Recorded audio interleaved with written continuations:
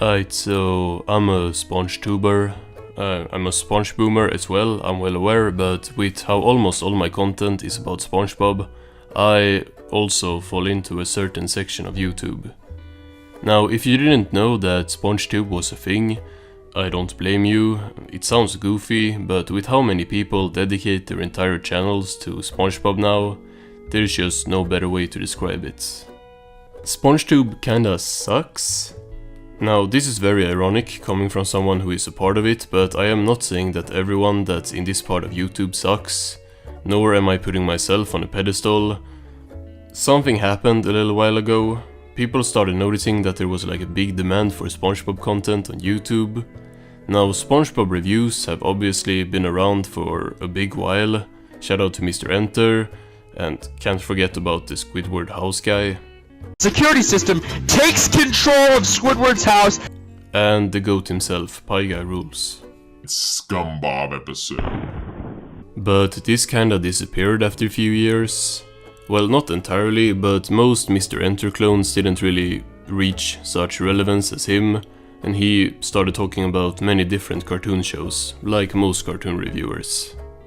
Then the next big thing was SpongeBob video essays, essentially a long-ass or not long-ass video about why SpongeBob good. And it's around here your boy comes in. I made my channel in early 2021 after a long while of hanging around the SpongeBob forum SBmania and watching SpongeBob reviewers on YouTube. Contrary to popular belief, I'm not a Mr. Enter clone, or maybe I am, but not intentionally. Pie Guy Rules was a big inspiration for me. I binge-watched like every single video bro made multiple times. I didn't upload my first video until a few months later, but I had decided then and there that I was gonna be a SpongeTuber. Or at least someone who reviews SpongeBob. See, if you look at some of my earliest videos, actually don't, they are not very good, but you will see that the review aspect was very present from the start. Before I even thought about making my YouTube channel, I had long lists in my notes on my phone, ranking episodes of different seasons and stuff. So that's what I did a lot of on my channel. Except for a couple of other videos, I was a SpongeTuber in the making.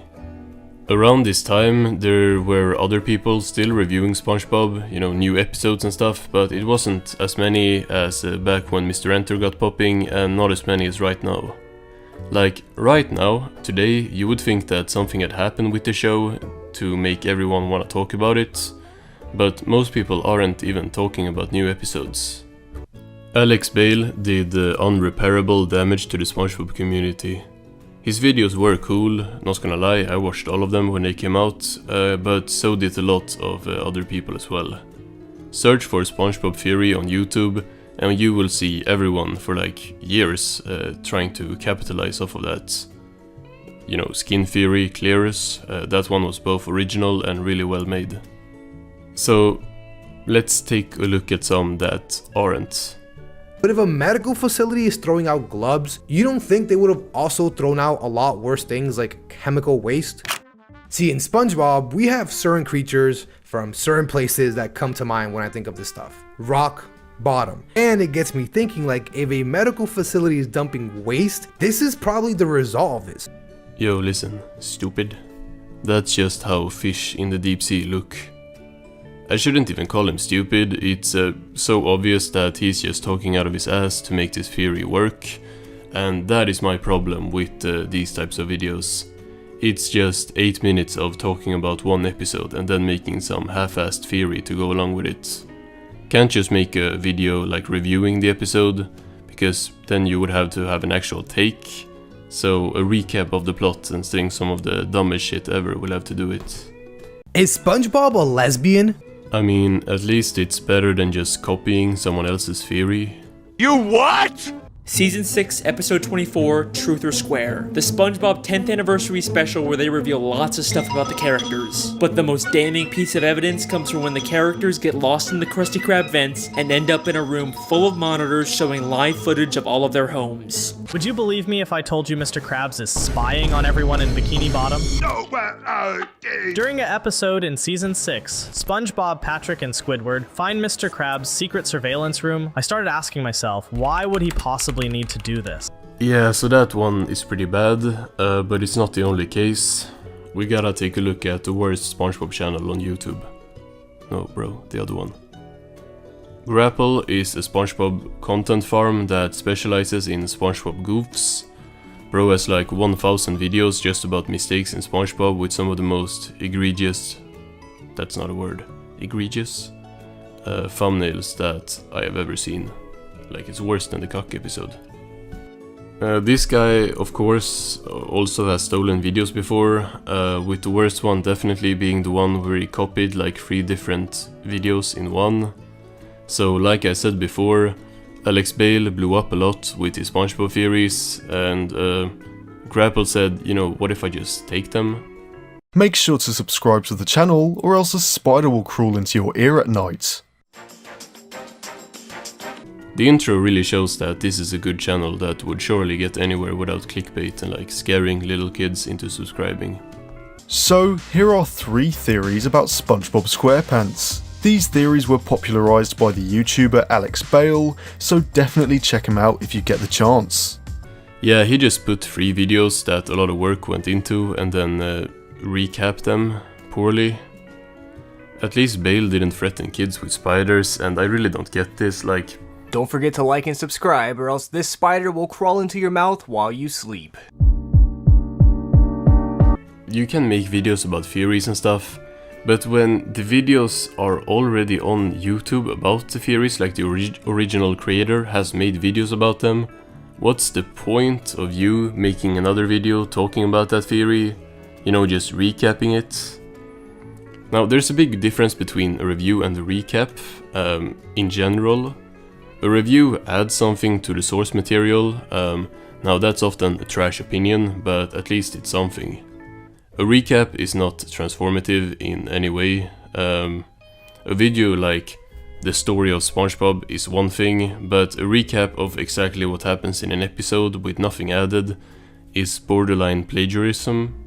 Now, I do get how this is ironic coming from someone who has a second channel named Ren and Stimpy Recap, but I don't make recaps on that channel, I make retrospectives, which are reviews. I just didn't think Ren and Stimpy Retrospective was quite as catchy as Ren and Stimpy Recap. In each of these videos I give my take on episodes, reviewing them. Now there is a lot of recapping of the episodes in these videos, which is unfortunate, and I don't like that myself, which is why I focus a lot on yapping about my own trash opinions and things of that nature.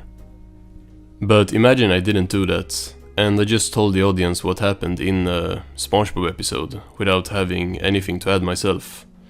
That would be half of SpongeTube. These are SpongeBob's scariest episodes of all time, the third one being Graveyard Shift. The episode starts with Squidward locking up the Krusty Krab and turning the sign to closed. This is the hash-slinging slasher, the most terrifying and mysterious monster of Bikini Bottom. The slasher is shown in the episode Graveyard Shift. The episode starts at closing time at the Krusty Krab, and we watch as Squidward happily flips a sign to closed. These are the scariest SpongeBob episodes, all starting with one named the Graveyard Shift. The episode starts with Squidward locking up the Krusty Krab and turning the sign to closed. I'm just like legit asking how you would defend this when it comes to copyright. You can get away with doing a video on one episode and talking about that one episode if it's transformative, because that is a review. This shit is not transformative. I'm not saying that me talking about what happens in a modern SpongeBob episode and nitpicking it to death and talking about how this is the worst thing ever is, you know, the peak of content or anything, but at least that's me adding something. I noticed a lot of these guys don't like using clips from the episodes a lot, and I can't blame them. Like, the copyright has gotten crazy. YouTube will block everything that's longer than 6 seconds when it comes to most cartoons, which is good, you know. These recap channels with no restrictions would be crazy otherwise. But I do find it helpful sometimes to be able to show some of the episode, so you are commenting on something the viewer just saw instead of first describing it yourself and then commenting on it. But that's out of the window for all of us. And do I have some extra beef with this guy because he made a video on the same episode as me with the same clickbait thumbnail and outdid me in views in like 10 hours? No, I am being totally objective here. All of these channels bad, my channel good. Bro even tried doing the grapple grift like years too late.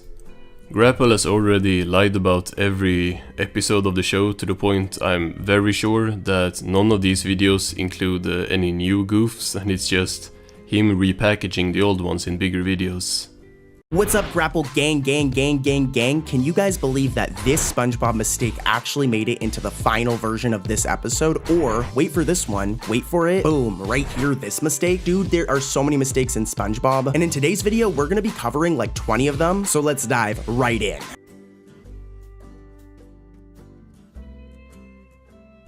Now, let's talk about some other YouTubers that just lie.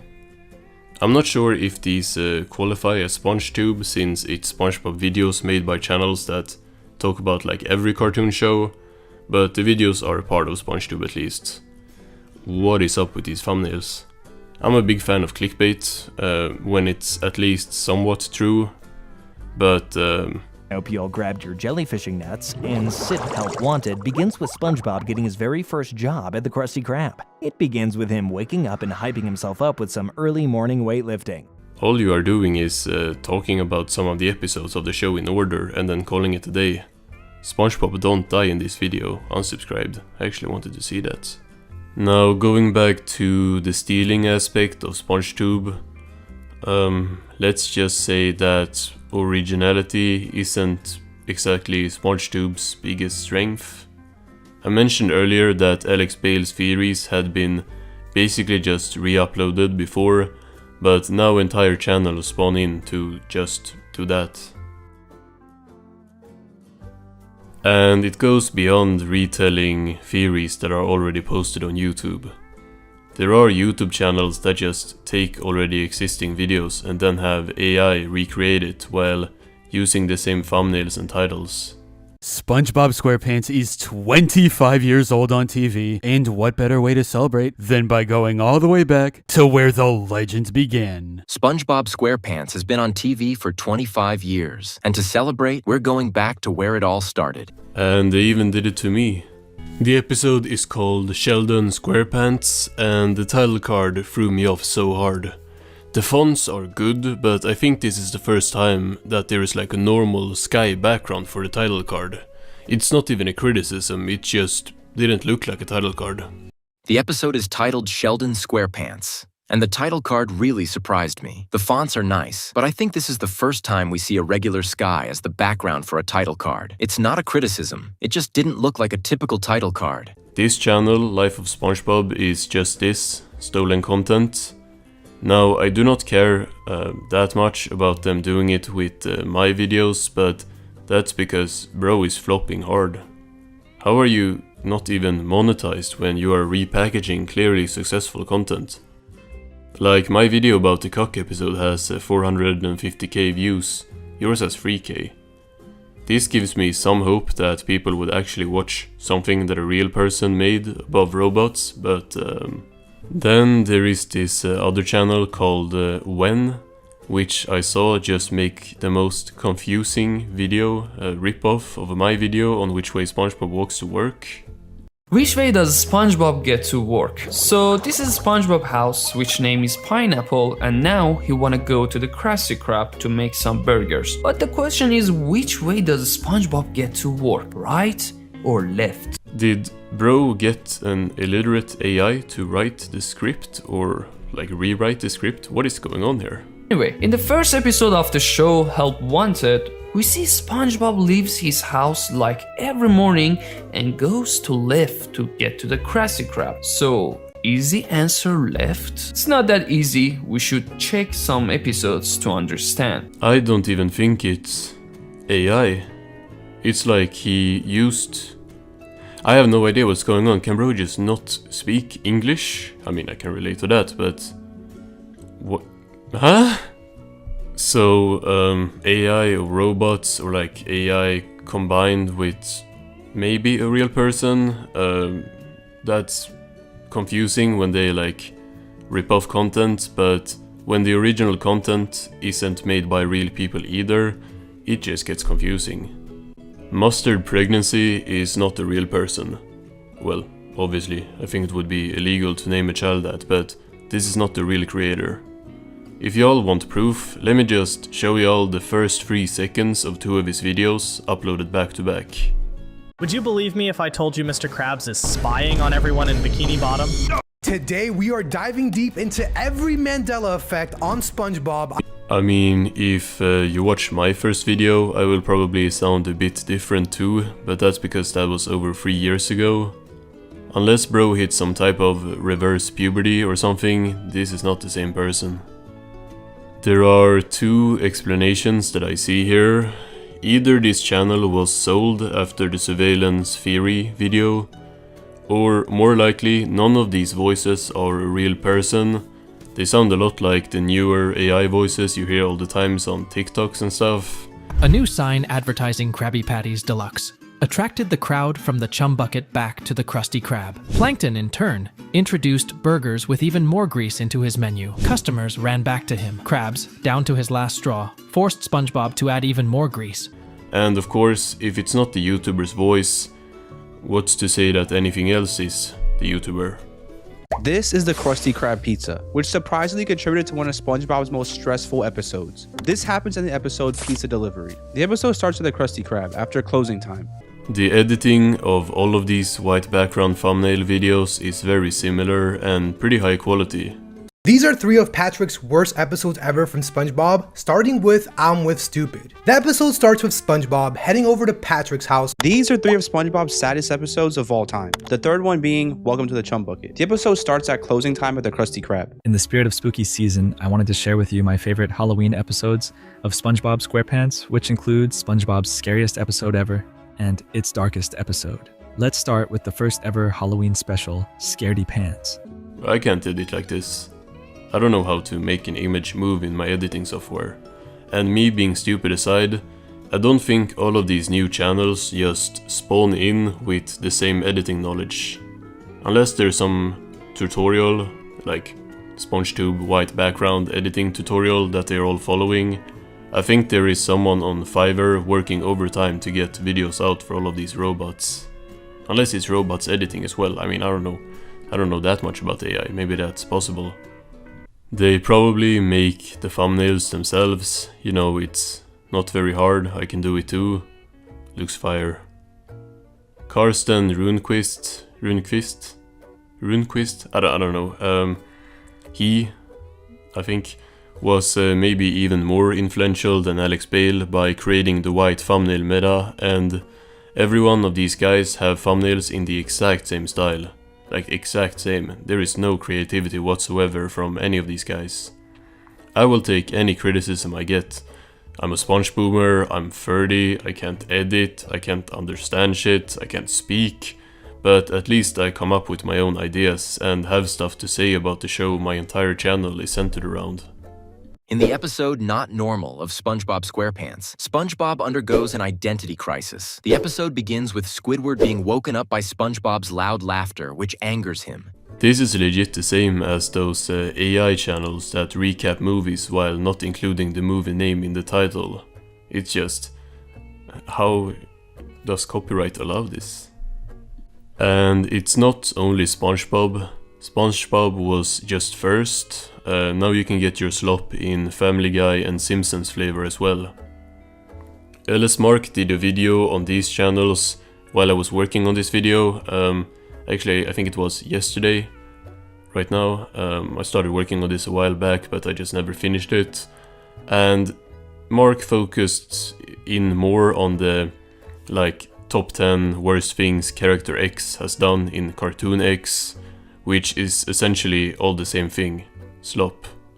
So a while back I made a video on the current state of SpongeTube, which is looking not too good. This was a couple of months ago and the white thumbnail background meta was in full effect.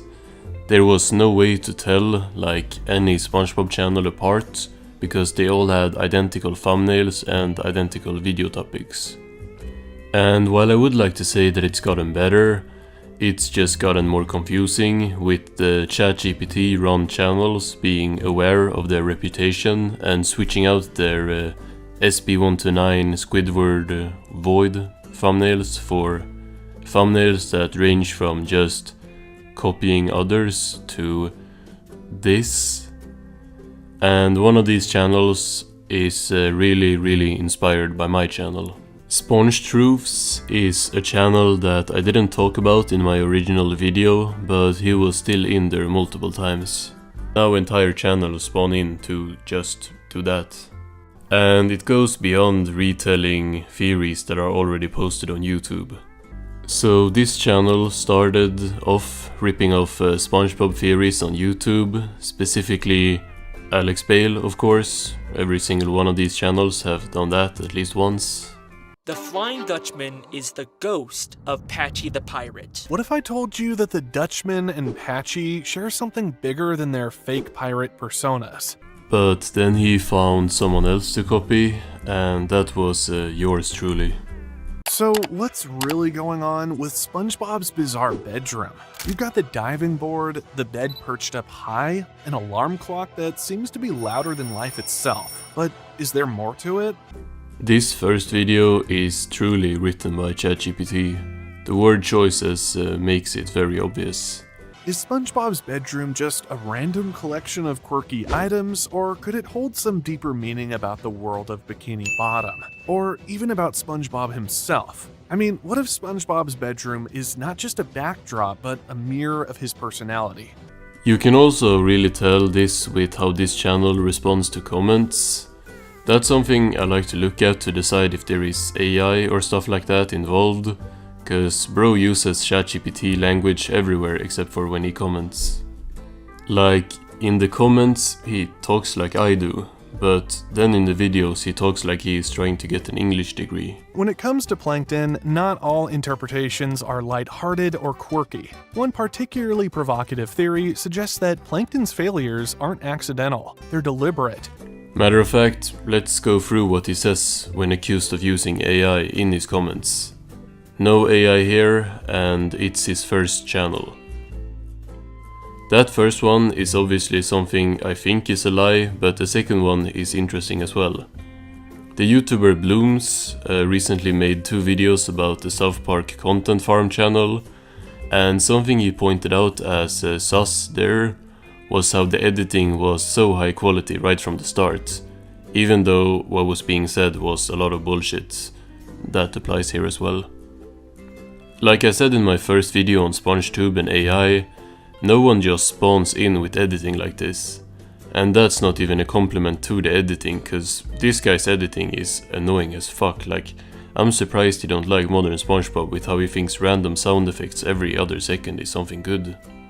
Something else Blooms mentioned in his expose of Ceric Artman is how no links to any social media or any way to contact the channel for sponsorships and stuff like that is kinda sus. I kinda can't really agree since I didn't have that for a long while, but this channel is a lot more professional than mine, so I would say this applies here as well. Nothing in the channel about page and nothing in any of the video descriptions. All we can find out is that this channel was made in 2007, which is crazy. Like, not age shaming or anything, but that just makes me really hope it's not the same person commenting. Something I didn't notice at first either is just how much he wants to be me, cause looking at his channel banner is kinda funny.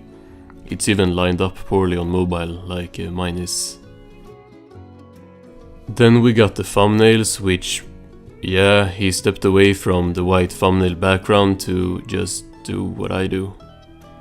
You know, I did the Curious Case of SpongeBob's Library and the Curious Case of SpongeBob's Garage, so of course he would do the Curious Case of SpongeBob's Bedroom and the Curious Case of SpongeBob's Brain Office.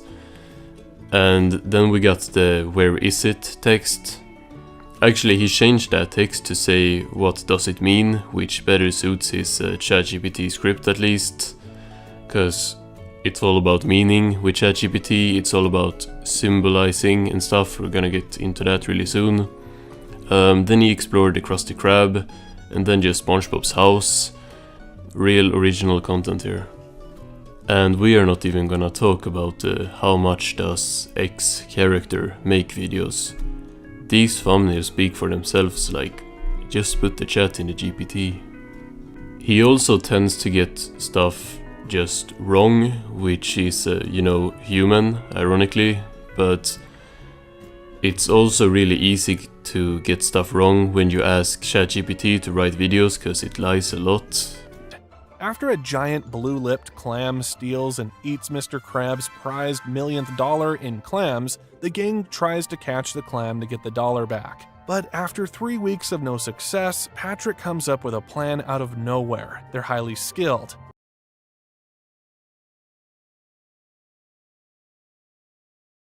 The story goes that SpongeBob, eager to settle into Bikini Bottom after landing his iconic job at the Krusty Krab, was on the hunt for the perfect home. And after searching for homes for a long time, he found a rogue pineapple. Yo, what? SpongeBob was actually homeless in Help Wanted? I had no idea. Also, not getting this reference when that is literally your channel icon is funny. Excuse me. Can I get a couple ice cubes in here, please? Sure. A couple of ice cubes coming up. Here you go. Thanks. Huh? You have this guy on screen for like half of each of your videos, or like probably more than that, and yet you don't know where it's from. No free rides, Mrs. Puff, desperate to get rid of him, gives SpongeBob a license. And you can guess what happens next. He causes chaos in Bikini Bottom as he drives around recklessly until he miraculously pulls off a perfectly executed maneuver to save the day. That does not happen in No Free Rides. Like, what version is bro watching? SpongeBob SquarePants!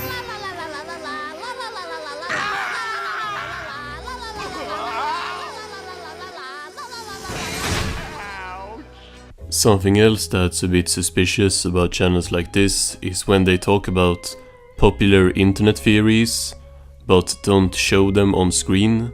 Still, there's that one user who believes SpongeBob turns his garage into his library when he wants to. Like a transformer, but for places.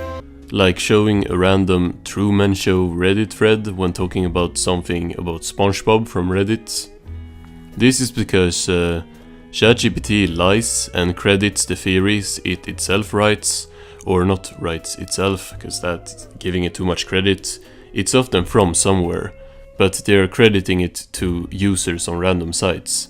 Like he says one Reddit user or something like that, and he doesn't have a source to put on screen, he doesn't have like an original post or something, because it's just not true. Another similar but darker theory has it that he's actually part of the Mafia and that the library holds the intel of the CIA. Dope.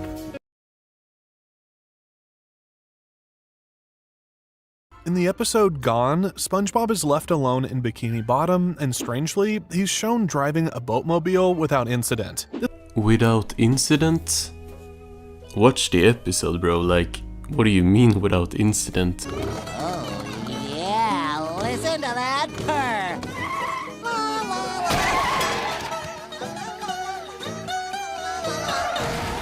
This move solidifies Bodhi's place in the franchise, allowing fans to step into SpongeBob's oversized shoes, or fins, and experience the mayhem firsthand. Fins?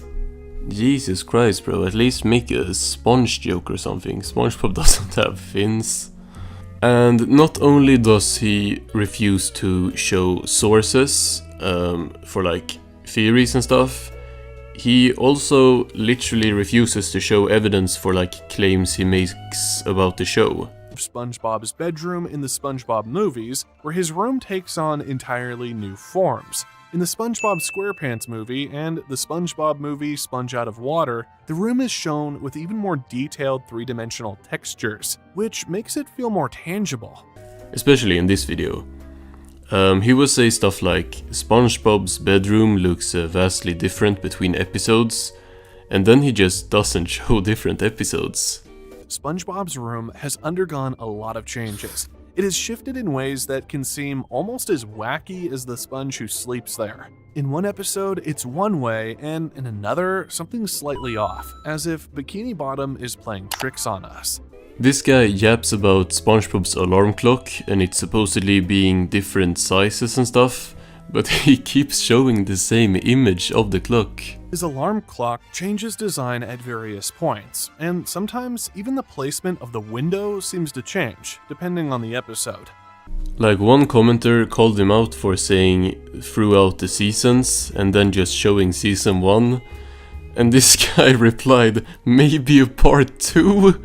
Like, there is no way this is the same person commenting as the person who is using like words like this in the video. Maybe his room, in its odd, ever-changing way, is a reflection of his boundless imagination and unpredictable nature. The same happens when he describes stuff in SpongeBob's house, in his Curious Case of SpongeBob's House video. The attic isn't just a forgotten storage space, it's a treasure trove of SpongeBob's hidden interests. You will find jellyfishing nets, spatulas, and more. It's basically the place where SpongeBob's quirkiest ideas are born. And yes, there's also a hat rack dedicated entirely to his many work hats. Did Bro just not have footage of the episode, or is the AI lying to him so he couldn't find it? He also just seemingly decides stuff is true without proof, like saying the Krusty Krab is open 9 hours a day, 6 times a week, which if you have watched SpongeBob and like know who Mr. Krabs is, you would know that makes no sense. Over a typical 9-hour shift, the restaurant serves approximately 180 customers if Mr. Krabs keeps the Krusty Krab open 6 days a week. He even later says that SpongeBob works 23 hours a day, so I guess the AI script isn't like proofreading itself. We know that SpongeBob works nearly 23 hours a day, 7 days a week, which is almost impossible. He also in this video decides that the Krusty Krab is in Liberia for some reason. Mr. Krabs treats the Krusty Krab like a vessel, and he's able to fly a Liberian flag of convenience, meaning he's only required to pay his employees the Liberian minimum wage. The comments like called him out for this, like just being confused, which I mean I don't blame them, but as soon as you realize that this is just an AI content farm, it makes sense. After all, Squidward's family background remains a mystery, and there's no mention of his parents or any clue about his financial situation.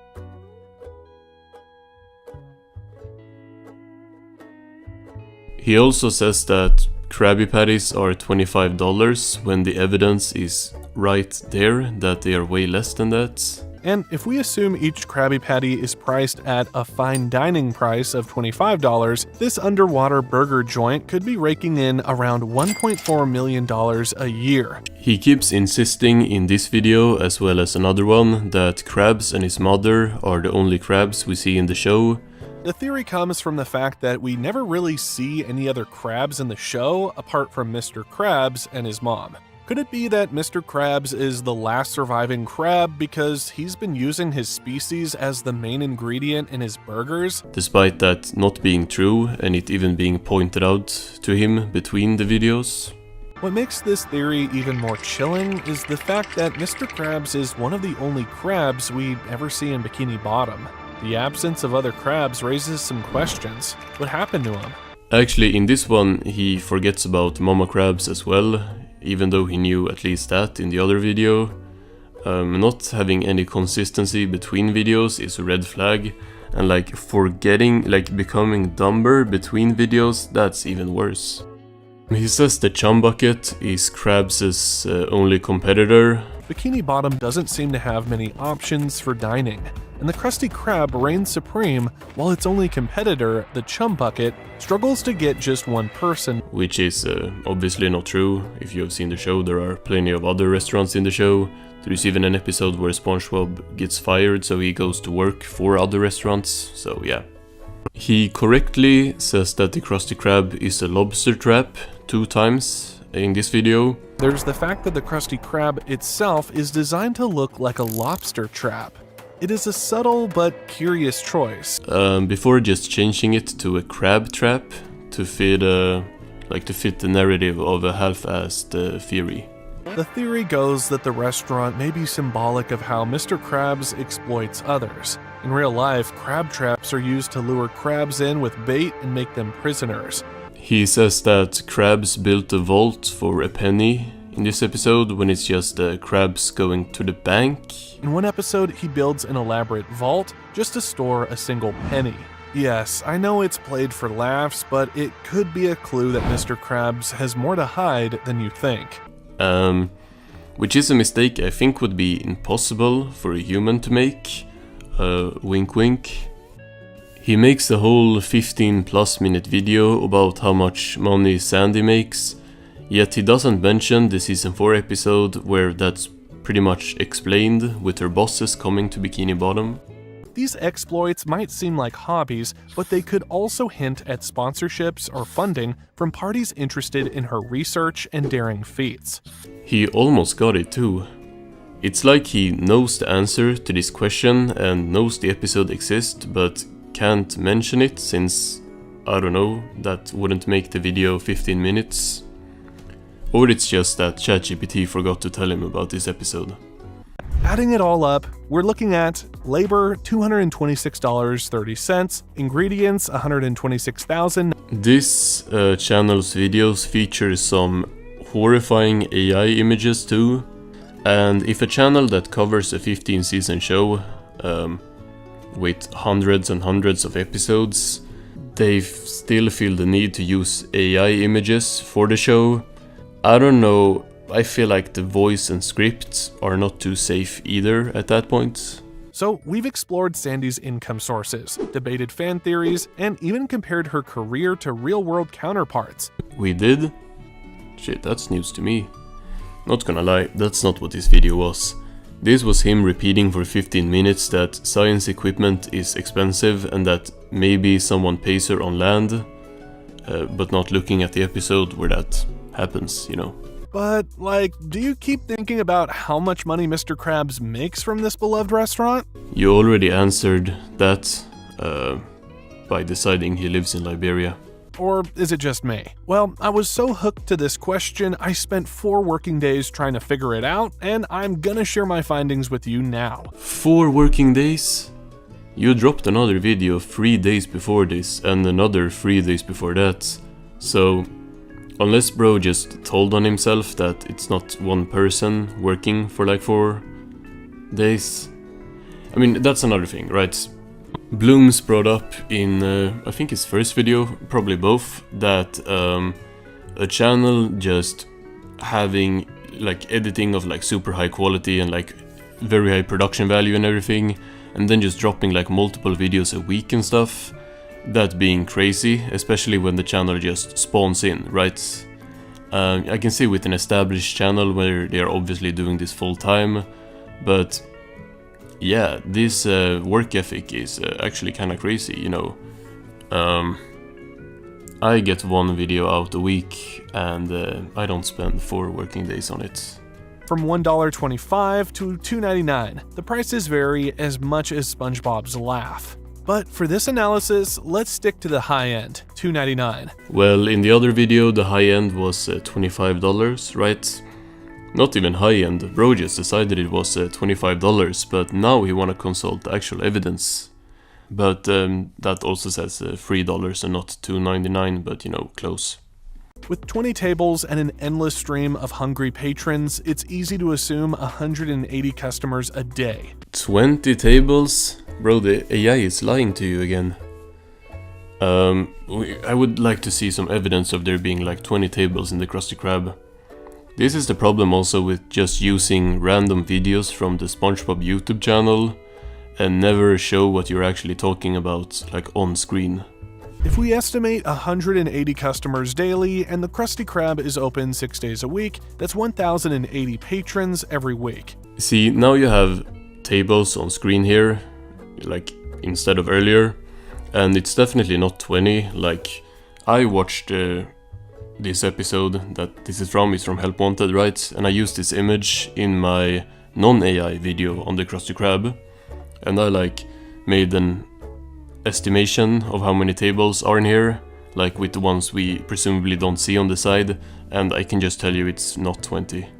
At $2.99 per meal, we're looking at over $167,000 in gross revenue. Is that in Liberian dollars? In real life, Liberia is one of the most popular countries for flagging ships in international waters because of its extremely lenient labor laws and low registration fees. Oh, it actually is. This time bro is not even explaining how the Krusty Krab ended up in Liberia. Or actually, he kinda does. Many of you were asking about Liberia's flag theory in the Squidward's Income Videos comment section, so here are the details. By choosing Liberia's flag, Mr. Krabs can bypass Bikini Bottom's local labor laws. Yeah, but you can't just choose that they are in Liberia to make a theory work. People are not asking about why the Liberian tax laws would be beneficial for crabs. They are asking how on earth you came to the conclusion that Bikini Bottom is in Liberia.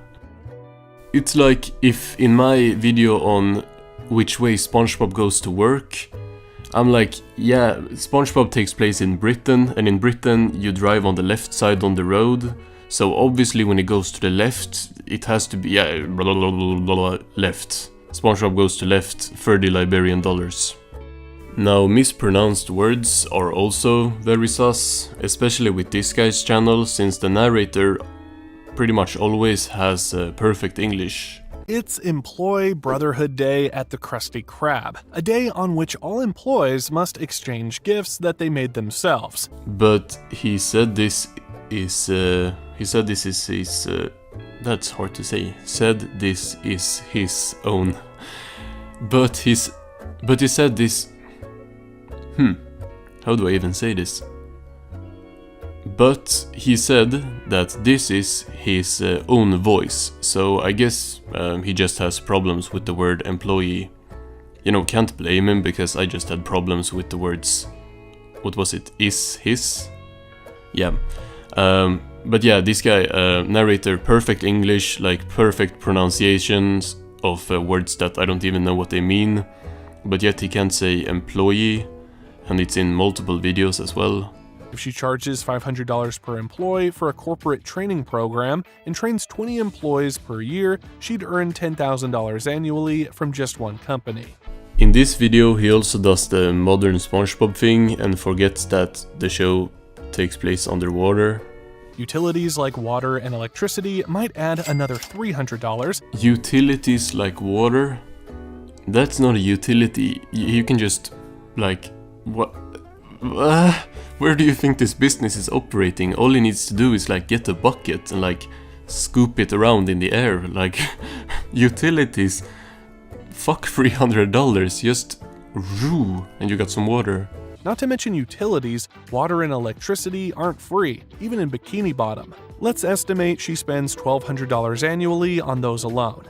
Again bro, water literally is free in Bikini Bottom, so yeah. Plankton patented her design. He could rake in billions. For comparison, in the real world, advanced AI systems like ChatGPT... Oh shit, face reveal, damn. I mean, we all have that friend who acts broke, but is secretly a millionaire. I want you to tag that friend below and tell them that they and Plankton have some similarities. Bro thinks this is like Instagram or something. What was that? He must have asked ChatGPT how we can increase the comment to view ratio, because yeah, his videos are looking bad. And half of those are just asking how we ended up in Liberia. You ever wonder how Pearl Krabs manages to afford her expensive shopping sprees while her dad treats every penny like it's his firstborn? This voice is very similar to the voice of like every other channel in this content farm niche. Sweaty Clam, for example, which is a Family Guy white background content farm. So, we're all eagerly awaiting the arrival of Season 23 in 2025, but Family Guy has been kind enough to bless us with 2 specials for the holidays. But this channel is not a white thumbnail background content farm, because he changed this video's thumbnail, as it was white... I really can't pronounce words today, maybe I'm AI. It was a white void background as usual at first, but then someone in the comments told him he should change it, as it's the bad SpongeTube thumbnail. Sums it up pretty well. and he changed it. He is a part of that side of YouTube, but like I said, they are getting smarter, or at least their comments are getting smarter. Watch out. So what do you get when you cross ChatGPT with the most annoying voiceover ever and someone who knows literally nothing about the show that they're covering? You get Flickstone, and possibly the worst video on SpongeBob I have ever watched. So I was originally not planning on doing a video on this channel, mainly just because their videos are like 30 minutes of ChatGPT scripts with an annoying voiceover, but people were saying a video was warranted, so I'll sit through one video of this slop for y'all. From sneaky manipulation to snarky revenge, what if I told you Karen is the real brains behind the mayhem? Today we're diving into her shady schemes, brutal takedowns, and yes, even a jealousy-fueled revenge. And in Plankton, her calculated support drives him to take a major risk. Sorry, I hate this guy's voice. I think it might be a real person doing the voiceover, so in that case, I'm sorry, but apparently he's on like so many different channels that it might be AI, so who knows. SpongeBob's heading home, blissfully unaware of the microscopic menace lurking in his path. Plankton's there with his next big plan, probably inspired by a certain AI wifey. A little emotional manipulation. Ironic. Notice how Karen has not even appeared in the show yet at this point. Like, this is Plankton, but he already did the Plankton video, so this will have to do. He stops by Squidward's house just to toss out some insults, then swings by Patrick's rock and literally tosses his best friend aside. Plankton's ultimate goal? March SpongeBob into the Krusty Krab, swipe a Krabby Patty, and finally claim victory. 3 whole minutes, and Karen has still not even done anything. Only he bounces off it and lands smack inside his own analyzer, trapping himself in his computer screen. Plankton, 1% evil, 99% hot gas. And now he don't even mention her by name, calling her a computer screen. Okay. Plankton, who can evidently plan for anything except his own stupid moves, now finds himself locked in a digital cage. Maybe you should have consulted your AI wifey before jumping into this crazy scheme, Plankton. Oh, you want people to consult AI, huh? I wonder why. And also, if that's something he didn't do, then that just means Karen did nothing this episode, so you're kinda contradicting yourself. Basically what I'm saying is, if Flickstone thinks that Plankton should have consulted his wife, you know, Karen, AI wifey as he calls it, if he should have done that, then that means he didn't do it, and then that means that Karen didn't help Plankton in this episode, so we just recapped the episode Plankton for 3 minutes, even though it had nothing to do with Karen. With Karen witnessing every single one of his failed schemes and embarrassing outbursts, maybe she has a plan of her own. Meanwhile, over at SpongeBob's, it looks like his next wake-up call will be a bit of a biohazard alert in The Fungus Among Us. Gang, just retire. Karen is not even in this episode. Bro is doing the sponge truth method. Just as SpongeBob's attempting damage control, Patrick arrives, perfectly timed to make everything worse, as per bloody usual. When he sees the fungus spreading across SpongeBob's head, does he suggest calling a doctor? Of course not. Is this video about the dark side of Patrick, or Plankton, or Karen? I'm a bit confused. SpongeBob eventually stumbles into the Krusty Krab, thinking he can just go about his shift as if he isn't literally shedding spores. But the fungus ain't going quietly, almost like it's been engineered to be a sticky bastard. Ah, I see where this shit is going. Soon spreads to Old Man Walker, and before long, the whole town is about to be hit by the ick. It's like a certain AI wifey had the bright idea to infect the Krusty Krab's only fry cook with the ick. You can't just recap episodes for 5 minutes, adding nothing new except saying, that's a mean thing to do. Just to turn around and start making, like, fan theories out of them nowhere. A whole biohazard bubble around his pineapple, because he's now Bikini Bottom's public enemy #1, it seems. Did we forget about the teeny villain and his robot wife? Yeah, I did, cause they are not in this episode. Patrick shows up, still totally oblivious to how serious this has gotten, and decides it's the perfect time to play some pirate wrestling with his old pal. In a move no one saw coming, but probably should have, he pops SpongeBob's containment bubble. Y'all wanna do something fun? Let's compare what Flixtoon is saying right here to what is written on the episode's wiki page. Back at the Krusty Krab, the fungus spreads like wildfire.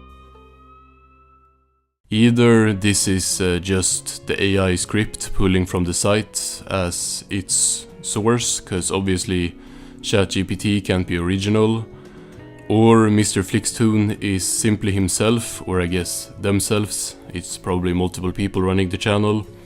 They're just taking the synopsis of the wiki and rewriting it really lazily.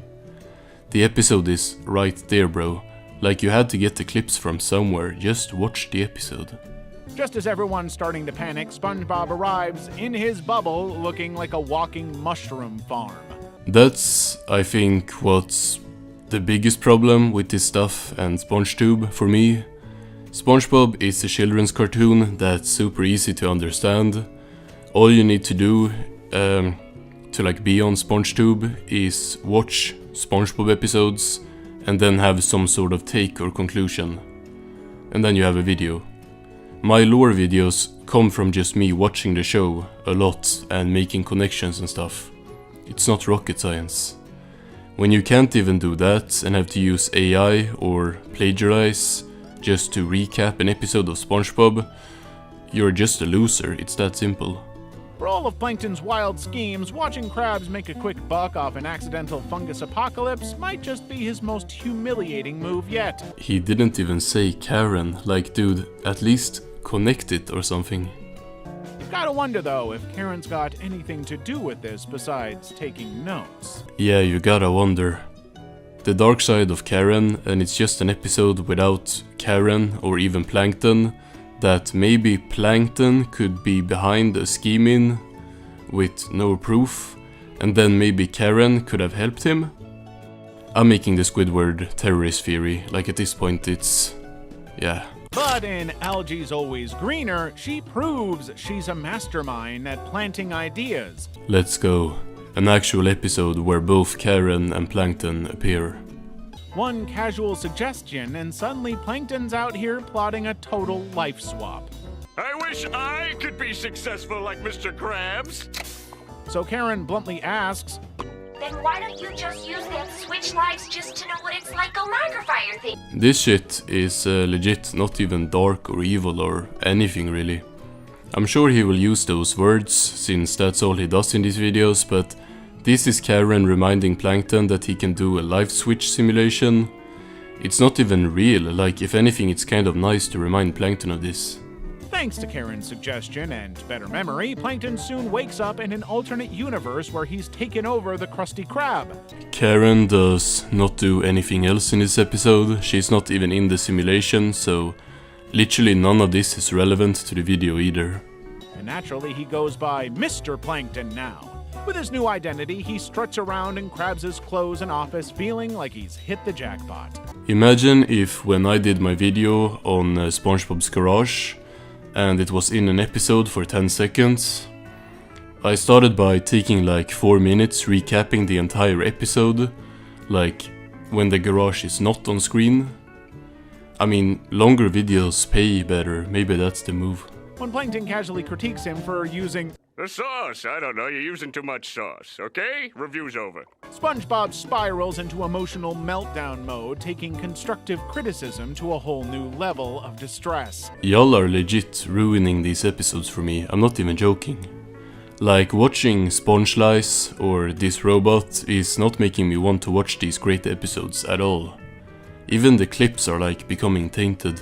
Which annoys alternate universe Squidward enough that he quits on the spot.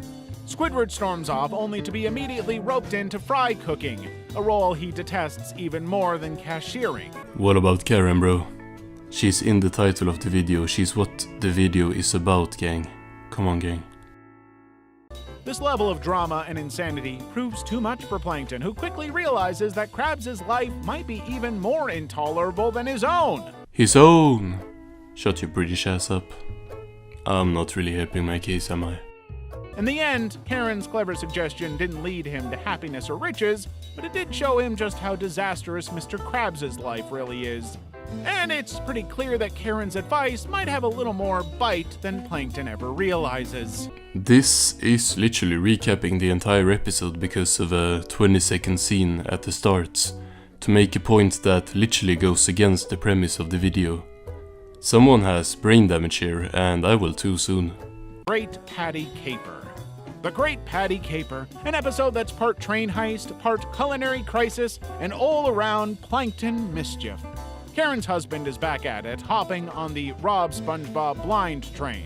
Karen's husband is great. I gotta check out his plankton video, or probably videos, to see if he's just reusing the same episode with a different character in the title. Karen's probably at home watching the whole disaster on some hidden live stream, sipping oil tea and thinking, he just never learns, does he? Very dark, very scary. You know the thumbnail is her trying to fuck Mr. Krabs with the words "she is evil" on screen, right? The episode opens with SpongeBob at the Krusty Krab discovering that they've officially hit rock bottom. The freezer is completely empty of Krabby Patties. 0 patties. Dude, you'd think he'd found a ghost in there with the way he starts screaming. I really hate this shit. Like, this channel's whole stick is every character in SpongeBob is evil and should be locked up. And that's what many of these channels do. It's SpongeBob, why are you making a comment about him overreacting to there not being Krabby Patties? Like, have you watched SpongeBob ever, or are you just reading like the wiki synopsis?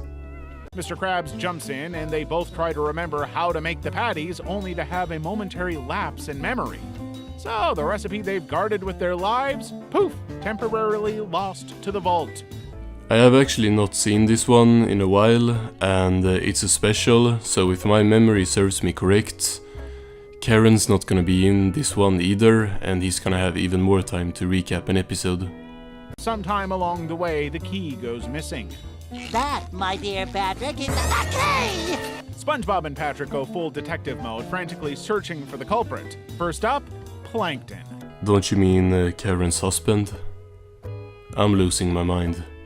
I gotta watch his videos on some, like, more obscure characters. He's probably gonna blame Scooter for SpongeBob's house getting eaten up or something. Plankton, of course, swoops in and snatches the key right from under them. I wonder if this was his grand plan, or if Karen once again gave him the idea.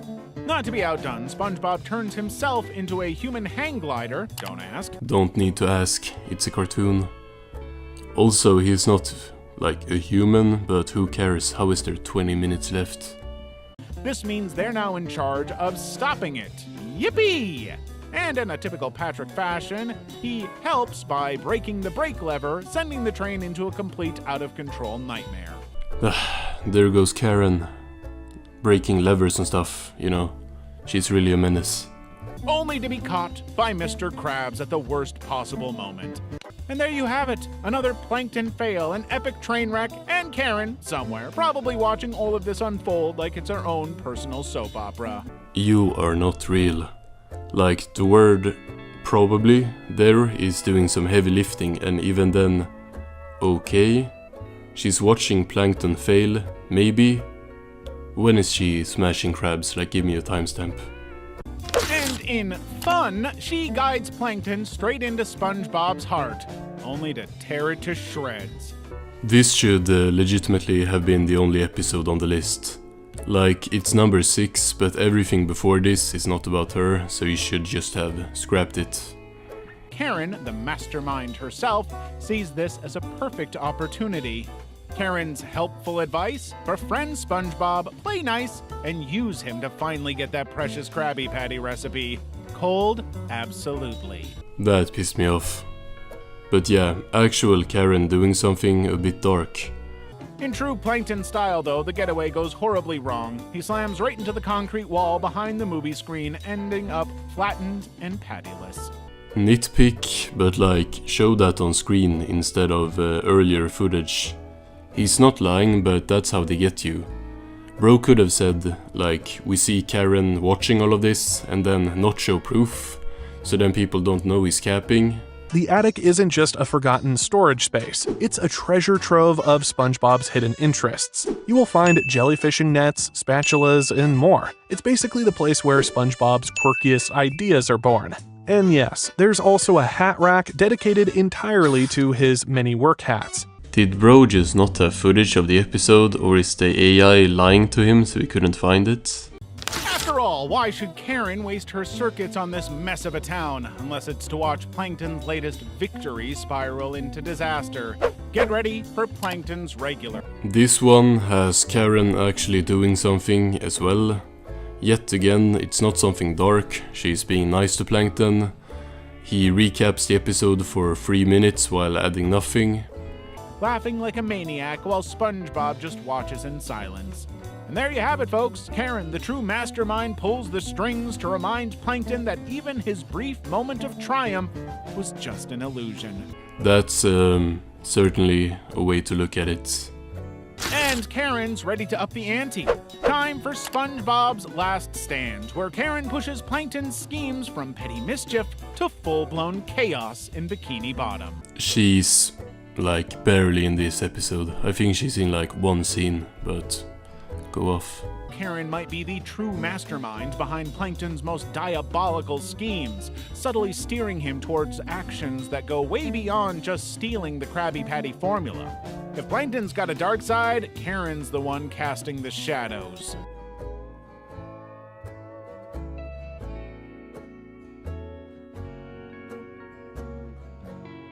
The mastermind behind this plan is none other than Plankton. Her influence here is subtle but powerful. She's the one feeding Plankton's ambition, even if it means trampling a beloved Bikini Bottom landmark. She gives him a back massage. You absolute moron, bro. But we're left with a sneaking suspicion. Is Plankton's evil just an extension of Karen's ambition?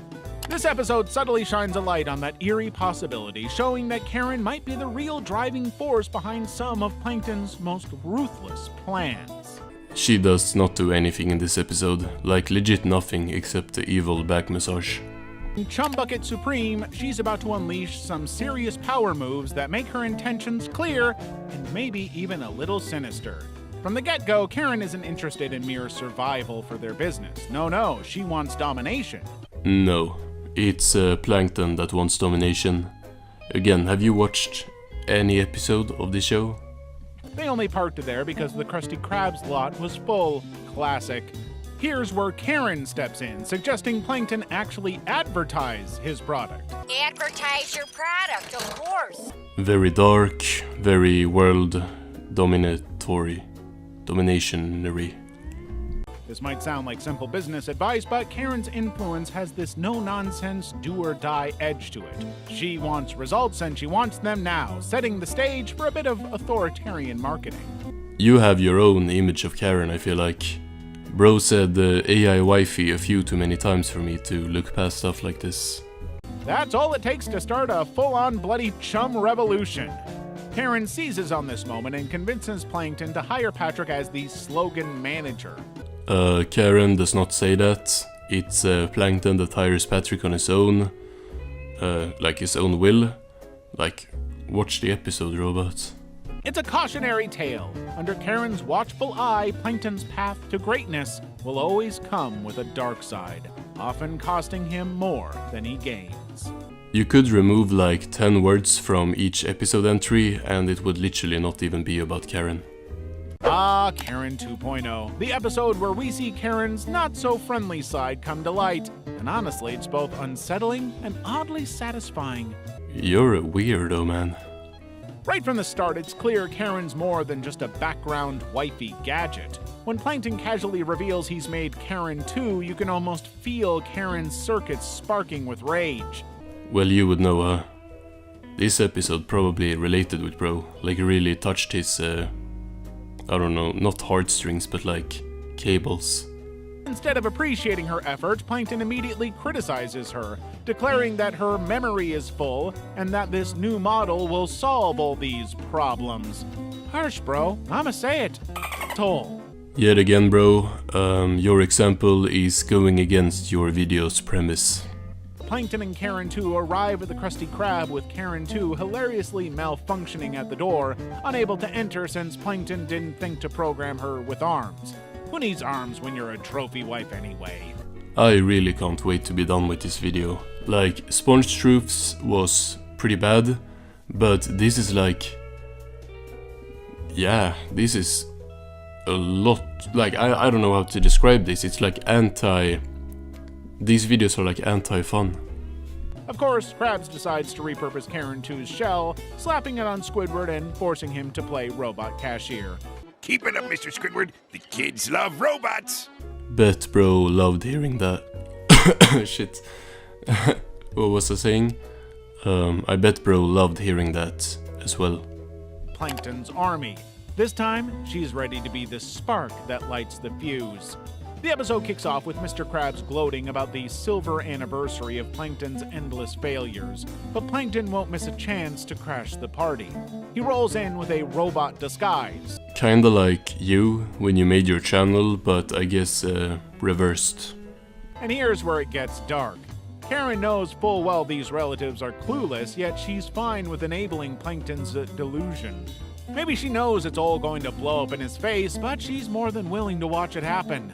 What? She's making fun of him for his name and then gets turned off by Plankton, like bro is just straight up lying here. Plankton's army reveals how far Karen is willing to go to support Plankton's dangerous ambitions, no matter how absurd or risky. It's not just loyalty, it's her active complicity, enabling him to keep chasing his wild schemes even when they're clearly doomed to fail. No, it doesn't. Literally, it's the opposite to what your British ass is yapping about. Like, this is just nonsense. Karen's role here hints at something darker, a side of her that delights in Plankton's obsession, almost as if she's feeding off his chaotic energy and encouraging his worst tendencies. But hey, I'm just a guy who likes cartoons. He even hearted a comment on this video calling him an AI content farm, like wrap it up. So I thought I needed to check out one more video from my boy Flixtoon, even though I don't really want to. And I picked this video about Larry, as that's a character that don't do much in the show, so this video title should be a lie, and he should just make a bunch of stuff up in this one as well, just like in the Plankton video. Or like Karen. Actually, the video was about Karen, but it was in actuality just about Plankton schemes, so I mean, I misspoke, but did I really? From turning a beach day into his own personal bodybuilding show to acting like the king of Goo Lagoon, Gary's love for Gary knows no bounds. So we're off to a great start. He already don't know what character he's talking about. Larry steps in and hugs the rage out of the crabby crustacean. Relax, little crab guy. Get muscle mitch off me! Get off! Get... Why can this robot use long clips of the recent seasons, but I can't without my videos getting blocked? Anyway, that's besides the point. This episode is like one of 2 episodes in the show where Larry actually plays a significant role, so he's not gonna have to lie just yet. Between screaming customers and his heavy-handed management, the entire community gets caught in his CrossFit delusion. Potential sentences. If Larry's actions were brought to trial under American law, negligent endangerment. Larry could face fines of up to $2,500. Oh no, not this shit. Counting up character crimes in cartoon shows is like the easiest way to out yourself as a content farm. AI or not, this shit is everywhere now, and channels spawn in to do just that. Possibly some community service, maybe running safety drills for the Krusty Krab instead of weightlifting competitions.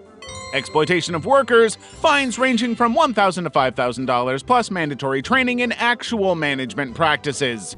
I'm really thankful he didn't do this with Karen, since it's just a chore to sit through all this yapping. Larry's heart was in the right place, I guess, but his ego overshadowed everything. Instead of helping customers live healthier lives, he turned the Krusty Krab into his personal boot camp and alienated everyone. By the end, even Larry admits he went too far. Why do you sound so mad? Like, If I didn't already think this was an AI content farm, I would think this guy just genuinely can't tell that this is a cartoon. Like, calm down gang, this is not like that deep. Are you Mr. Enter? Disturbing the peace. Another $500 to $2,500 in fines for turning a family-friendly burger joint into a gym from hell. Okay, I don't care. Let's move on to the next episode so we can talk about Spongebob instead of copy-pasting US laws into his script. Next, Larry builds a temple to his one true love, himself. Welcome to Larry's gym, where the weights are heavy but the narcissism is even heavier. Oh, okay, that's the other episode where Larry does something. He doesn't really do anything bad though, so I guess he's just gonna recap the episode and then maybe lie a bit, who knows. That reminds me, you need to start hydrating right now! Larry puts SpongeBob through beginner training, which is mostly an ego trip disguised as encouragement. Explain please? I can't stand this guy, like he has decided the narrative for the video and now needs to interpret every Larry scene to like fit that narrative. Larry doubles down, dragging him to an exercise class for crunches. Shocker, SpongeBob's abs don't materialize. Meanwhile, Larry's paperwork pile grows bigger than his biceps and Krabs is freeloading like it's a full-time job. Larry has not done anything bad, by the way, not even anything egotistical. Flixtoon just recaps what other characters are doing. Krabs isn't missing though. He's cooked himself in Larry's gym steam room and asks for a butter rubdown. Oh, Krabs. Crimes committed by the lobster. Negligent endangerment. Larry encourages fitness antics with zero regard for safety. Maybe your avatar shouldn't be on screen, like, what am I looking at? Misdemeanor fines up to $2,500 and some good old community service. Exploitation of vulnerable individuals. Larry preys on SpongeBob's self-esteem and pressures him into a lifetime membership for science, promoting unattainable fitness standards and squeezing membership fees from Bikini Bottom's weakest residents. This is just sponge truths all over again. This guy's gonna start counting in Liberian dollar any moment now. What happens when Larry takes SpongeBob under his wing? Nothing good. Get ready for a beach day filled with chaos, sunburns, and Larry's unchecked ego. Alright, so here he's just gonna lie and blame the character that's in the title of the video again. Larry, who mistakes the vanilla ice cream splattered on SpongeBob's face for sunscreen.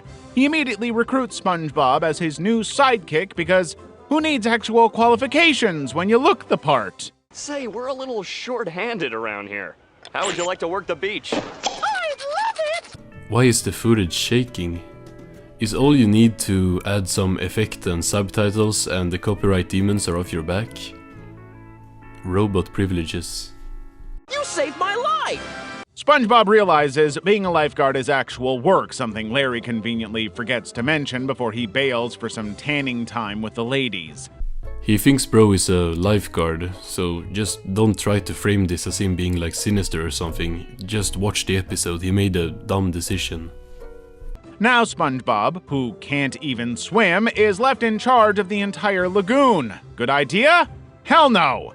Cue SpongeBob's meltdown. Desperate to keep the beach empty, SpongeBob lures everyone out with ice cream. Nothing clears a lagoon like free dairy. And now Larry is out of the episode, so we should probably stop recapping since the character the video is about is gone, right? Holy cow! Somebody's drowning! Oh no, that's not possible. The lagoon is closed. Dude, get your butt in the water! SpongeBob's rescue attempts are next level ridiculous. He tries tossing a life preserver, drinking the entire lagoon with a straw, accidentally swallowing Patrick in the process. Is this video about SpongeBob being dumb, or Patrick destroys the boat in a panic, and now both of them are drowning in ankle-deep water.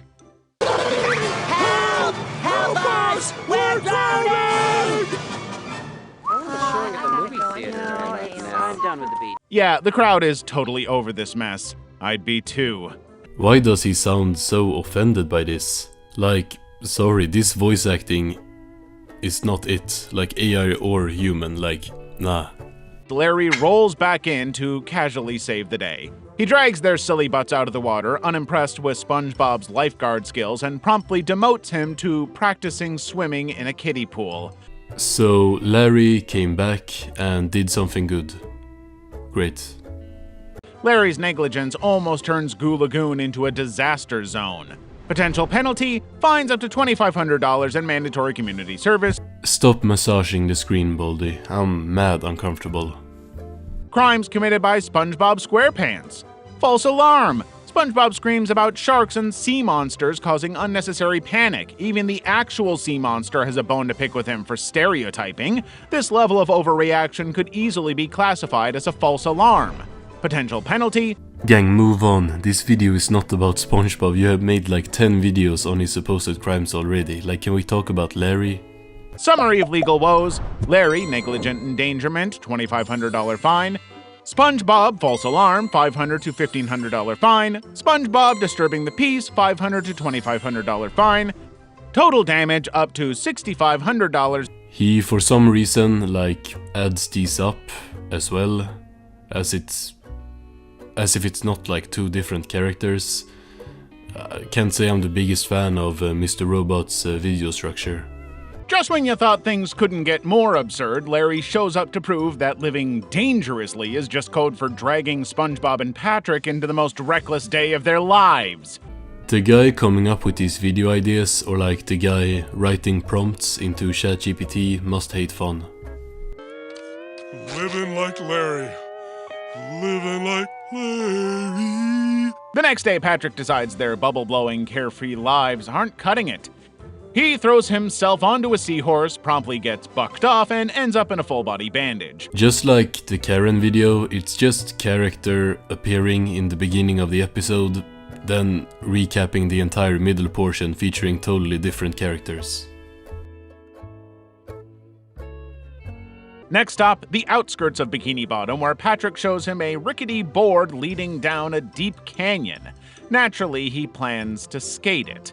SpongeBob finally tries to bring some sanity to the situation, explaining that living like Larry doesn't mean dying like Larry.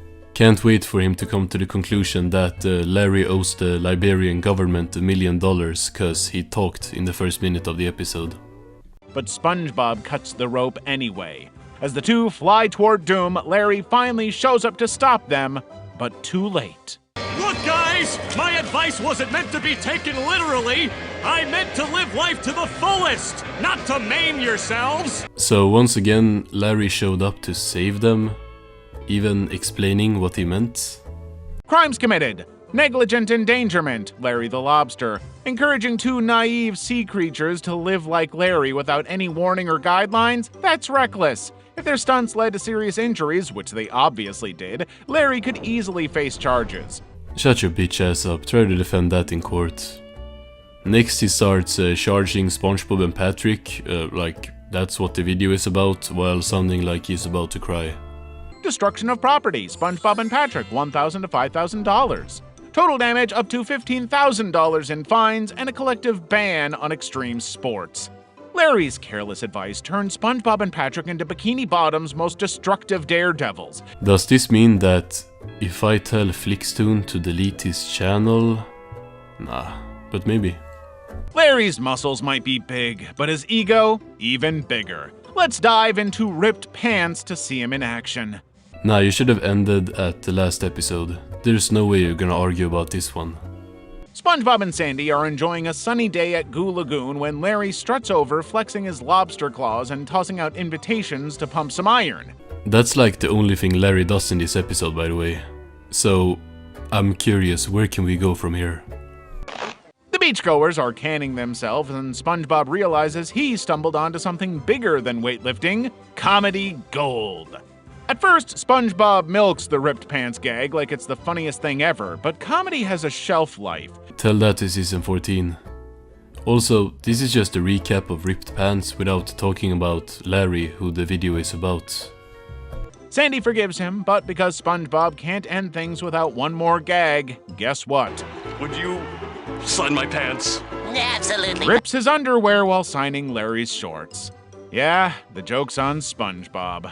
Yeah, so why include this?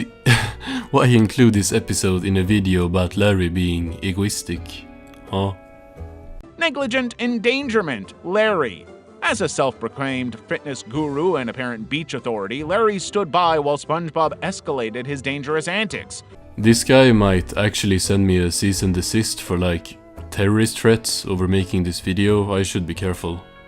Sure, Larry was busy flexing, but as the muscle-bound role model, he could have stepped in before things went off the rails. Penalty, $2,500 fine. SpongeBob was lifting a stick, Robot Boy. Went off the rails how exactly? False advertising, Larry. If Larry's reputation as a fitness leader makes people believe Goo Lagoon is a safe, well-regulated beach, SpongeBob's antics prove otherwise. That could land Larry in hot water for misrepresentation. Penalty, $1,000 to $5,000. Because that makes sense at all. What? I don't even understand what he is talking about right here. I think he's watching a different episode where like people came to the beach because of Larry and then SpongeBob started shooting them or something. I have no idea, bro. Ripped Pants is a cautionary tale about moderation and knowing when to quit while you're ahead. Larry's overconfidence as a fitness influencer set the stage for SpongeBob's comedic downfall.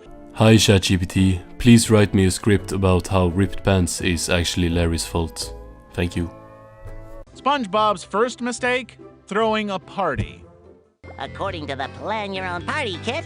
Don't ever make that face again, gang. And also, SpongeBob's first mistake, Larry, SpongeBob here's invite literally everyone in Bikini Bottom.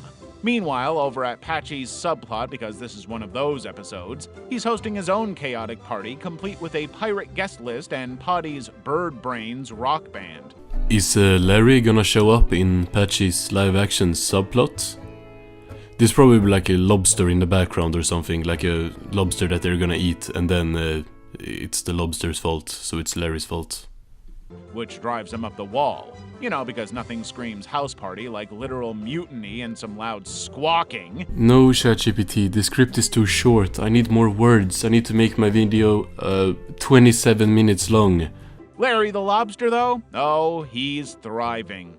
Larry, my man, you are looking good enough to eat. Oh yeah, baby. Could use a little teeth whitener, though. I'm sure SpongeBob won't mind. It's peak Larry. SpongeBob's desperation escalates. It's peak Larry? That's all you have to say, bro. Like, he talks about this episode for like minutes, and then Larry does something, and he just says, it's peak Larry, and then he moves on to recap more of the episode. Like, you can't make this up. And nearly gets arrested when the police conveniently decide his crime isn't the attempted break-in entering of his own home, but not inviting them to the party.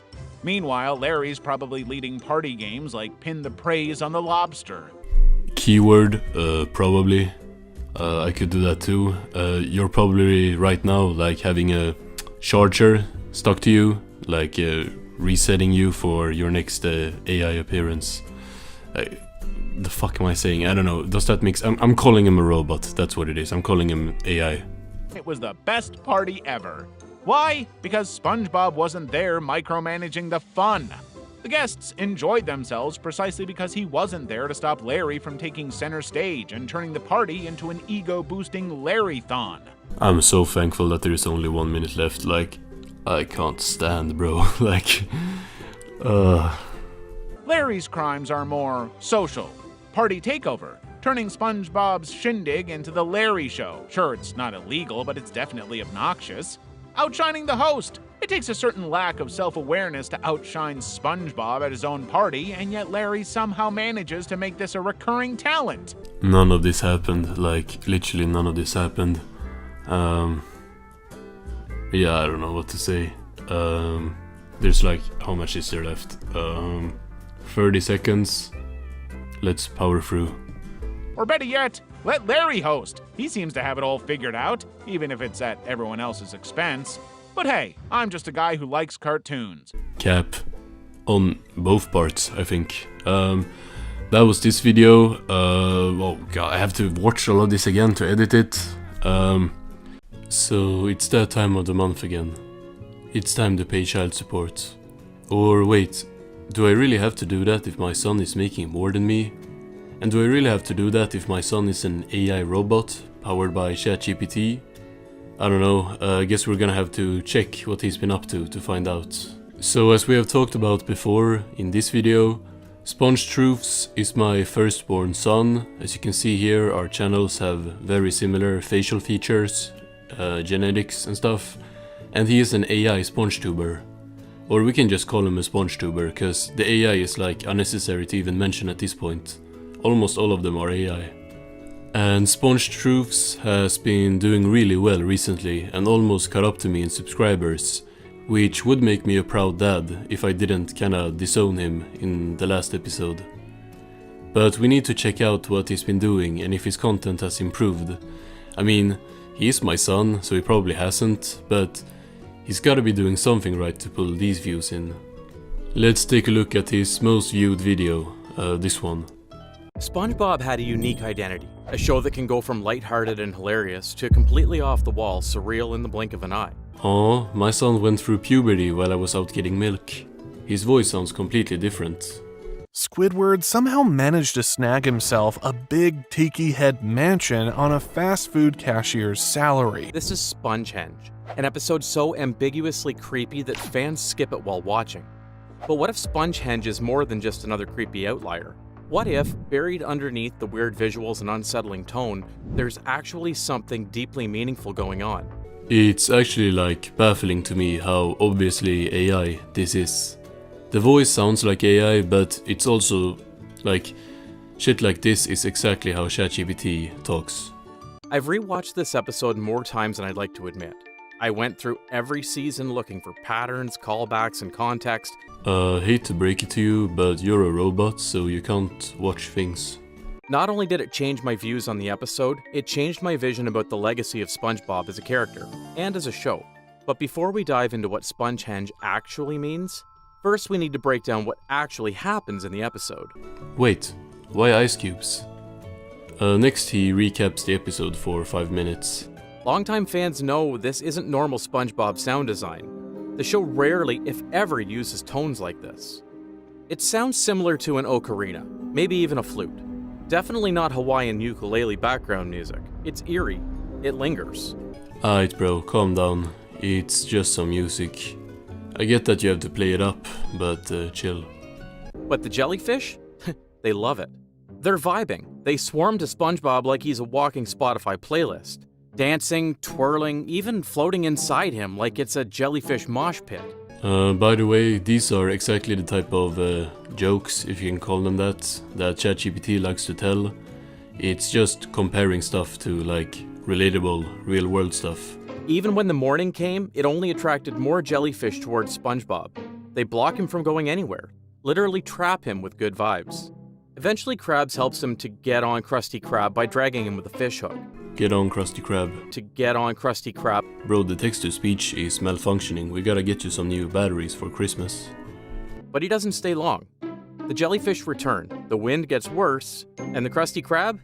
Gone. Launched into the air like it owed someone money. These audio glitches are a bit suspicious, but I can't really speak on that, as my audio is messed up a lot. And SpongeBob gets an idea. He starts building, not one, but dozens of massive stone versions of himself placed in a circle, each one tuned to catch the wind just right. It's basically Spongehenge, now in surround sound. Audio fucking up again, but what do you mean it's basically Spongehenge? It's literally Spongehenge. That's what the episode is called. That's why the episode is called that. It's eerie, unfamiliar, and that's intentional. On the surface, this episode is just SpongeBob dealing with jellyfish trouble. But dig a little deeper, and it starts feeling like a metaphor for obsession. A small audio issue? I can't even hear you. This gotta be how it's like listening to my live streams, where I can't boost the audio from my trash ass mic. I do that in all my videos, by the way. I have to boost it up so much, I have no idea how to fix it. Since this episode was aired, a lot of people have already constructed a lot of good theories. And by using every single one of those theories, I was finally able to solve the true meaning behind the episode. What does this even mean? Did you really read and watch every single theory about Spongehenge to make this video? Or is this just ChatGPT's way of explaining away how it takes information from others to make your videos? Some fans believe this wasn't just about jellyfish or monuments. It was about the people behind the show. Spongehenge was episode 99B, the end of season 5, right before the show's tone and quality took a sharp dive. Cap. Also, this most fans believe this and fans said this. That shit is how you really know this is written by AI, cause he's not citing any sources. Like not even anything on screen, not a video, not a like Reddit thread or anything. The weird tone, the somber pacing, the lack of resolution. It's not a glitch, it's intentional. It's the sound of the creators letting go. Then again, as we all know, the shows didn't stop there. It keeps going with season 6. Ah yes, SpongeBob season 5, where the show famously was supposed to end, with the major shifts in the show. The only reason I could think of was that this was just two gods having a quarrel with one another, just like Greek gods would do. Their fights often led to suffering for their own people. But that's kind of dragging it too far. The show doesn't even lean into Greek mythology that much. Aside from using characters like Neptune and Atlantis, they never really mentioned anything else. Ah, famous SpongeBob character from Greek mythology, Atlantis. There's a blueprint for this breakdown hidden in an older episode, The Sponge Who Could Fly. Also Spongehenge. It's also not a line from the episode. I'm not joking, he just made that up. SpongeBob does not say this in The Sponge Who Could Fly. By the way, this is what SpongeBob is actually saying in the clip he's showing. It was fun while it lasted. I guess I'm not meant to fly after all. Huh? It's really funny cause that made up line is really similar to what he himself says right before. Until he finally succeeds. And the town? They hate him for it. They mock him, they turn on him. They only like him again when he crashes and gives up. So I'm guessing ChatGPT just added a line into the episode to go with that.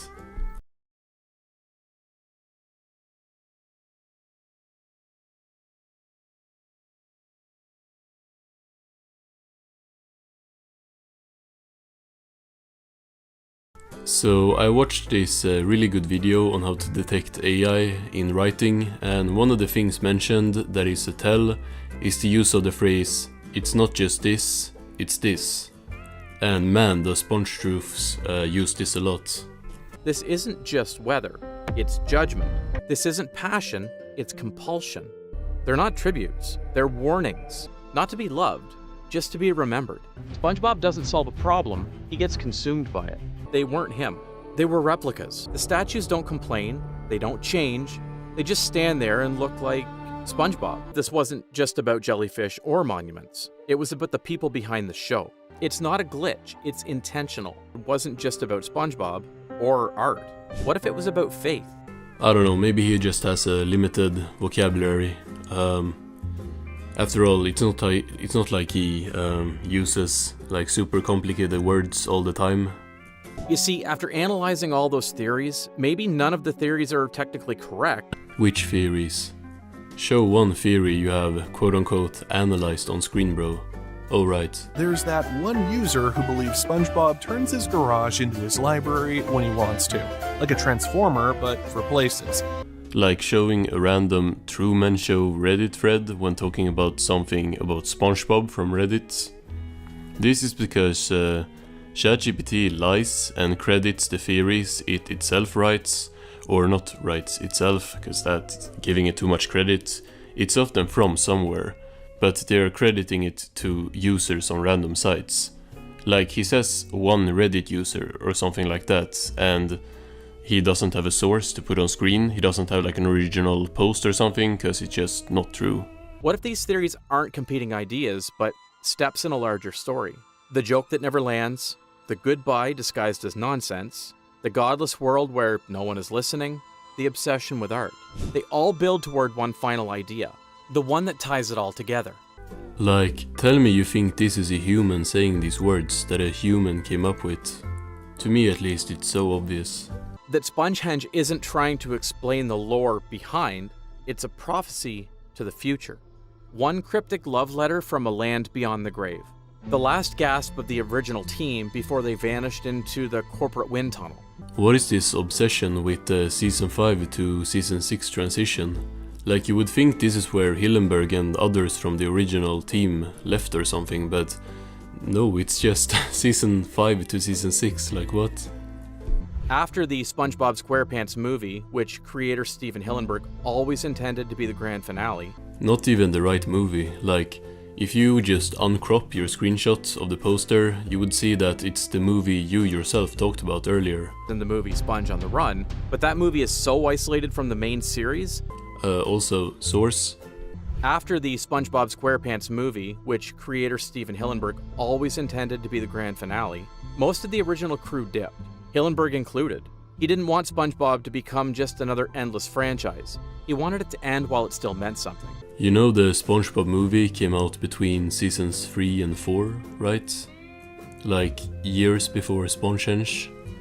I see why you could be confused, since you apparently think Sponge on the fucking Run is the original SpongeBob movie. But was it really alive? Or was it just a replica? A hollow version of what it used to be? Sounds familiar? That's Spongehenge.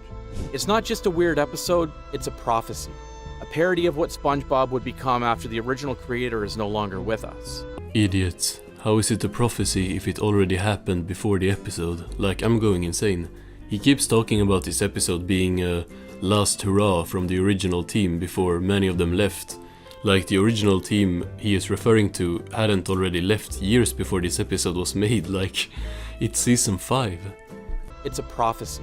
A parody of what SpongeBob would become after the original creator is no longer with us. Unless he literally means Hillenburg's passing, which would be pretty tasteless to use in your theory, but I mean, it's not what he's talking about, since he keeps mentioning the original team leaving and stuff. He just has his seasons and years confused by, like, a lot. It turns you into something else, something people want you to be. Suddenly, SpongeBob isn't SpongeBob anymore, he's a mascot. His friends turn on him, not because they hate him, because they don't recognize him. So he runs. He hides. And then classic SpongeBob kills him with a hammer. Like, this theory sucks and feels exactly like ChatGPT would write the theory. And alone in a cave, he sculpts. Not to be loved, just to be remembered. Like an artist pouring everything into a final piece no one asked for. Kinda like this theory, gang. I also can't get over how the voice on this channel has changed, like, multiple times, and it has never been addressed. A long and painful process to make a legacy worth being remembered. And the statues? They're not tributes, they're warnings. It's not this, it's this. To us, the fans. That one day, you'll be cheering for something bigger, louder, and not the real ones. Nah bro, change the background. You're still my son, what are you trying to do here? The statues don't complain, they don't change, they just stand there and look like SpongeBob. Just like the modern episodes. More episodes came, more SpongeBobs. That's not an episode, that's you know, that movie. I don't know, was it the first SpongeBob movie? But they weren't him. They were replicas. Polished, heartless, made from stone. No feelings, no weirdness, just content. The irony is crazy, bro, like, So maybe Spongehenge wasn't nonsense after all. Maybe it was the original team's final message. A whisper buried in the wind. A warning about fame, a goodbye to the fans. And a time capsule for what the show used to be before it got lost in its own echo. Shut up. I'm not watching another video from this robot, I'm gonna go insane. Child support denied, my son is not human, so I don't have to pay shit. Making YouTube videos about SpongeBob is not very difficult. To come up with ideas for what to talk about, you quite literally only have to watch SpongeBob, like it, you know, it's SpongeBob. But this is somehow too difficult for some people, like SpongeBob Universe, who would rather just take people's videos about SpongeBob, run them through ChatGPT, and then add the worst narration I have ever heard. So a few months ago, the YouTuber RT60 made a video about the channel Gumball Universe. Gumball Universe is this huge content farm channel that right now is sitting at over 200,000 subscribers, and right around the time RT60 made a video about the channel, another channel spawned in. Spongebob Universe is another channel run by the same people behind Gumball Universe. That's not a secret or anything, it's linked alongside the other channels in every channel's bio. Now, having different YouTube channels about different shows is not illegal, there's nothing wrong with that, but there is something a bit suspicious going on with everything here, which RT60 already made clear about Gumball Universe. I've always appreciated Gumball for its versatility. It's one of those shows that can be silly and goofy whenever it wants, but it still has the ability to pull you in for those close emotional moments and lock you in. And these later seasons of the show really start to experiment with getting a little bit more serious and diving deep into the inner feelings and drama between characters. No, you fucking didn't. No, you did not. Are you serious? I always appreciated Gumball for its versatility, you know. It's one of those shows that can be silly and goofy whenever it wants, but still have the ability to pull you in close for those emotional moments and lock you in. Oh! The goofiness of season 1 is when they really started to experiment with getting a little bit more serious and diving in deep to the inner feelings and the drama between their characters, and the parents were probably the best example of it. Word for word, bar for bar, from my video! But just cause Gumball Universe is a low quality rip-off content farm, don't mean that Spongebob Universe is one, right? I mean, these are some high quality thumbnails, definitely not AI by the way, but the video ideas are looking pretty familiar. Most hated versus most loved Spongebob characters. Now to be fair, all these channels are slop content farms that use AI or steal from others, or both. And Gumball Universe has already done this video about Gumball, so Spongebob Universe just kinda started off doing the same video concepts, but for Spongebob instead of Gumball.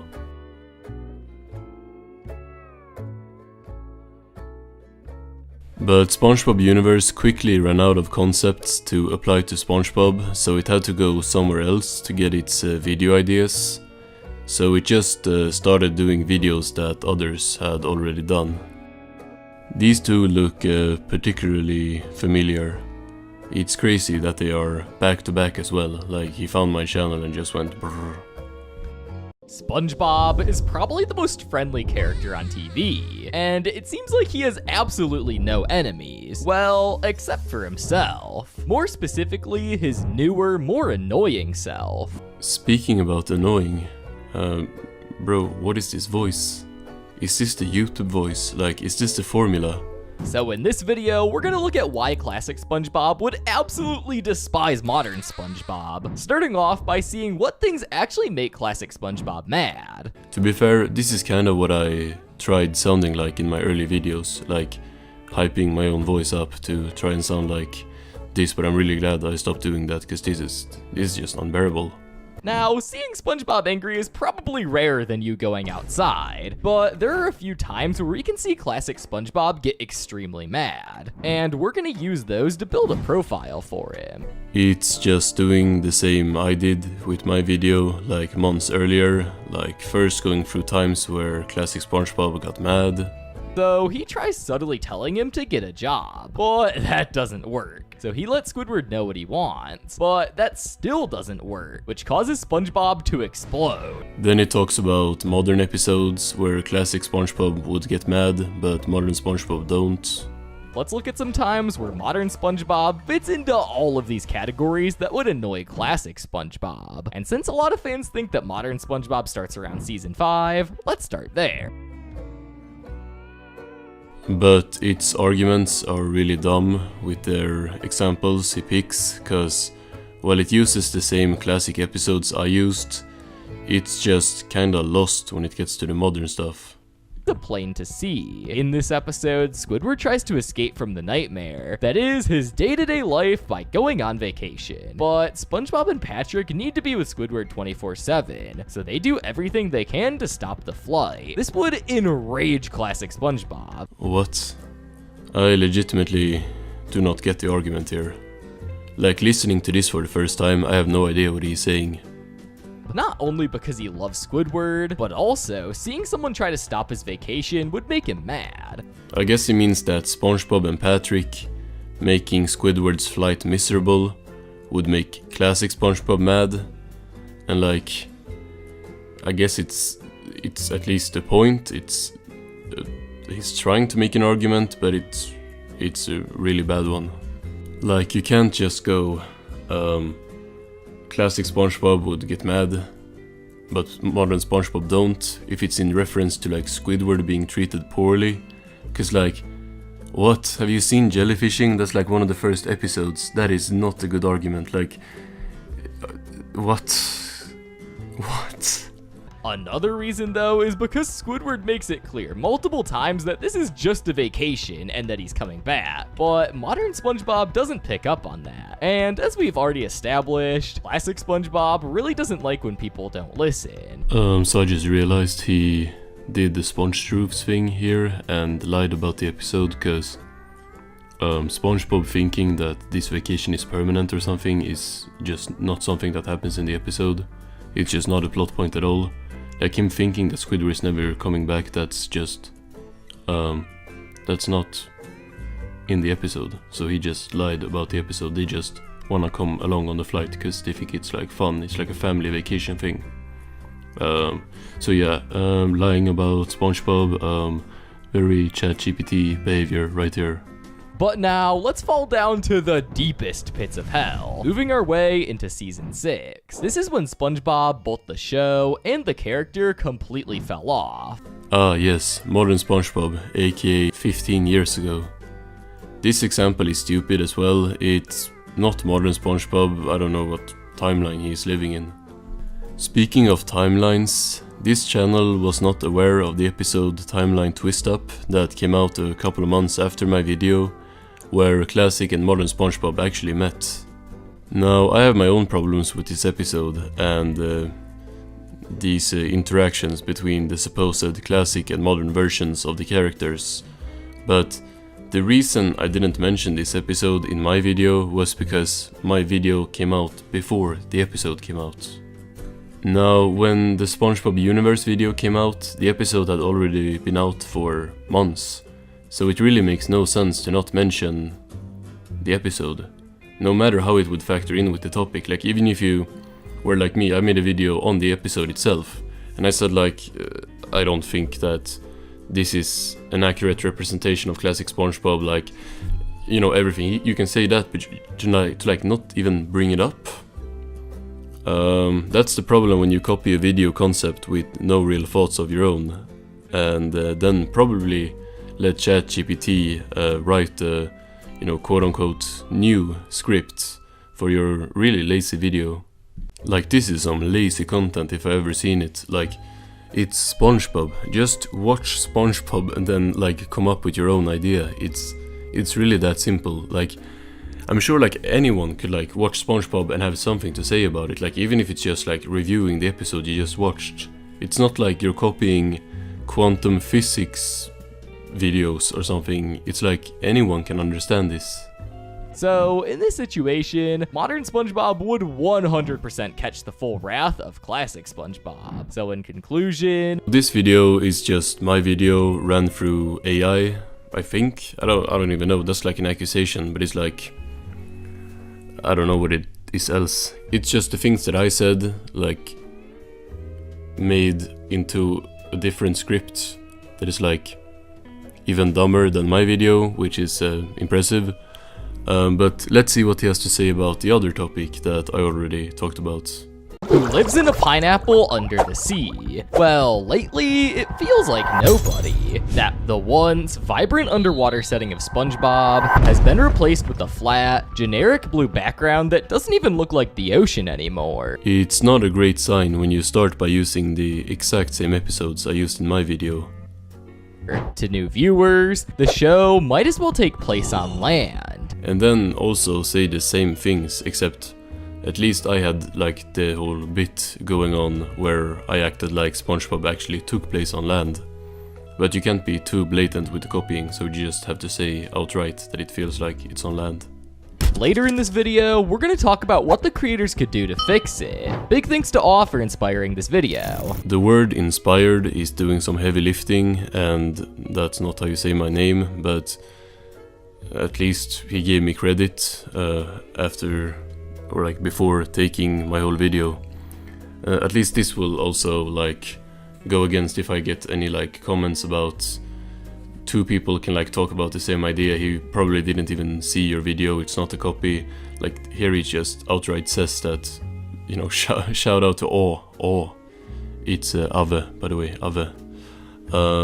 But wait, so I get credit in the video with 20k views, but the video before this, like the video just before this, with like 500,000 views, which was the first one you took from me, I don't get any credit there, not even a mention anywhere? That's really interesting. Might it have something to do with people in the comments noticing that the first video is just my video? That's how I found out about this.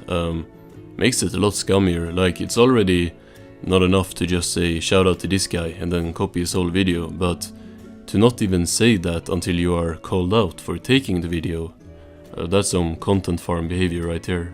Now, the first reason that SpongeBob doesn't feel like it takes place underwater anymore has to be its change in color saturation. This is funny, cause that is one of my main points as well, except I didn't know that's what it was called, so I said like muted colors instead. And then my video had hundreds of comments saying that the word I'm looking for is like these desaturated colors. Which is true, that was the word I was looking for, that's a way better way of putting it. But does that mean that his video is now better than mine because he's using the right words? Shit. If you compare the newest season of SpongeBob all the way back to season 1, you can see that it has a less warm and darker shade, which helps give it the feeling of being underwater, as the brighter season 15 background is more similar to a sunny sky. Bro, this is not season 15. I know you didn't do too well last time when trying to come up with your own examples, but you can't use mine if you're gonna be saying season 15, because my main examples were from other modern seasons. You can't just you can't just say the latest season that has come out. Like if he was copying this a year ahead, he would probably be saying like season 17 and then show the same clips. So yeah, this whole content farm thing is not really working out. However, this lower saturation was probably not done as an artistic choice, but so that's not a classic SpongeBob frame, that's a frame from the season 15, is it season 15? Yeah, it is season 15. The season 15 episode, A Fish Called Sandy, but it's like redrawn by someone to look more like season 1. Didn't give any credit to the artist of this, because to be fair, I don't even think SpongeBob Universe itself knows that this is a fan art, so not giving credit to the artist, I mean, I don't know, putting the wrong screenshot like in the first place is even funnier when it actually starts talking about this episode later. Like, obviously it knows that it's gonna start glazing this episode for like 2 minutes later, but here it thinks that it's from season 1, which is just, it has no idea what it's talking about. By the way, I'm saying it because it's a robot, it's AI. Sea creatures that they introduce. In the first 2 seasons, we are introduced to a whole cast based on creatures, like crabs, starfish, whales, and pufferfish, cementing in the viewer's minds that we are underwater. So here it's making a point of the underwater creatures being the characters, like the creatures, like, you know, crabs is a crab, like everything like that makes the show feel more underwater, which, sure, of course, but then it loses me. But something which seasons can't do past season 2 is introduce long-lasting characters. What does that mean? Is season 3 the cutoff when SpongeBob stopped introducing long-lasting characters? Cause that's just not true. Unless he means like main characters, and even then, that ended in season 1, like all the main characters were introduced in season 1. So, what? which very much goes against the nature of the ocean, which has hundreds of different creatures inhabiting it. Although, if they were to introduce more new characters in the show, it could get overstuffed. So there's a bit of conflict of interests there. Bro, what are you saying? It feels like I'm watching Sponge Truths, like the argument is not finished, like there's something missing. So SpongeBob feels less underwater, because after season 2, they supposedly stopped introducing long-lasting characters that were underwater creatures. But for now, let's move away from the visual-based points. No, let's stay. What is it trying to say here? I legitimately don't get it. If introducing new underwater characters makes the show feel underwater, then modern SpongeBob would feel underwater, since it's introducing new characters that appear in lots of episodes and they are underwater creatures. I don't know, even if you remove the long-lasting thing, cause that don't even make any sense. Like, every season of SpongeBob throws in new characters into episodes that are like different types of sea creatures. So that's just a really bad point. The music of SpongeBob is perfect, capturing both the chill and laid-back vibe of the underwater aesthetic, making it feel like you're drifting across water. However, similar to the point of new characters, there isn't much new music in newer SpongeBob. And this point is even stupider. I thought it would copy the point of the Greg Cubed video about the show replacing the early tracks as the seasons went on. But it's going in the complete opposite way and arguing like the opposite. There isn't much new music in newer SpongeBob, just reused music from earlier seasons, which makes it seem tired and sucks those initial feelings we had. Makes absolutely no sense. If the music that is so fitting for the underwater atmosphere is still playing in the new episodes, that should make it feel more underwater, because it's the music that makes it feel underwater playing. However, unlike the previous point on how adding new characters may make the show feel overstuffed, I believe adding new music would unanimously benefit the show and the underwater aesthetic. Yeah, let's replace the music that you said gave the show its underwater aesthetic to benefit the underwater aesthetic. While we're at it, let's replace the underwater characters as well to make it feel more underwater. Now that we've covered the 4 major problems in modern SpongeBob, if these were the 4 main problems with modern SpongeBob, the show would be a lot better. Before we dive into how to properly fix the aesthetics in modern SpongeBob, we first have to look at when exactly did the show stop feeling like it was underwater. Why are your seasons out of order? Gang, like season 7, the famous season between seasons 1 and 2, what? Season 13 and 14, or 14 and 15. Like, it's just, what? I believe the answer is shockingly season 4. Yeah, I know it's the generic answer everyone gives to these kind of why did SpongeBob fall off type questions, but this is true. Can't wait to see his evidence backing this up, because even I admitted that season 1 was special for the underwater atmosphere. Steven Hillenburg, the creator of the show, left after season 3. He left an amazing mark on SpongeBob. Yeah, my goat Steven Hillenburg gave the show its iconic underwater mark for all the pre-movie seasons. You know, 1, 7, 2, 3, goated stuff. It's very apparent to the entire fan base that when he left, not only did the quality of the show fall off, but also did the marine feel, as he applied so much of his knowledge to these episodes. It almost feels like parody when you talk about the marine feel being gone in season 4 and onward, and then you have a season 4 episode with a Navy reunion on screen, like the Navy is almost the Marines. Like, I know the Marines is not marine, but you know, it's just, it feels like whoever is editing this video is just putting anything on screen at this point. Well, although we've been talking down on the later seasons of SpongeBob, making it seem like there's no hope, there has actually, very recently, been an episode that brings us back to that long-awaited feel. That episode is A Fish Called Sandy. He glazes a fish called Sandy for like a couple minutes here, but yet apparently can't recognize a frame from it, so that's interesting. The darker, inky colors give not only the nostalgic kick of the older seasons, but also reintroduces the undersea vibe that the older seasons had. This is actually because the supervising director, Ian Vanquez. How do you even misread that? Like is he like reading one letter sideways? Or I don't know, it's not the first time and not the last time either, he just can't talk. Is the classic aesthetic in A Fish Called Sandy intended to be a one-time thing, or is it going to be the status quo for the series going forward? No. It was Ian Vanquez flexing his artistic chops, and a tip of the hat to the original designers.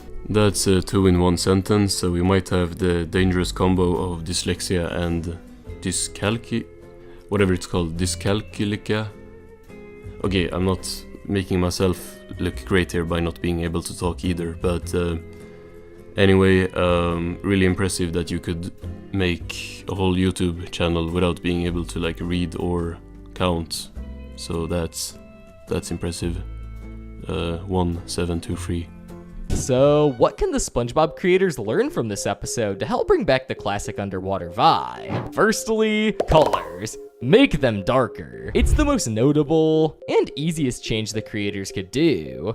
Now it goes over some changes that the show should do to feel more underwater, and I want to bash my head into a wall listening to this narration. And every video is like this. Or, I don't know, I haven't watched every video, but one quick YouTube search can show me how original they are. It has gotten so bad that the channel is now copying Sponge Truths. And not just once. Like, you're copying videos from the channel that blew up by copying other SpongeBob videos. And is actually, like, without a doubt, using AI. Is this like Inception? I can't find a single original video on the SpongeBob Universe channel. Like, every single one of these are copied from another channel. Real or AI, and usually uploaded like less than a month before. I thought the first video was at least somewhat original and just a reused idea from Gumball Universe, but no.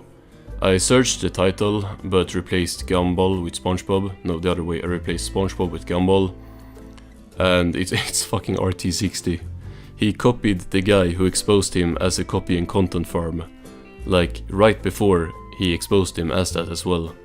He gave him like some more evidence in case he needed it. This whole thing is just really ironic. And while I would like to go through these losers' other videos, I would very much not like to as well, because I don't want to listen to more of its voice. I don't know, 100k on this video and we'll do it. I don't know. Yeah. So my son, Sponge Truths, basically outed himself as AI, not that it wasn't already apparent, by uploading this video. Cause the title is "This SpongeBob episode is about stoicism." Now, stoicism is an interesting psychology, or whatever it's categorized as, because when AI and YouTube was new, this was one of the methods. Like 2 years ago, legit thousands of channels spawned in to preach stoicism by using these cool AI generated visuals of statues and an AI voice, preferably someone who sounds like an old man. Just search for stoicism faceless YouTube channel and there are lots of tutorials for this. So basically it was a teaser for what AI would do to SpongeTube.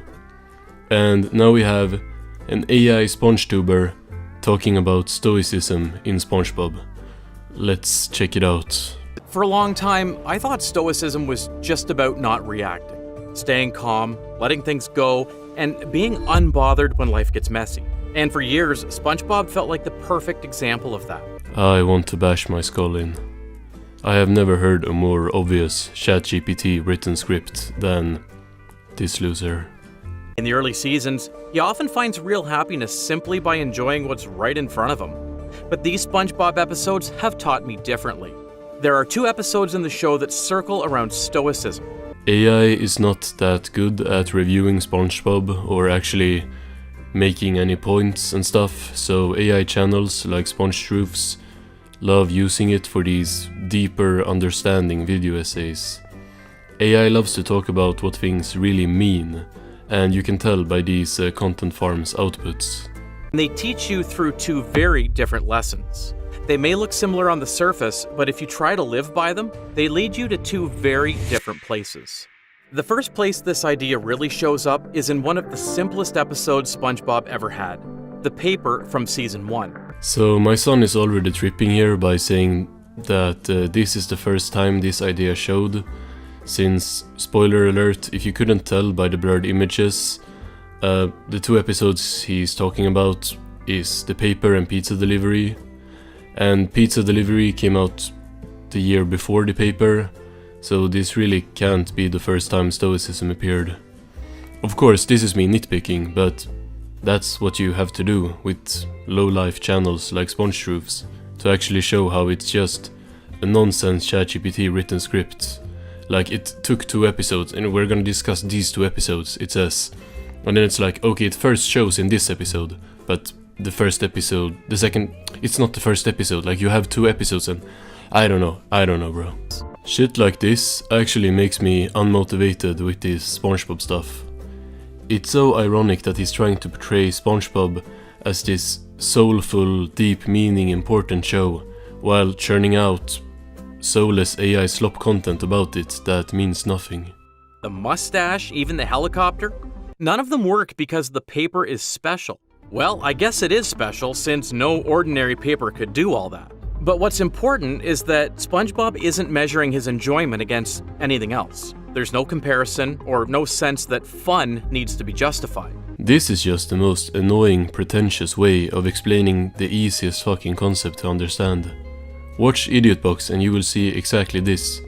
SpongeBob has imagination, so he can have fun pretty much all the time, while Squidward don't have imagination. It's literally spelled out in that episode, but this robot loser is trying to use the biggest words possible to make it seem like he's some genius for pointing this out. It's like he's gonna make a video where he analyzes the fact that SpongeBob is yellow, and he's gonna act like we can't use our fucking eyes and see he's yellow. Squidward, on the other hand, is the exact opposite of a stoic in this episode. After seeing SpongeBob having so much fun with a piece of paper, Squidward just can't accept that there's a new way of enjoying things. When you're a kid, you're a SpongeBob. When you're an adult, you are Squidward. Instead, he tries to justify why a piece of paper can't be that fun. I'll prove to him that paper is not fun! But of course, the more effort he puts into proving that paper can't be fun, the more irritated he becomes. Squidward is jealous of SpongeBob because SpongeBob has imagination and can enjoy stuff Squidward can't. Is this what people feel like when I glaze season 1? Like, damn, it's not that complicated. Shut up. What's interesting here is that he isn't actually mad at SpongeBob for having fun. Squidward is trying so hard to defend a belief. The belief that value has to come from refinement, taste, and things that look respectable. And the paper is none of that. Or, you know, you could just say that he's jealous.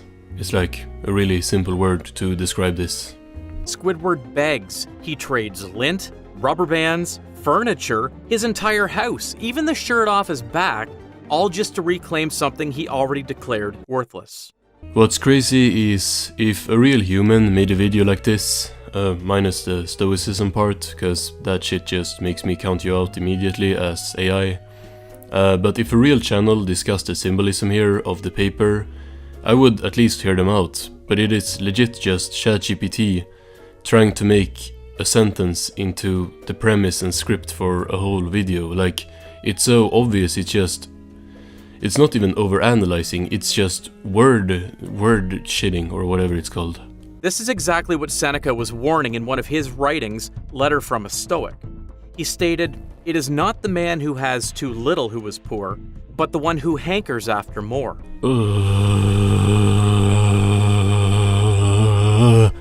Squidward doesn't lack the paper.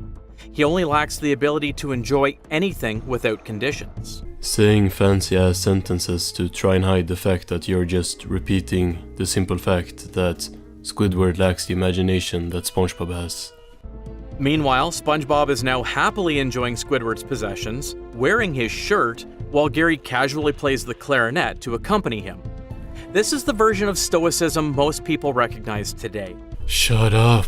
Oh my days, like... Yes, shut up. Objects are neutral, situations are also neutral. What matters is how we interpret them. Or, as the famous Marcus Aurelius sums up in his Meditations, book number 7, very little is needed to make a happy life. It is all within yourself, in your way of thinking. You're not even quoting bro right. Like, if you're gonna highlight the words, at least say the words, and don't interpret it your own robot way. I've heard people say their lives became better when they put that into application. But it's also only half of what Stoicism was originally about. Because in the original Stoic school, this wasn't the end of the lesson. It was only the starting point. It's not this, it's this. If you missed the last video on this loser, he really likes using this type of sentence construction. This isn't just weather, it's judgment. This isn't passion, it's compulsion. They're not tributes, they're warnings. And that's something that ChatGPT likes too. It's like one of the biggest red flags for AI is saying stuff like it's not X, it's Y. So, yeah. The contentment works perfectly here, because fortunately, nothing in this episode actually matters. It's just a piece of paper. Huh? So him trading his house away and losing all of his possessions, like even his own shirt, don't matter to him, or what? That's where the next lesson would step in and say, but what do you do when contentment isn't enough? Will you still be content when the stakes aren't trivial? I can only imagine what you look like IRL. In another episode called Pizza Delivery, this episode quietly puts SpongeBob through the 4 classical Stoic virtues, one by one, and tests whether he'll drop them when things get worse. True, I think everyone thought of this. I love the scene of SpongeBob misquoting Marcus Aurelius. None of this is ideal, but since a promise has already been made, SpongeBob and Squidward have to finish the job.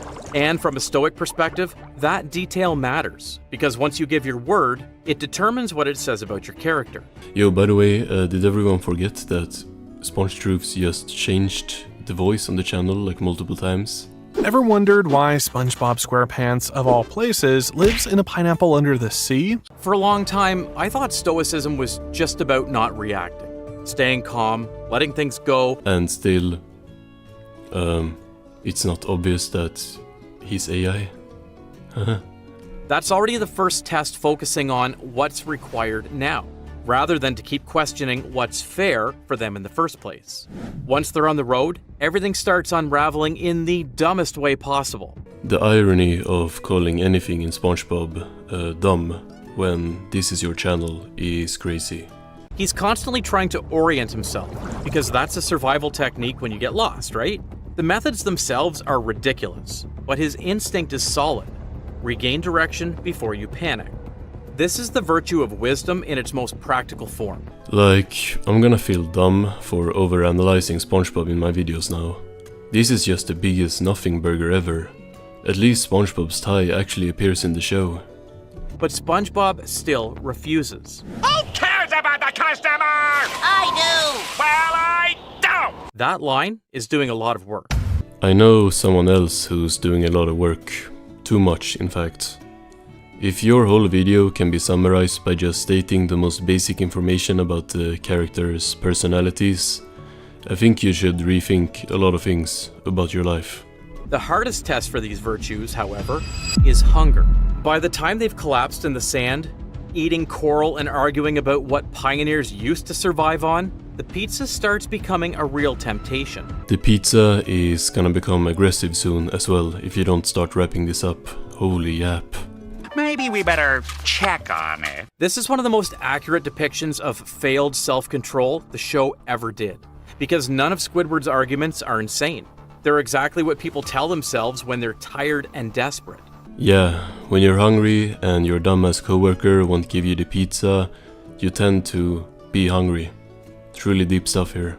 It's almost impossible for humans to totally avoid temptation, but you still have to prevent that temptation from dictating your actions. When SpongeBob snaps out of it and slams the box shut, that's temperance in action. Big words. Big words. SpongeBob big word pants okay. And finally, there's courage, the virtue that people misunderstand the most. Because stoic courage is different from confidence. It's persistence without certainty. I'm gonna unplug you. Like, son, wrap it up. We get it. Pizza gets rejected, and SpongeBob breaks down. From a modern perspective, this looks like failure. But from a stoic one, it isn't. Because the outcome was never the measure. The conduct was. It's not just a boulder. It's a rock. 4 more minutes. Unfortunately, this is where Squidward finally breaks, undeservedly. Squidward has been enduring this entire journey in a very different way. Unlike SpongeBob, he's holding on to resentment the entire time. Every setback becomes evidence that the delivery never mattered in the first place. He has such a way with words to make 500 of them needed when 1 sentence would have sufficed. Squidward grumpy, SpongeBob happy. From a stoic perspective, this isn't courage at all. It's catharsis. Squidward slamming the pizza into the customer's face does feel satisfying, especially after everything they went through.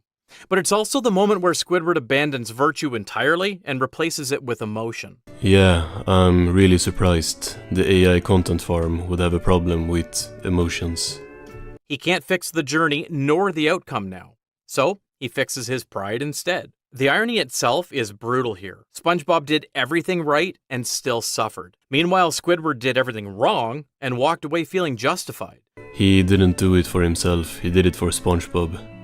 I get you're getting your sources from a misquoted 2,000-year-old book, but it's really not that hard to understand if you're human.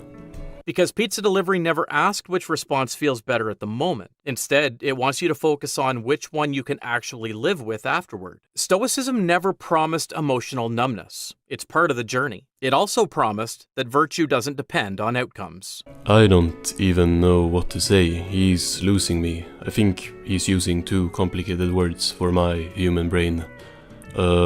Wait, why ice cubes?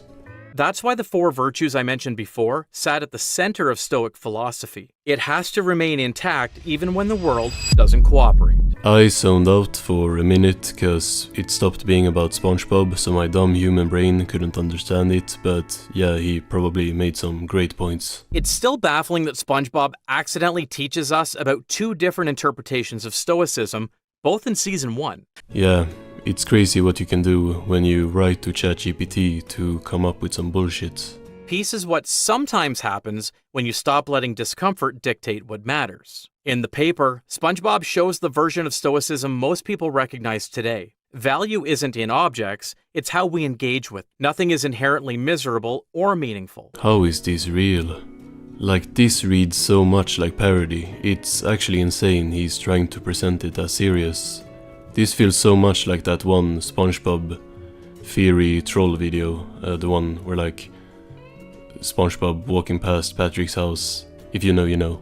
Pizza delivery goes a step further by showing what Stoicism was originally built for, doing better as a human. Which brings us to something I didn't expect when writing this video. Fuck you mean writing? Writing a prompt for ChatGPT maybe? There's another character in Bikini Bottom who looks calm, unbothered, and free, but for very different reasons. In another video, I broke down Patrick's star and the strange philosophy people project onto him. Oh no, there's another one. We are not watching this shit, like I'm just happy this thing is over. Shut up. Yeah, he's no child support still, he's a robot. That's alright, let it out. You can cry all you want, you're among friends here. Let me rewrite that paragraph in a more conversational, simple tone. You what? So earlier this week I uploaded a video titled 5 hours of SpongeBob lore to fall asleep to. I was originally gonna wait until I had enough for a third 2-hour compilation instead, but I made this video right now instead to put out for just one main reason. I wanted to get as many views as possible away from this channel, which does the SpongeBob to fall asleep to videos. And not because I'm Mr. Krabs, but because this is without a doubt the worst SpongeBob AI channel I have ever seen. So getting a video like this out usually takes a while because you need enough content to fill multiple hours. But Cartoonology somehow manages to put out multiple videos every week, which are all like 3 hours long. I get that you can have crazy good work ethic, but this is pretty hard to do without using any foul play. Like, forget coming up with the ideas for the videos and researching and editing. This is like half a day of audio recording. Now, I haven't watched all of these videos, obviously, so I don't know if he reuses like the 3-hour videos for like an 8-hour video or something like that.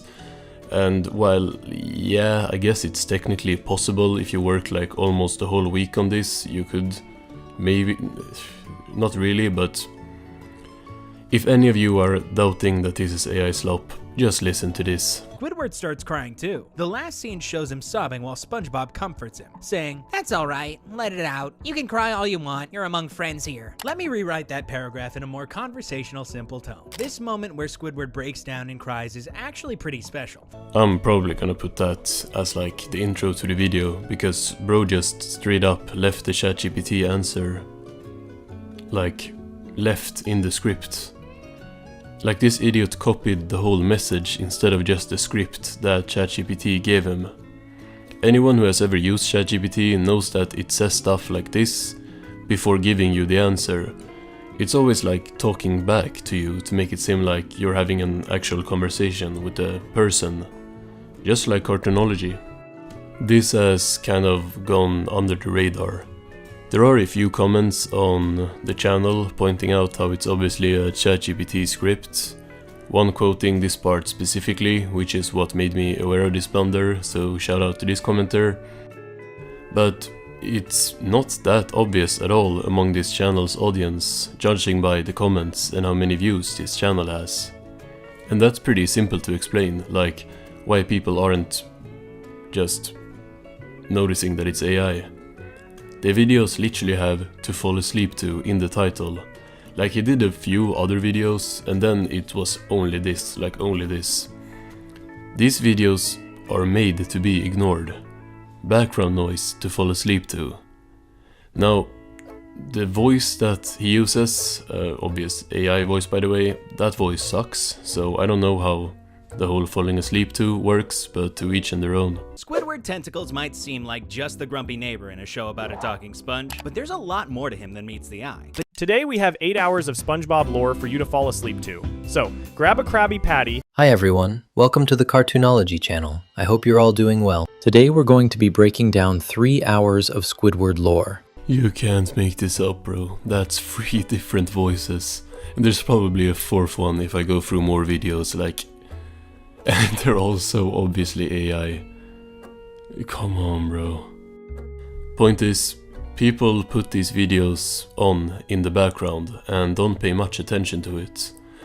Cause I at least would like to believe that people not knowing Cartoonology is AI is a big reason it's getting all these views. Take Sponge Truths for example. After each video I make on this AI slop channel, I get many comments saying that they never noticed it was AI. And that's what sucks. When AI channels are portraying themselves as real creators, effectively tricking their audience. But let's look at this video where Cartoonology left in the ChatGPT response in the script. Are there any other tells that this is AI slop? Let's look after that line ChatGPT loves so much. It's not X, it's Y. He's not just being lazy, he's actually refusing to fake enthusiasm. We're not just seeing a musical success, we're seeing him briefly break free from his usual patterns of holding back. And it's not just about the race. This is how Squidward thinks about everything. It's not just about making whatever you want. Your creations can affect the world around you. He's battling not just the situation, but also his own deep-rooted negativity. Shows not just his selfishness, but a deeper fear that he's not good enough. He's not just tolerating SpongeBob anymore. He's actually getting involved. It's not just about whether Mr. Krabs is a robot. It's about connecting with others, and he's not just dismissing everything anymore. He's developed a more complex way of dealing with the It's not just him giving up, it's him understanding what he does affects others. Well, Cartoonology certainly seems to use this quote that AI uses a lot too. And another tell it's AI is the fact that this video supposedly explaining to the viewer Squidward's entire story is just describing what happens in different episodes with nothing connecting them together or putting it chronologically or anything. It's just AI recap slop. And speaking of AI slop, let's take a look at these thumbnails, like, I'm gonna make a claim here that any channel, we're speaking for SpongeBob channels here, because that's my expertise. Any SpongeBob channel that uses AI to generate the thumbnail is probably using AI for other stuff as well. Because if you're using AI for SpongeBob thumbnails, that is so crazy. Like, there are hundreds of episodes of this show that you could just take a screenshot, write something over it, and that's your thumbnail. But you go out of your way to generate AI screenshots of... Like, there are some channels that just generate AI pictures of actual screenshots. Like, instead of just using the episode image, they put that episode image into AI. And it's just like... you already have the image. Yeah, anyway, so yeah, AI thumbnails, probably AI other stuff as well. And that applies here, of course. There is a very big possibility that there are other obvious AI stuff in any of these channels' videos, like another ChatGPT response left in or something. But this channel has 89 videos, as of recording this at least. Like I said, multiple each week. And most of these videos are 2 to 3 hours long, and some even being like 10 hours long. There's no way I'm gonna look through all of this, and I don't want to give this channel any more views than I already have. If y'all like to listen to SpongeBob videos while going to sleep, like I said, my last video before this one is a 5-hour lore compilation. Now, is that video just my too old lore compilation with an extra hour of more recent videos added in? Yes. But at least it's made by a real person, so there's that. I did notice, however, how this channel made a video 6 months ago, which, yeah, it's looking real familiar. We've been over this before, I feel like. Yet another video copying my video into an AI script, and yet again, Cartoonology's video came out after the episode where that's the whole plot of the episode. And yeah, it's not mentioned once, cause it's copying the idea of my video, which came out before the episode where the two meet. Feeling like a broken record here, yet again, I have my own problems with that episode. But if you're making a video literally titled "What if Classic and Modern SpongeBob Met?", I feel like you should mention the episode where Classic and Modern SpongeBob met. Maybe that's just me. The episode came out more than a week before this video, and since the channel can post multiple 3-hour videos a week, you can't make the argument that it was too recent to put into the script. Also, yeah, very peculiar that he got this idea for a video right after I posted my very popular video about this topic, so yeah. We're not watching the video, by the way. It's the same recap slop that all these AI channels do, so don't give them views. I wanted to get some more examples of AI stuff, so I went through to like search through this channel's entire comment section for more timestamps and stuff. But interestingly, the word AI has apparently not been written once. Considering how GPT has been commented multiple times, I'm gonna go out on a limb here and say that this channel has banned the word AI from its comment section. I don't think that's too crazy to say. That should have been commented at least once if multiple people have been talking about ChatGPT. I should probably get rid of that word as well while you're at it, but actually let's try right now to just comment AI on the video and see if the comment is visible afterwards. y'all let me know if y'all can see it, because I haven't done it yet, so I don't know.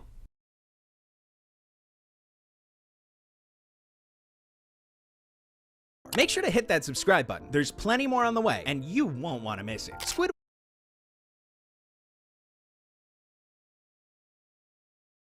I just want to address quickly that yes, this is the second video in a very short time that I've made about AI SpongeBob channels. I do get that some of y'all are subscribed for actual SpongeBob content and just want regular SpongeBob videos, and I got two things to say to that. Firstly, next week is a normal SpongeBob video, so don't worry. And secondly, channels like this is the reason that there is less normal SpongeBob content. SpongeTube right now, and for a while, is overflooded by AI slop that disguises itself as work by real people, and I have to address it in any way I can. But yeah, next week normal SpongeBob video. So I've been talking about some of the worst SpongeBob content farms, and there's a couple that's been on the waiting list, but I think it's time to today take a look at two of the biggest ones, Scribble and No Villains Are Safe. While researching, I think I stumbled onto another Seric Artman situation, where these two channels are owned and ran by the same content farm team. So firstly, the channel creation dates is looking really sus, like two very similar channels being created less than a month between each other. These two channels spawned in with pretty much identical thumbnails and started uploading pretty much identical content within 2 weeks from each other. But if this ain't enough for you, let's take a closer look at their bios, and yeah, very interesting how both channels have mails that end in auramediamanagement.com. So I looked this up, and it's like a talent agency for YouTubers. I've been contacted before multiple times by companies like this who want to buy my channel or like manage it or whatever. So I kind of know how this works, but not really, since I never replied or tried to find out more. Basically, it seems like a content farm company, and it makes these channels very likely to not be ran by a real creator, and instead a big team that probably might be using AI in some way or the other. Both channels use personal phrasing like I, which is common with content farms that are ran by a team or powered by AI, as an attempt to mask that by trying to use personal language to essentially trick the viewer. And these thumbnails I first thought obviously were AI, like look at them, but they could also technically be done by the same thumbnail artist, so I can't say with 100% certainty that there's AI involved, although with channels like these there often is. However, I do find it suspicious how both channels have SpongeBob thumbnails of specific screenshots from the show, although looking pretty different. Since these channels are content farms made to make as much money as possible, it wouldn't make much sense to pay an artist to redraw an image that already exists, so that points the finger at AI. I first thought that it could be some kind of filter as well to make it like to change the colors and make it more slop appropriate. But taking a quick look at these thumbnails, for example this one of the Nasty Patty, we can see that stuff is in different places. Like the warts and hair on the patty is not in the same place, so it's not a filter. And if you pay the thumbnail artist to redraw an image, it makes no sense to keep it so similar except changing the placement of small stuff. Like, the first thing I thought was just tracing over it, right? But then why are like small things out of place? And I would say that these thumbnails are probably AI. And if these ones are AI, which obviously I don't know, I'm just guessing, these are not allegations, just me speculating, then probably the other thumbnails are AI as well. Because, you know, it makes sense. It looks like the show, but it don't look like the show. Like, there's a distinct style to it, but it's different from the show. Like there are... yeah, might be AI. I'm only talking about the Spongebob thumbnails here, as while I have seen a lot of Family Guy, that's not my expertise, so I will just focus on the Spongebob videos. Although, yeah, all of the thumbnails have a similar art style that looks AI, so... Now, to take a look at the actual videos, the voices on both channels sound the same. Ever been lying in bed at 2 AM and thinking, hey, what if Bikini Bottom had like actual laws? I found every episode of SpongeBob where the usual happy cast of sea critters are horrible to poor old plankton. Making it clear that whether it's a real hired voice actor or an AI voice, the same people are working on both channels, which I guess is already apparent from the thumbnails. This begs the question of why two pretty much identical channels pumping out the same type of slop content is necessary. Like, couldn't they just post all the videos on the same channel to maximize the subscribers and attention? And I think it's simply that this content farm is able to pump out so much content so fast that putting it on one channel is actually not maximizing but limiting their views. I don't really know how the math works, but I've heard that 1 to 3 uploads a week is ideal to maximize views, and that's probably why these channels upload 3 videos a week each, and also on different days currently. So taking a look here, we can see that right now No Villains Are Safe is 1 day behind Scribble. So 1 day after each Scribble upload there is a No Villains Are Safe upload.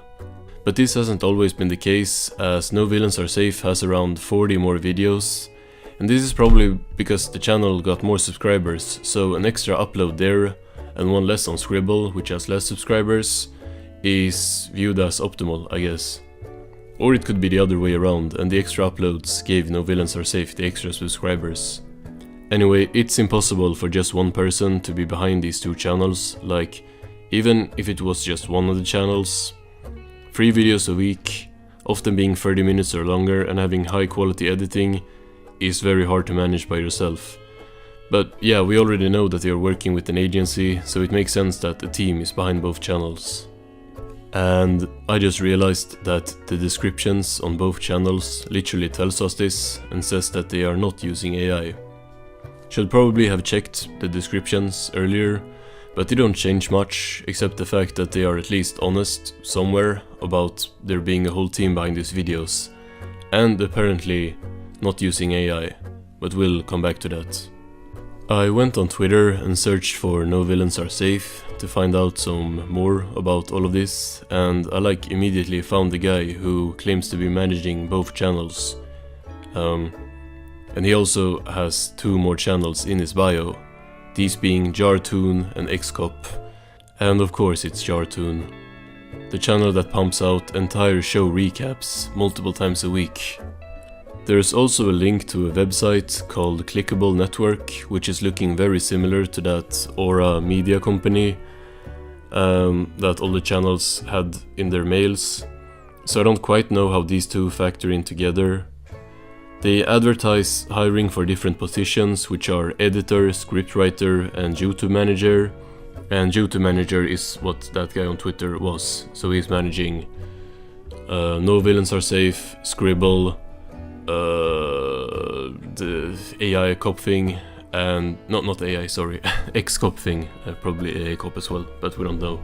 And then finally Jartoon. But interestingly, there's nothing about thumbnail artists here, because most likely the thumbnails are AI. I thought about it and realized that, yeah, these 2 channels together post almost every day of the week with this same thumbnail style. Ain't no one drawing all of them by themselves, not calling the art good or anything, but it's like, yeah, that's just seems very unlikely. So yeah, probably AI. Here we also find a 5th channel called TV Guy, which seems to be the exact same thing as No Villains Are Safe and Scribble, except this one covers other shows and started making videos like a year before. It's worth mentioning that these are very outdated on the website with the subscriber counts and everything. Like, it says Scribble has like 3,000 subscribers or something and only a few videos. But already back here with this outdated info, they are claiming to be running 10 plus channels, so there's probably many more out there. But we'll come back to Clickable Network in a minute, cause I found out some more stuff here that seems a bit scummy. Not much to say here about TV Guy. This channel has another voice. It don't use the same voice as No Villains Are Safe and Scribble. After obliterating my sleep schedule, I've just finished watching every Nickelodeon cartoon ever made. Same with Jartoon, but Jartoon has used like multiple voices over the run of the channel. However, TV Guy apparently uses AI to upscale images to make like these lore videos, which is of course very stupid. Like, they make a video on the treehouse from Adventure Time, and then they take an existing map that some artist created, and then they use AI to upscale it so that the characters don't have faces and stuff.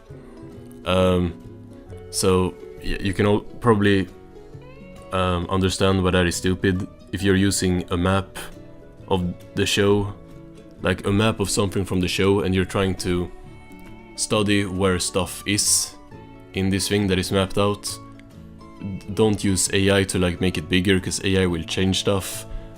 For example, the character faces. So once again, if a channel uses AI for something this trivial, chances are they are using it for other stuff as well. Thumbnails. But this channel claims that the thumbnails are custom drawn. I find that hard to believe, but according to the channel at least, they are not using AI for the thumbnails. This channel don't credit any team in the description, so this is kind of the only thing that this channel claims, is that the thumbnails are real. But yeah, this channel has nothing in the description, which, just like Jartoon, they're trying to trick their audience. All these channels do this though, in the start of the videos, like, I just binged through X show for this video. Oh, instead of doing normal adult things like filing my taxes, I've wasted the entire week binge watching every single SpongeBob episode. I truly hate when channels like this make up obvious lies like this to pretend that there is actual research behind the videos. If you spent the whole week watching SpongeBob for one video, then you posted like 2 other videos this week about other shows. Did you binge those shows this week as well? Just stop lying. Like, that's my biggest problem with all of these channels, is it's just untruthful. Like, they're trying to trick their audience. Circling back to AI, the guy that manages all these channels has talked about using AI on Twitter. Like, he legitimately posted something like, oh, if you're scared to being replaced by AI, here's how you can use AI. And then he just mentioned a bunch of things, a bunch of AI tools, which is of course a big red flag. To me, it's looking very much like another Seric Artman. Carrick. Is it Carrick or Seric? Carrick, I think it's Carrick. Carrick Artman situation. There was a whole another content farm like this being exposed like 2 years ago, no, like a bit over a year ago, by the YouTuber Blooms, and they were basically something kind of similar. You should go watch these videos if you haven't seen them. They're doing a pretty good job explaining how the whole content farm deceit thing works. Except their Blooms really exposed how they are kind of lying about everything. And I think something similar is going on here. I searched up Clickable Network on Google and found a Reddit thread on r/hireawriter, where people are essentially warning about this company. I'll put the link to the thread in the description if anyone wants to read, but essentially this writer applied to write for them on a post by Clickable Network's hiring manager, whose account shows that they have been hiring people from Reddit as writers for Scribble and XCOP. By the way, I have to point out the irony of XCOP's bio literally saying that the channel is ran by an XCOP, obviously it's in the name, but like the bio says the channel is ran by an ex-cop telling stories as an ex-cop, yet they hire writers off Reddit. But I also found this post where they are hiring for No Villains Are Safe, seemingly before the channel was even started, hiring scriptwriters for a cartoon/crime hybrid YouTube channel. So I think that they had ex-cop and Scribble ready, and then they put those two together to create No Villains Are Safe. And then over time they kinda just started posting the same things because they got tired of doing the same scripts, I guess. But what this thread is multiple people telling of their bad experiences with Clickable Network, as they essentially were treated the exact same way that the writers for Seric Artman was. Blooms did an interview with two people who worked for that content farm, and they tell of very similar conditions that this Reddit thread does. Basically, they were told to write and send in a snippet of a script. So let me see, what did, like 5 to 7 minute long script, as an unpaid trial. So they weren't paid for this was just like a test. Then they were told to revise it multiple times, spending a lot of time on this, and they said like, this is really good, but could you change this, could you change this? And it's like just annoying edits that they have to revise and revise. And then they were told that, sorry, we are not interested. Interestingly, they were also told to inject personal experiences into the script, just like the people behind Seric Artman. They told the writers to try and like put as much personal experience into the script as possible. Like they said like, oh, this reminds me of this and this when I was a kid and stuff, to trick the audience further into thinking it's really one person behind the channel. I don't really understand the purpose of this thing that the Clickable Network did. Just seems to be wasting people's time and like pretending that you're gonna hire them as writers and then don't. But I did see one user point out that it might have to do with training AI models. Like the user just threw it out there, but I think it might be some weight behind this.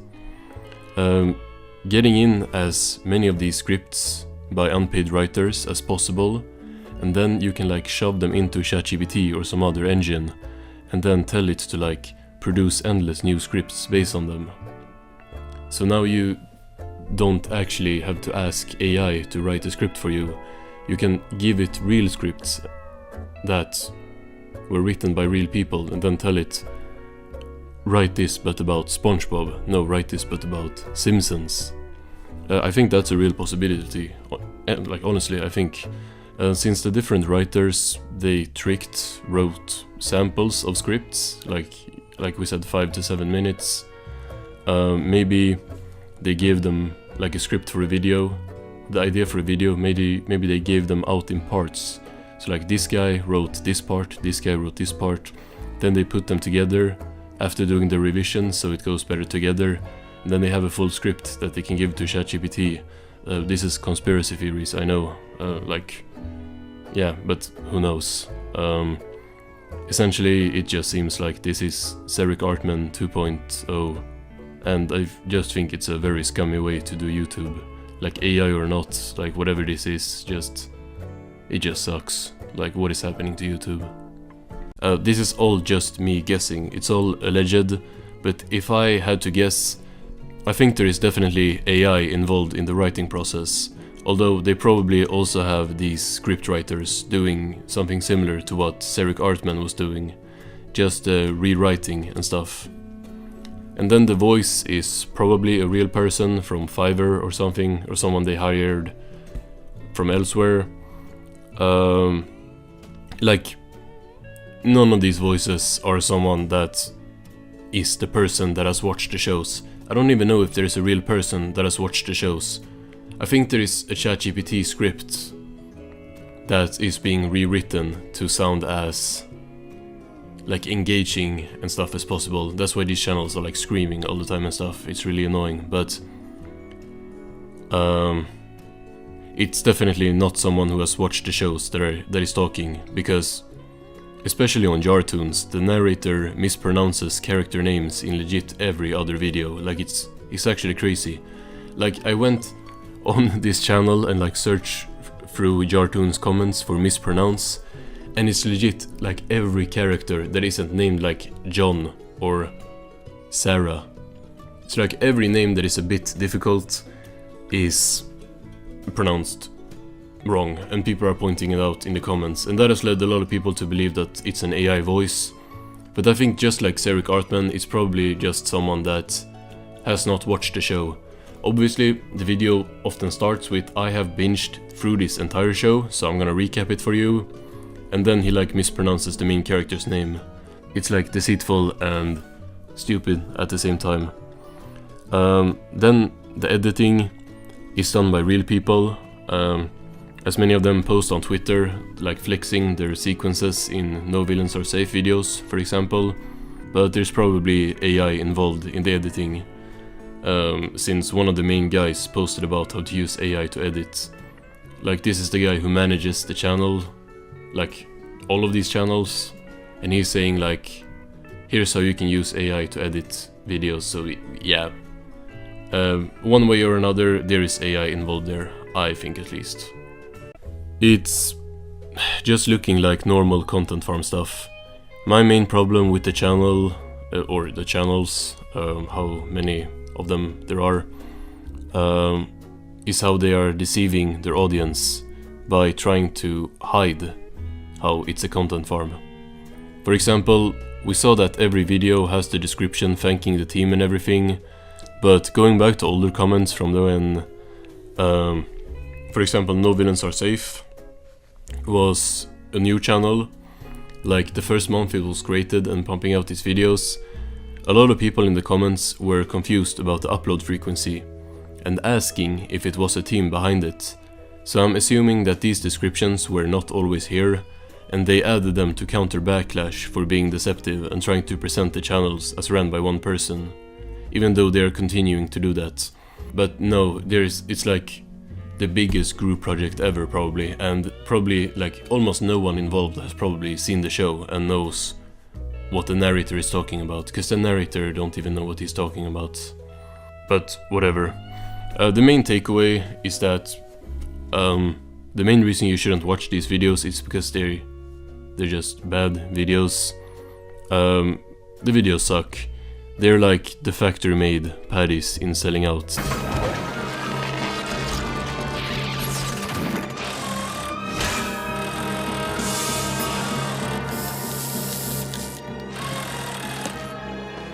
Where's the love? If it's not AI, it's definitely soulless.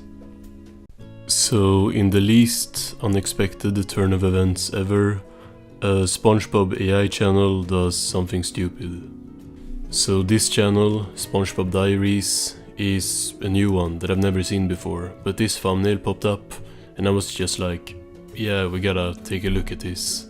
Cause the irony of having the words AI crisis in a thumbnail that is clearly AI generated is crazy.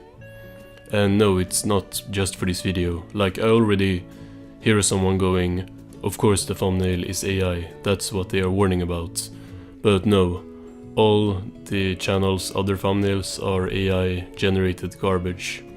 And even if it was only this one, it's still stupid, because it says this SpongeBob episode warned... What was the title again? I already forgot the title. Let me pull it up. This SpongeBob episode from 2025 just became terrifyingly real. And then you would think that you would have either like an image from the episode or an image of what actually happened that made it real. But no, you AI generate an image of, I don't know, a robot and SpongeBob, instead of just using a screenshot from the episode. And of course, the thumbnails are not the only thing that is AI. I actually didn't even have to watch a video to find out this, since they snitched on themselves in the channel description. And it's not them being transparent, although they are trying to fool people into thinking that they are being transparent. So, reading here, AI is used solely as a writing assistant during the scripting process. All narration, editing, visuals and final creative decisions are entirely human-made. So let's go through these one by one. The narration is apparently done by a hired voice actor, so I guess I'll let them off the hook for that one. But visuals? Your thumbnails are AI, anyone can see that. Like, they don't mention the thumbnails here, of course, just writing visuals because they want it to, like, subconsciously be included in that category. But it can't, since these thumbnails are AI slop. Editing, like, yeah, sure, I guess, have that one. Apparently it's some guy in Pakistan. And final creative decisions, I guess, is just clicking upload on this slop. Definitely don't include writing this channel description though, cause that's clearly AI. Also, like, every comment response is so blatantly written by ChatGPT. Look at these sentence structures, like AI is dripping all over these comments. Speaking of comments, we can take a look at this one to find out more of what's going on with the person running the channel, who's admitting that all he, or I don't know, all the person does is the thumbnails and music choices. And the thumbnails are AI. So essentially running a whole channel by searching up copyright-free music to put into the videos. Cause prompting AI to do stuff does not count as work. Actually crazy. Also, I forgot to mention, he's just lying about not using AI for the script. Like, this guy pointed it out in the comments and Spongebob Diaries replied with wrong ... yawn. So which one is it? I can tell you which one it is. It's that AI writes everything on this channel. I would guess that it's just like taken someone else's video on the topic, like Mr. Enters, and then rewritten it to fit this new AI thing that's apparently happening now. This week at CES 2026, the world's biggest tech companies unveiled AI that will replace human workers. And while they're celebrating innovation, SpongeBob predicted this nightmare 10 months ago. There's really nothing to talk about when it comes to what the actual video is about, cause it's just ironic stuff like this. Immediately fired and replaced. This week at CES 2026, we watched this play out in real time. Companies showcased AI writing tools replacing journalists, AI-generated videos replacing content creators, AI voice synthesis replacing voice actors, AI art replacing artists. So you're guilty of a few of those.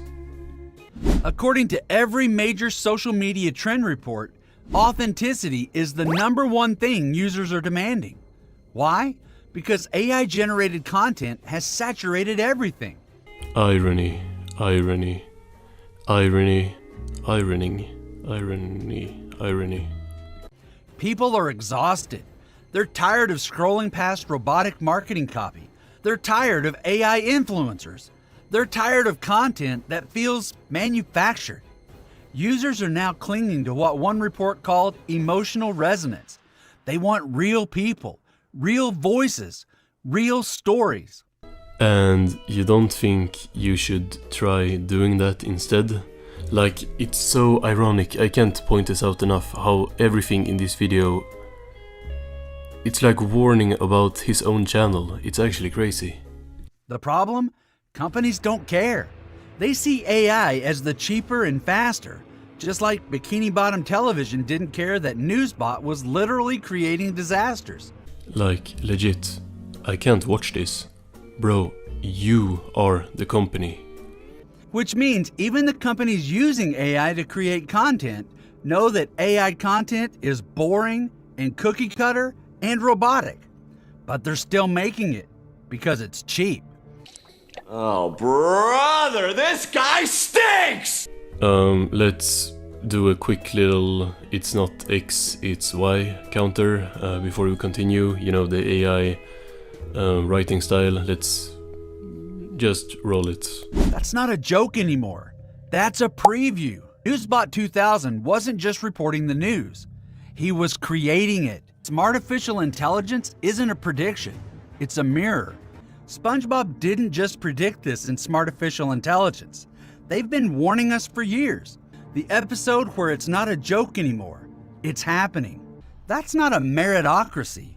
That's a nightmare. It's not just a boulder. It's a rock. A rock. But here's the problem. If you've seen Welcome to Binary Bottom, you know what happens if we lose this fight. An entire world where machines have won. See, here's something funny to think about. This voice actor has not seen Binary Bottom, like the person talking has not seen the episode. The channel owner, who AI generates the thumbnails, has not seen Binary Bottom. The editor is the only one who has, because he needed to find the right clips to put in the background. Now, that don't always work, so I don't think you watched the whole episodes either. When SpongeBob tries to call for help, he gets an automated phone service. He panics and yells, "Squidward! The robots are running the Navy!"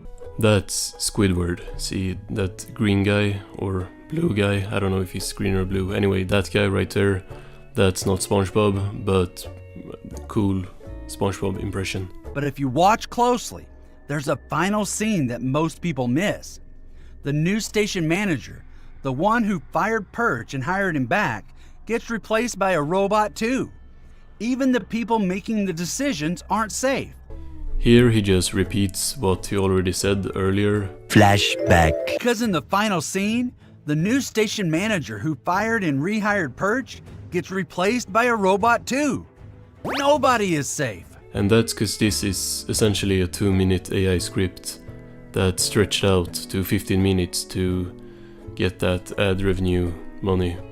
SpongeBob gave us the warning. The rest is up to us. Fuck you mean us? You are on the other side of this. You are the one who's causing this. There is nothing terrifying about this AI evolution for the owner of this channel. Matter of fact, it's probably completely opposite, because without the AI evolution, they would not be able to make content. If you admit yourself that all you do is AI generating the thumbnails and getting music for the videos, you contribute nothing. Without the rise of AI that this video warns about, this channel would not exist, and it shouldn't.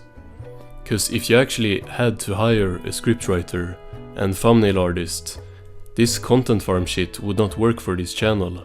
Because these views are not bringing in the kind of money that a content farm like No Villains Are Safe and Scribble is. Like you're bad at this.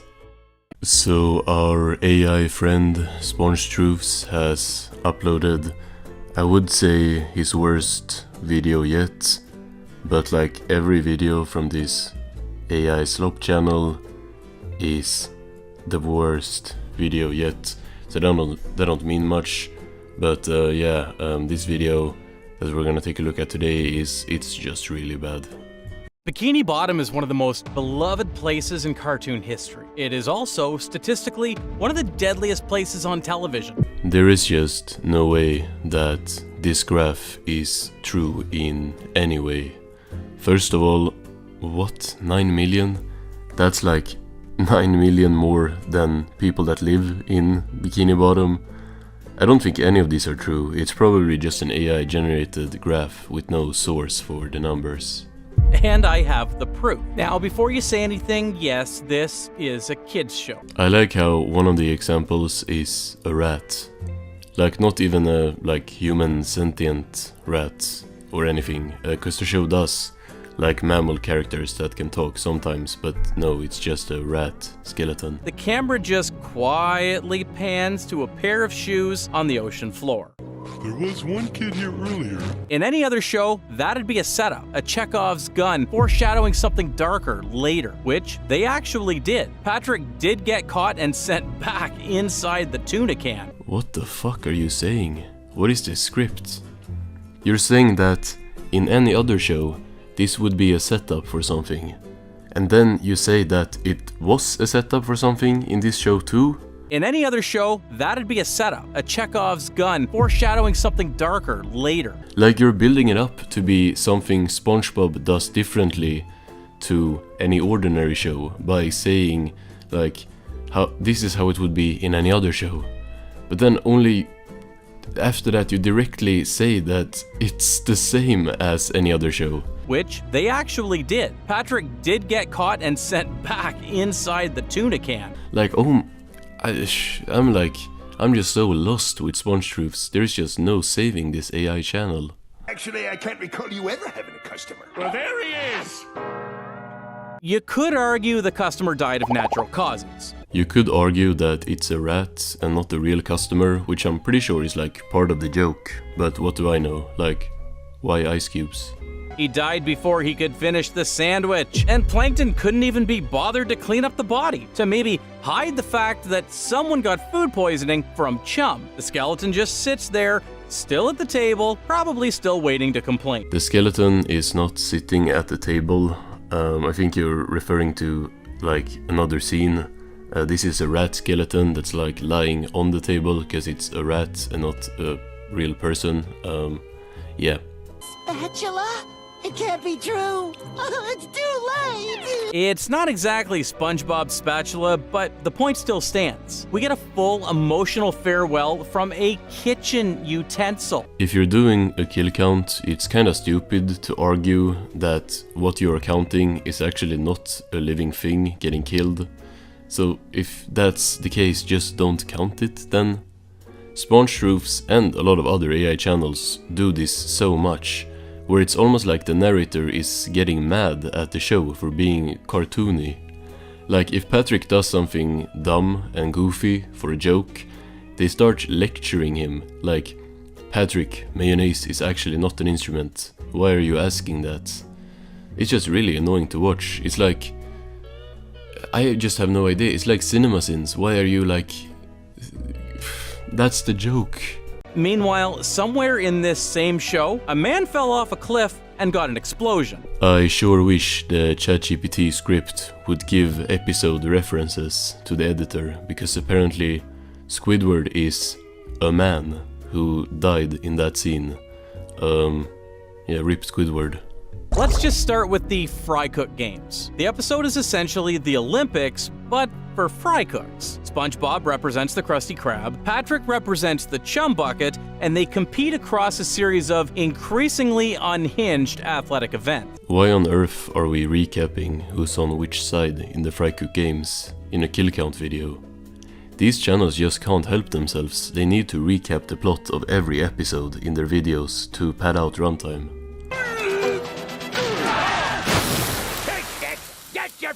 Here. Patrick launches himself off the pole, but he completely mistimes the landing and splashes a vat of boiling oil directly onto the crowd. I'm just so baffled by the recapping. Like, everything needs to be double recapped.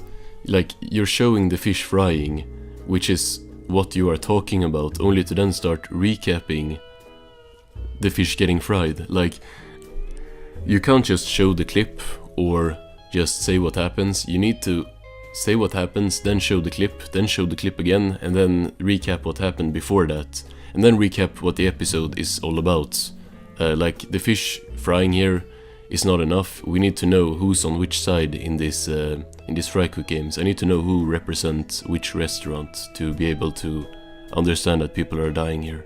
48 fish instantly turned into fish sticks. But the crazy part that really gets me, the vendor in the stands just starts selling them. Like, I understand the business side of it, being opportunistic and all that stuff, but isn't that basically cannibalism? You're serving fish sticks to a crowd of fish? Also, I just clocked that the video title makes no sense, cause was these fish killed off? Like, no, every single one of them, or there's not that many of them because like there's like 5 of each fish in this shot, but all of them appeared again after this.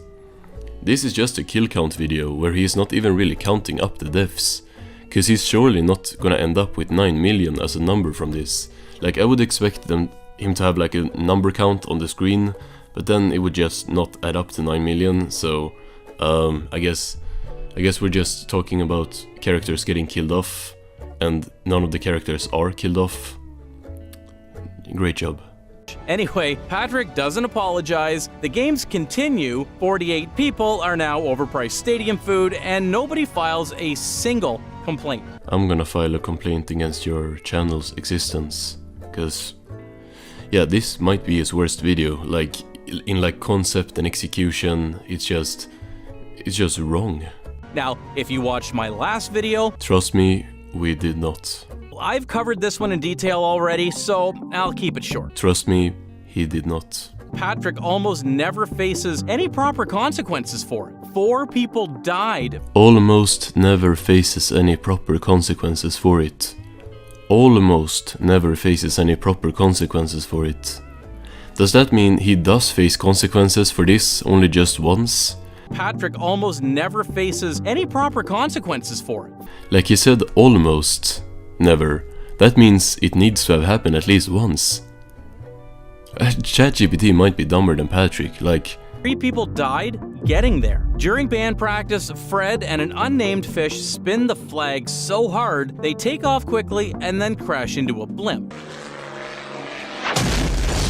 So in the video about characters getting killed off in Spongebob, we include Fred, who did not get killed off since he has appeared in like 100 episodes after Band Geeks. Again, I don't think SpongeTruths knows the concept behind his own video, since none of these characters are getting killed off. Like in many of these cases, or all of these cases pretty much, where there's not like a gravestone and stuff, he's assuming that people died, but we have the proof that they didn't, since they come back after this, so they're just not killed off.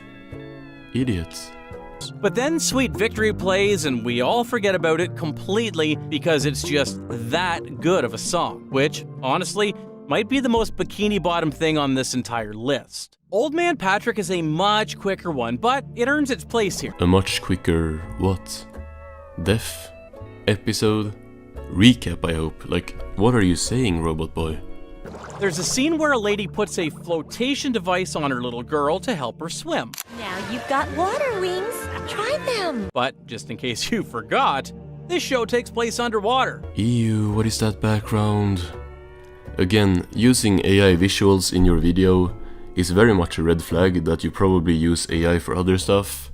And if, like, somehow this isn't intentionally an AI image, like it's some AI image that came up when the editor searched for whatever on Google, then the editor is just an idiot who can't tell the difference between AI, I really never can say that word, abominations, and like real screenshots from the show.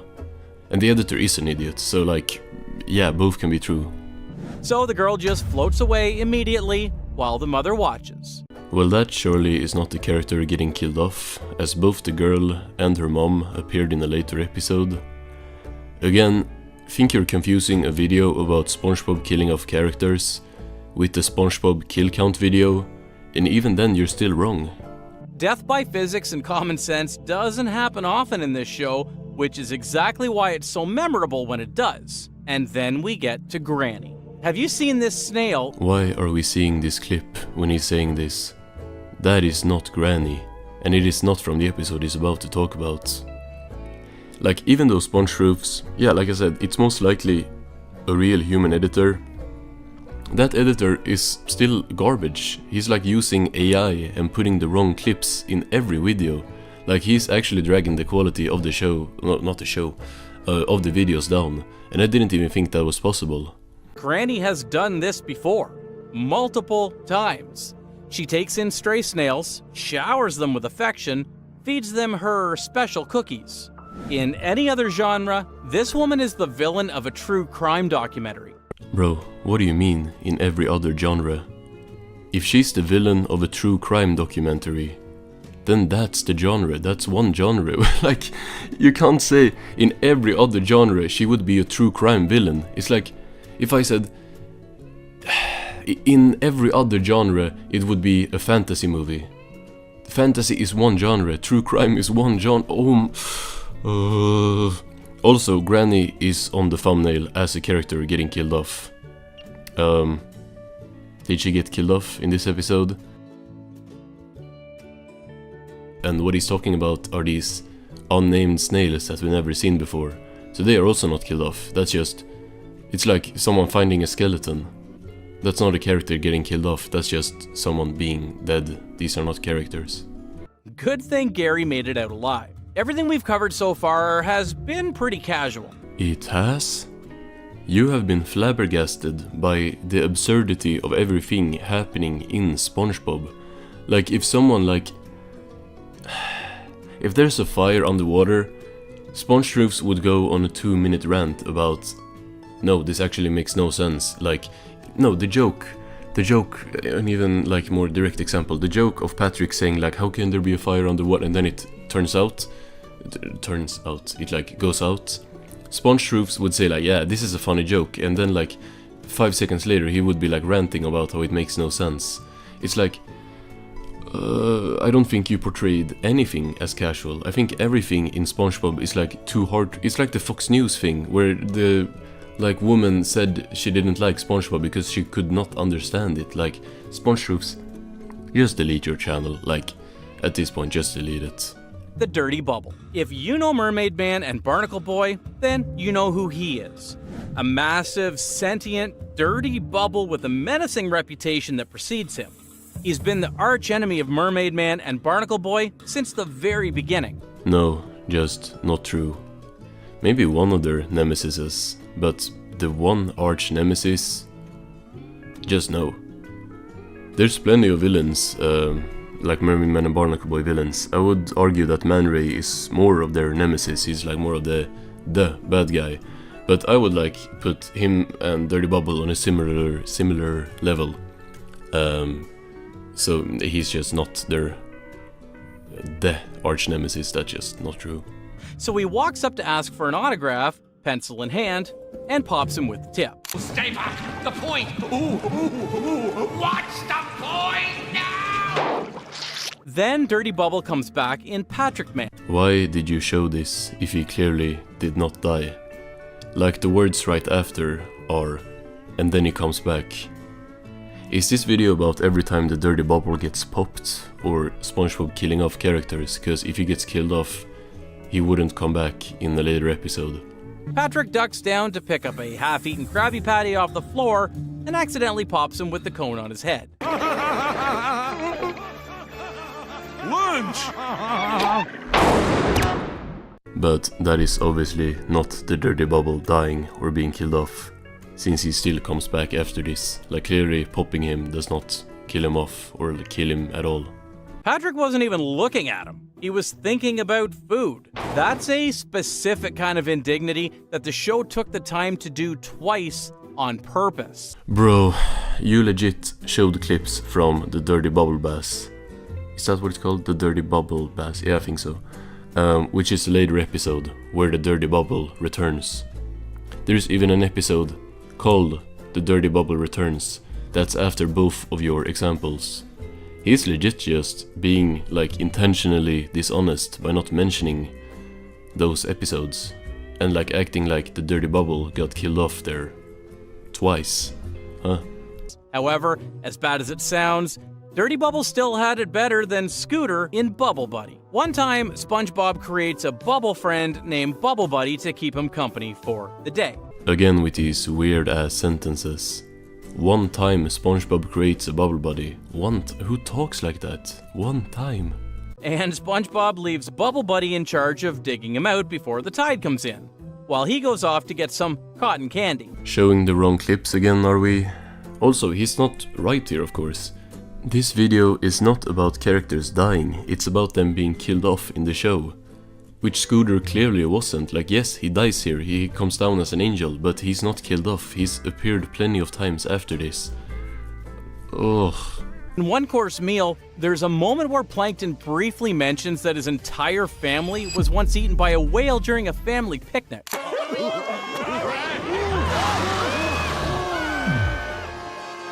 All of them at a picnic, mid-sandwich presumably. The crazy thing is that the show doesn't dwell on it, as if it was not the point of the episode. What do you mean they don't dwell on it? It's like the whole setup for the episode and Plankton's motivation to why he's scared of whales. Also, when Plankton has a nightmare later and gets eaten by Pearl, he sees his whole family inside the stomach. That don't mean that they survived, of course, since it's a dream, but I feel like it should have been mentioned, especially since you say they don't dwell on it, but it literally comes back later in the episode. Like, it's just something Plankton says in passing, as context for why he's terrified of whales, and then the plot moves on. But think about what that actually means. Plankton is one of the few remaining in his bloodline because a pod of whales showed up at the worst possible moment. No, he still has a big ass family, which we see in multiple later and earlier episodes. So that's just not true, yet again.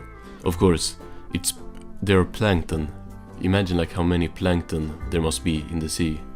And his wife isn't even aware of this, let alone her believing the story when Plankton tries to tell her. The casual cruelty of that one scene is genuinely impressive. Yet again, he acts like this was something that was just mentioned fast and then brushed over, but it's the entire driving force for the episode. It's the setup for Plankton being scared. It's not brushed over, it comes back later when he has a nightmare. You're wrong about everything. Which is fine, until you realize that the show keeps doing this consistently across 20 years. It's not 20 years. Actually, this year it will be 27 years. And if he was counting from one course meal, that would be 16 years. It's really nitpicky, I know, but you have to point out stuff like this to show that it is an AI script. He has no idea what he's talking about. He doesn't even know what his own profile picture is from. Yeah. One Crab's trash. When Mr. Krabs sneaks into a cemetery late at night, he stumbles across Squidward, who quietly cries and places flowers on a tombstone. After Squidward leaves, Eugene goes over to the tombstone and it reads, "Here lies Squidward's hopes and dreams." How many characters were killed off in Spongebob? And he talks about the joke that Squidward has buried his hopes and dreams. That single image, Squidward mourning his own ambitions at a cemetery at night, is genuinely one of the darkest things this show has ever quietly slipped into a comedy episode. Glove World Kiddie Ride GIF. Also, yeah, not a fitting example for the video at all, like not relevant whatsoever, but it did add an extra minute to the video, and that's what's important. Squidward dug that grave himself, put up the stone himself, and comes back regularly to leave flowers while crying. Man, what I would pay to see an episode where Squidward's hopes and dreams are still alive and well. You literally talked about band geeks like 10 minutes ago. And if you argue that don't count since it's an earlier episode, there's still episodes after One Crab's Trash where Squidward has hopes and dreams. So, just shut up. If there are any characters in this whole show that Nickelodeon actually killed off, it's our dynamic superhero duo. Mermaid Man and Barnacle Boy were two of the most beloved recurring characters in the entire show. SpongeBob's childhood superheroes. I don't really want to talk about Sponge Truth's last example, cause it's about Mermaid Man and Barnacle Boy, and I legit feel kinda sick watching this AI channel make up this like fake sob story about the two voice actors passing away. Like, you just know that it's ChatGPT writing this. It's like the emotional music plays and he like crosses out the actor's eyes on this image, which I feel like it just makes me uncomfortable. It's like that AI thumbnail with them AI generated all over again. Like, you don't care about this, stop acting. You're a robot. You're ChatGPT. You don't have feelings. Every death we've talked about today, Bikini Bottom brushed off without a second thought. But this one, the show actually felt it. And so did everyone watching. Rest easy, old men. So, there you have it. Bikini Bottom, the most beloved underwater neighborhood in cartoon history, has been quietly running one of television's most consistent body counts for over 20 years. Did we get to 9 million yet? I feel like at most that was a few hundred. Which, yeah, still a lot, but surely not 9 million, and surely not more than Game of Thrones. Like, that show is known for killing a bunch of people in like every episode. And this is SpongeBob, who has a lot of deaths, but like his video itself shows that this graph, which is the first thing we like see in the video, is just wrong. It's just so stupid. If this video sent you down a rabbit hole of Patrick causing chaos and never facing any consequences for it, good news, I already covered that. A story about every single time Patrick got what he actually deserved has been dissected in full detail. Link's up there somewhere, go watch it. Self-promo, like Patrick was barely in this video. You gotta make better transitions. Anyway, this video is garbage, but I expected nothing less from Spongebob. The thumbnail showed 4 characters, with only one being actually killed off, and 2 of them not even being mentioned in the show. Not in the video. Like Grandma Squarepants and who was it else, the Strangler. They're not killed off in the show, of course, but he doesn't even show or mention them in the video, like once. Matter of fact, Mermaidman and Barnacle Boy, they didn't get killed off in the show.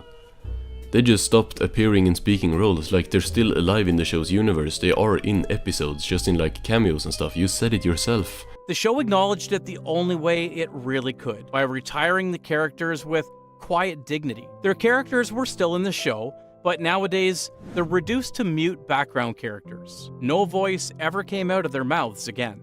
They are not killed off. They just stopped appearing as much. That's not the same thing. By that logic, they killed off Squilliam for almost like 20 years, until he appeared in an episode last year. That is not killing off, it's just appearing less. Idiot. You just can't do this for Spongebob, because Spongebob is not the show that kills off characters. Like, yes, people die in the show, but they don't stay dead. Like, the show just keep using every background character, Spongebob don't kill off characters, and I just realized, because I had like a hunch, on like why does he make this video, because this is not something that Spongebob does, killing off characters. And then I googled, how many characters, what did I google, how many characters were killed off? The 2 first results are videos from No Villains Are Safe, about Family Guy and The Simpsons, and it's the exact same thumbnail, it's just the exact same thumbnail, just with the different shows. And like, of course, like this is no surprise, because Spongebob, all he does is basically stealing from others, and when he don't, he just has AI write the dumbest scripts ever, the dumbest, and it's not even original, because it's ChatGPT, and ChatGPT just steals anyway. But I don't even feel bad, because No Villains Are Safe is the same thing. Like, this is slop stealing from slop, probably AI slop stealing from AI slop. Like, so yeah, at least we know now why he made this video and why it makes no sense. It's because he took an idea from 2 videos that were about shows that actually kills off characters, like Family Guy and The Simpsons.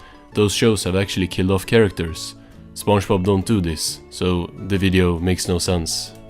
So AI channel Spongebob dropped this video that got a lot of views already, and I thought that instead of having to sit through the whole thing, let's just see how long we gotta watch until it's wrong about something. Lots of characters in this show started out great and slowly got worse over time in the modern era. Okay, so it took 5 seconds. Spongebob's editor legit can't do anything right. Like, you would think that you would just use images of the characters from the first seasons to say where they started out, and then you use modern images of the characters to show them from the modern seasons, but no. These are just random as stock art of Krabs and Pearl, and Patrick from Rule of Thumb, which is a season 4 episode that people kinda don't like, where Patrick turns into a giant jerk. It's a pretty hated appearance actually, from Patrick, so using it for him starting out great is, well, not great. And then the modern Patrick example is a stock art of a scene from a season 2 episode. So your modern version of Patrick is from a classic episode that's actually from earlier than when he started out. And then the modern Pearl is from Whale of a Birthday, which is a 20-year-old episode, so not really modern. It's also, it's aired like before the classic Patrick example, so that is also wrong. This is just a mess.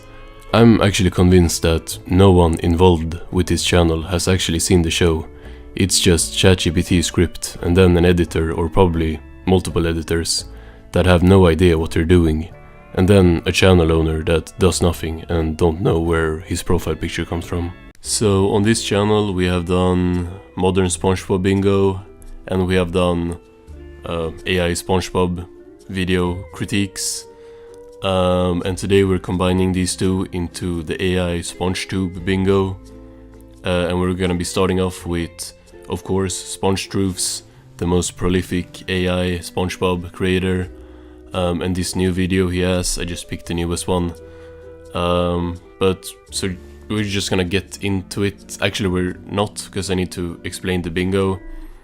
So we got this bingo board here, it's 4x4 and not 5x5, because, well, I couldn't come up with like 25 things, so I'm taking suggestions to, in the next video, expand this to 5x5. At least it's not 3x3, because I was informed that that's not even a bingo, that's just tic-tac. But yeah, we're gonna start by quickly going through everything on this board. Starting here we have it's not X, it's Y, and that's when the AI loves saying stuff like it's not just this, but it's this. So yeah, lie, that's pretty obvious if they lie about SpongeBob. Yeah. Repeating, also self-explanatory. If stuff that they have already said in the video is like said again but with different words. Spent all week watching. This is something the AI does a lot. It's like it's saying at the beginning of a video, like, I spent all week watching SpongeBob to figure out, yeah. Wrong image, that's if the image that's on the screen is like from an episode that's not the right episode or something. If they're using a modern episode when talking about something classic or anything like that. Bad joke, yeah, if they say a bad joke. Stealing, that is referring to stealing from like other creators, so that's if like the video is a copy of another video. AI sentence structure, this one I'm actually unsure about now that I'm reading it, but it's like if you can tell by the sentence that like this is not written by a human person. It's like if the sentence just sounds like AI. I don't know how to explain it, but if it comes up I'll, you know, show the sentence. Episode summary, if the video for no reason just starts summarizing what happens in an episode, like recapping an entire episode just to get to like a single scene. Irrelevant is, yeah, also self-explanatory, like why are we talking about this, it's not like relevant to the point of the video. AI image, that could be for the thumbnail or like an image in the video. No source means that they are like making some kind of claim without that you would need to like put a source on, but there's no source. Wrong episode is, it actually should be wrong episode / season. It's like if they are talking about, they're saying like an episode name but it's another episode, or if they're saying like the season 12 episode and it's not the season 12. Yeah, something like that. Annoying voice, yeah, that goes for the narrator if it's like the AI hyper voice that's like super over the top and stuff. AI video description, if the video description, like the description under the video is obviously written by AI.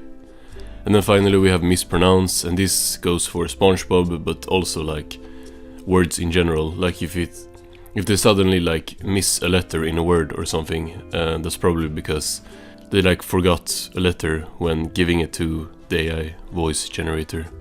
So yeah. This one episode actually ruined Patrick Star's character and everything the writers have tried to build him as. And it's not the episode you think. Okay, so we're already gonna, like, we're not gonna put an X or anything yet, because... But there's just no way. This one episode... This is Unwit Stupid, that he is showing, right? I can tell, even with the blurring. and I just have a hard time believing that this episode is about I'm with Stupid. We're just gonna see. If this video is about another episode, we're gonna come back to this later. If someone asks you, what is Patrick's worst episode? You'd probably point to the obvious ones, like Stuck in the Ringer, Yours, Mine, and Mine, maybe Pet Sitter Pat. And sure, those are bad, genuinely painful to sit through. Speaking of painful to sit through, let's put an X over annoying voice, because Spongetroof's narrator, at least the one he's using right now, I just can't stand his voice. It's like, anytime he laughs and stuff as well, I just hate it. And it's an AI voice, like 99% sure. There's like no other reason why he would change the voice multiple times in the channel, and never credit the voice actor or anything. Like, yeah, it's an AI voice and it's a bad AI voice. It's annoying, so X over annoying. Not gonna defend any of them. But this video isn't about Patrick's worst episode. In fact, the episode I'm talking about, The Card from Season 6... Yeah, okay, so you're talking about The Card from Season 6? Wait, let's hear it one more time. Worst episode. In fact, the episode I'm talking about, The Card from Season 6, is not even close to being the worst. And yet, it's the one that marked the change. The one that drew the line between the Patrick we loved and whatever came after. Okay, so clearly, if you're talking about The Card, this one episode, then you're clearly not talking about I'm with Stupid. So that's an X over wrong episode, I think. Yeah, let's put it over wrong episode, because yeah, that is not the card behind this thing. I have no idea why you wouldn't just put it behind it. There's like no reason for, if you blur it, why would you blur it to another episode? What? Yeah, I have no idea, but yeah, he put the wrong episode here, so wrong episode. The story is about SpongeBob wanting a rare Mermaid Man and Barnacle Boy trading card, number 54, a super rare platinum holographic animated talking card, of which there are only 5 in existence. Platinum hologram animated talking card number 54. He spends all... Okay, so he just... What? So Spongetroofs says, he describes the card and then shows a clip of this guy saying the exact same words that Spongetroof said. So this is him recapping the episode and then showing the part of the episode that he That's an X over episode summary. That's the most unnecessary recap. I like Spongetroofs does this a lot too. It's like he says something and then shows what he says, and then he might say it again after. I'm not gonna put an X over repeating, because technically he isn't repeating himself. He's just recapping something that he then shows. Repeating is more like if he says like, Patrick is a bad friend, and then like he says Patrick is not a good friend, like straight after. Like, he's probably not gonna do that, but you know, when he's tells ChatGPT make the video longer, so he just makes the same point twice with different words, and that's probably gonna come later, so we'll keep an eye out for that. Patrick, who is at the same store buying a counting book, buys the very last pack on a whim. He doesn't even care about the cards, but of course, he gets the elusive number 54 on the first try. Now right here, this is already classic Patrick energy. The guy who doesn't even try gets the thing the guy who tried hardest couldn't get. That is not... what? Is that a classic Patrick energy? Him being lucky? Like seriously, no, that's just not true. What? Patrick does not have being lucky without trying as a character trait. Maybe that happened like once before or something, but that's just not something that's associated with... Let's see what he says next. The guy who doesn't even try gets the thing the guy who tried hardest couldn't get. Yeah, just like he did with Rocky that one time in The Great Snail Race. What? Let's hear the explanation. And for Patrick, that's right on brand for his character. Okay, so we're not gonna explain ourselves? That's the kind of lovable cosmic unfairness that made Patrick charming. What? First of all, let's just break down the example of the Great Snail Race. Patrick wins in the Great Snail Race with his rock, not because he is lucky and doesn't try while SpongeBob tries. SpongeBob abuses his snail, so his snail explodes. And Patrick wins, and the like moral of the episode is like, yeah, don't abuse your pets. And Patrick wins, and he was like nice to his rock or whatever. He doesn't win because like SpongeBob tried so hard and Patrick just got lucky. Like, that is not... And okay, let's hear this thing again. One time in the Great Snail Race. And for Patrick, that's right on brand for his character. That's the kind of lovable cosmic unfairness that made Patrick charming. It's not. What Patrick being lucky is not what made him charming. This is a lie. Like, this is straight up lying. This just... He needs to find something to connect this point to of Patrick being lucky with the card. And then there's no examples in the past to like connect that to, so he just makes a connection where there is none. That is a lie. That is a lie about the Great Snail Race and Patrick as a character. Like, if you think of Patrick, do you think of him being lucky? Or him like not trying but still winning at everything? No, like... Yeah, lie. Sponge Roofs is getting some X's on this board. Forgive me for bringing this topic up every time we talk about post-movie Patrick, but early Patrick wasn't just dumb. It was one of his traits, not his entire character. And he was dumb in a very specific way that the writers understood, not his entire character. Oh, why does that say racist?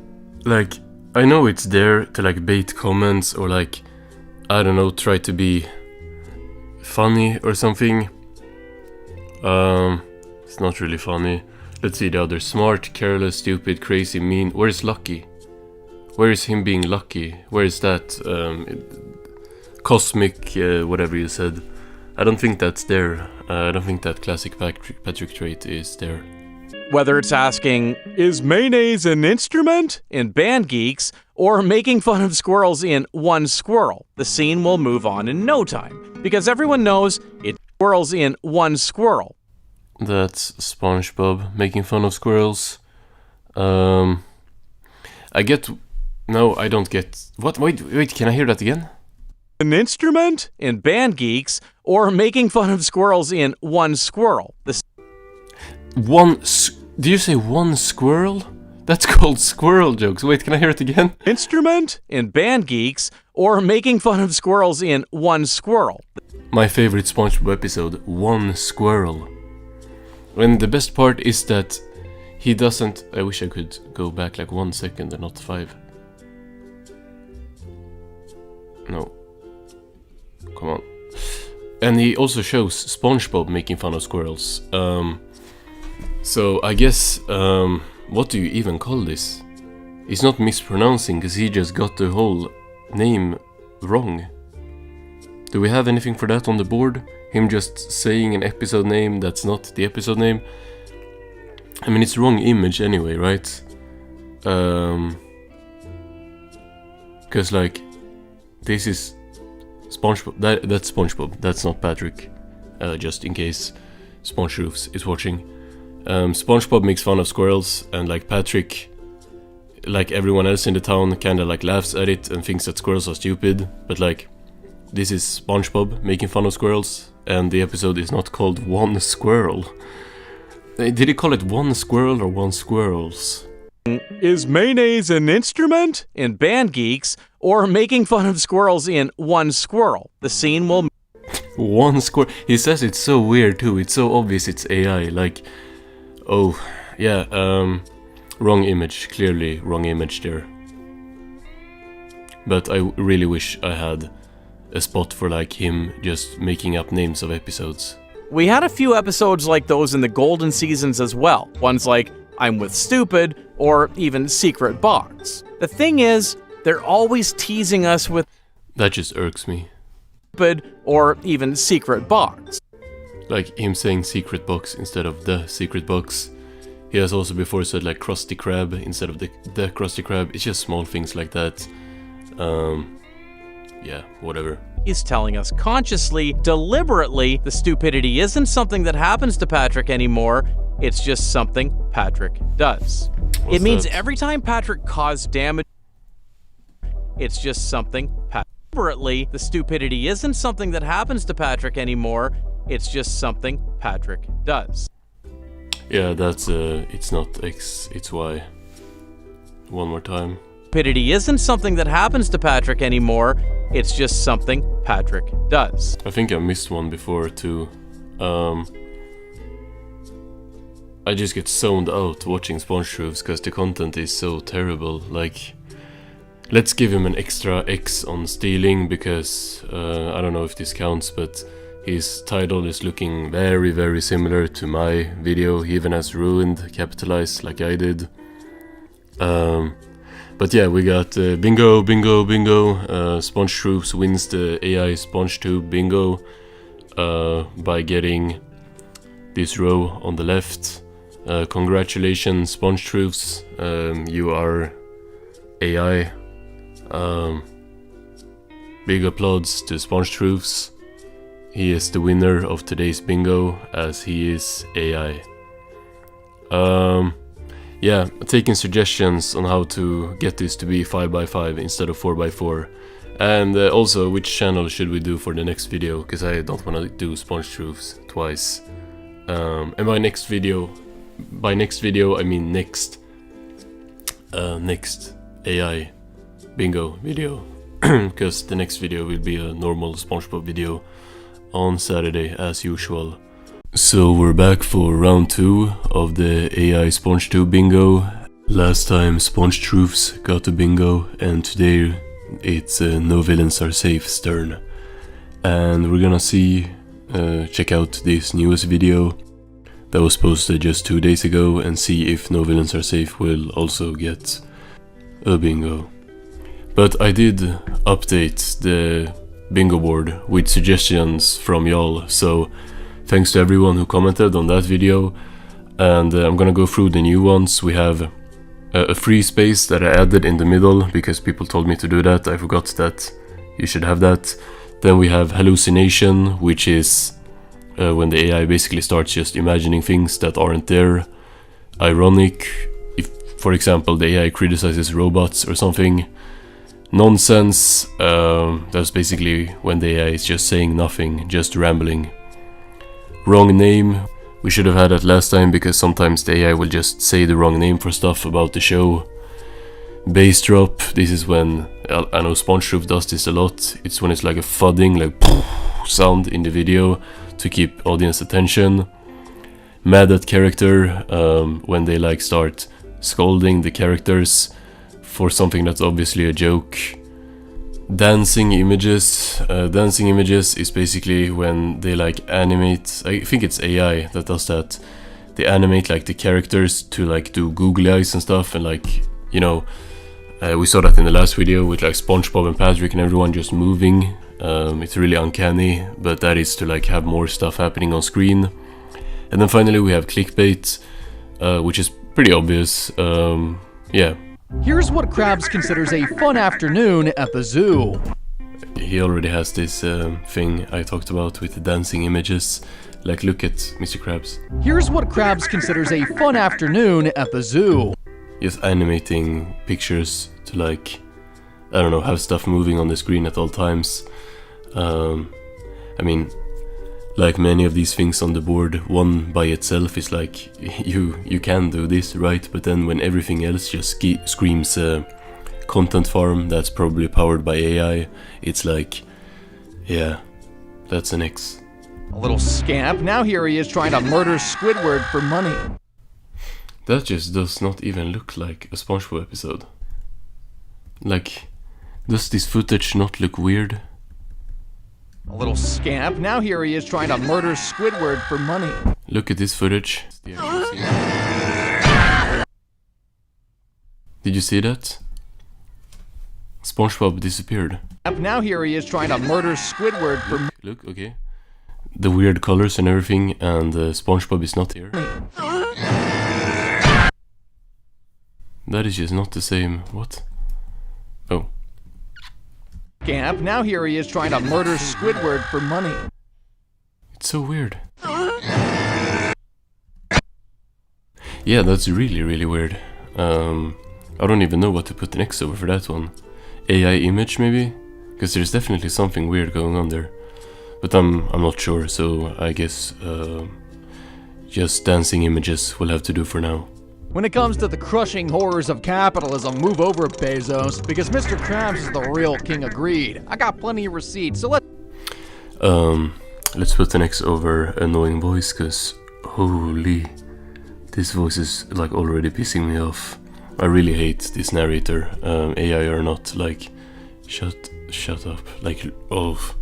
Yeah, let's put the next over that. In Can You Spare a Dime, we learn that Mr. Krabs apparently counts how much money came in at the end of every day. It's definitely not the craziest thing he gets up to, but there's a small catch. I'll let SpongeBob explain. Mr. Krabs, can we please go now? Perhaps one of our more loyal workers can enlighten you on company policy. So he did the same thing that SpongeBob did in his video. He says he let SpongeBob explain, and then he plays the clip of Mr. Krabs saying that he'll let SpongeBob explain. Let's hear that again. I'll let SpongeBob explain. Mr. Krabs, can we please go now? Perhaps one of our more loyal workers can enlighten you on company policy. Like, so he'll just what is episode summary, like, that is like just recapping shit for no reason. You can't, this channel is so annoying. Like, he's saying like, I'll let SpongeBob explain, and then Mr. Krabs, he shows a clip of Mr. Krabs saying SpongeBob can explain it to you. Yep, you probably sense a conflict brewing. When it comes to money, Mr. Krabs' paranoia knows no bounds, and Squidward, while I wouldn't say is like a thief guy, we're gonna keep that in, bad joke or something, I don't know if that was enough. Oh, that laugh. Everything about this guy pisses me off. Say is like a thief guy. We're gonna keep that in. You are not a human, like, there is no way. I'm putting that to a bad joke. I should probably put it over like Uncanny Valley, because that kind of scared me going back, but yeah. Yeah, you go, Squiddy. That place really does seem pretty bad. And surely a guy like Squidward can do better, right? Like how hard can getting a job be? Just gotta update your resume, look for those help wanted signs, and start applying, right? Well, surely it can't be that hard to find a job better. Why are we talking about this? What, this is it nonsense, or is it irrelevant? Why are you yapping about Squidward not being able to find a job? Do you see your own video title? So this is, yeah, he's just yapping about Squidward for some reason. Spare change. Spare change, ma'am. Squidward? Squidward, is that you? It's me, SpongeBob. We used to work together. Is he legit gonna like show the whole episode to talk about the greediest thing Mr. Krabs has done? When Mr. Krabs is in this episode for like 2 minutes, he has already shown like almost 2 minutes of the episode.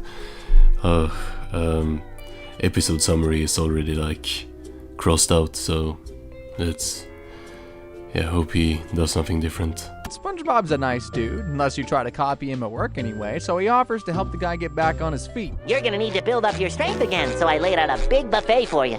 And in bed too? Oh, thanks, Sponge. Like, legit, why are we talking about this? The video title is What's the Greediest Thing Mr. Krabs Has Done? And he's just recapping an entire episode because Mr. Krabs does something greedy in a part of the episode. Like, legit, he's just recapping an entire episode. The idea is that Squidward uses this help to springboard into finding work, but the dude just takes SpongeBob for a ride after a while. Some people get given an inch and take a mile. Why are we talking about this? I am actually amazed that like people watch this. Like, if you click the video, you want to know what the greediest thing Mr. Krabs has done, and he is just recapping Squidward being a dick to SpongeBob in this episode. Okay. Squidward Squidward just drives SpongeBob, one of the nicest characters in the whole show, up the effing wall with all this. And that's even putting aside the, I'll say, odd uniform requirement. Bros don't make bros dress up as French maids unless they're very close, I guess. And everyone's chill about it. Can we put the next over bad joke again? I feel like I have the wrong stuff on the bingo board here, because he just keeps doing the same, like, 3 things. Like, he keeps talking about irrelevant stuff, recapping the episode, and making bad jokes. And also having an annoying voice, but like, yeah. Listen to this. Wait, I'm gonna go back a bit. And everyone's chill about it. SpongeBob finally breaks, by the way. And everyone is totally chill about it. And SpongeBob breaks, by the way. Who is chill about it? They're very close, I guess. And everyone's chill about it. Who is chill about it? SpongeBob? Clearly not if he breaks. Is that like... That's just an AI hallucination, because he just hallucinated that there are like multiple people here who are chill with Squidward driving SpongeBob crazy. One more time. Don't make bros dress up as French maids unless they're very close, I guess. And everyone's chill about it. SpongeBob finally breaks, by the way. That's just AI. That's literally... No, it's nonsense. Nonsense. We're gonna put that on nonsense. He's just rambling. Who is chill with what? Huh? Donate to the children's fund? Why? What have children ever done for me? You want your time back? That was so much funnier than like anything he has even attempted to do in these 4.5 minutes. I almost like chuckled, and then I remembered I was watching a No Villains Are Safe video. Now, before I play our next clip, I'd like you to ask yourself how old you think Krabs is, and I guess when you think the first modern dimes got printed, or stamped, whatever the heck they do to dimes. Why? I guess to bait comments or something? I should have that added as like, instead of clickbait, it should have been like baiting comments or whatever. You're not gonna hire him back all because of a stupid dime! What's that? Me first dime! Yeah, so that's Mr. Krabs' first dime. Gonna be Yeah, clearly. He just said that. so real. Krabs cannot possibly be over, what, 60? And Krabs ain't got that lobster immortality thing. I know, because I was gonna make a joke about it, then looked it up, but it's different because of nerd stuff I don't understand. But anyway. This channel is worse than Sponge Troops. There's just something about this channel that like just pisses me off on like such a deep level. I'm gonna get an aneurysm. I don't even know what that is, but I think I'm getting it. I agree, sir. After all, I'm sure you didn't mean to misplace me dime. What the... Oh, I see. He like truly learned nothing at all. He ruined Squidward's life over a dime and can't even admit when he's clearly in the... This is not from Can You Spare a Dime? This is from Dying for Pie. It's not even the right season. Wrong image we're gonna put for that. Season 4's episode Squidward isn't exactly Mr. Krabs-centric to start, but don't worry, we'll get there. What that means is that he's gonna recap the episode anyway, to fill out the runtime, because these channels can't do anything except recap.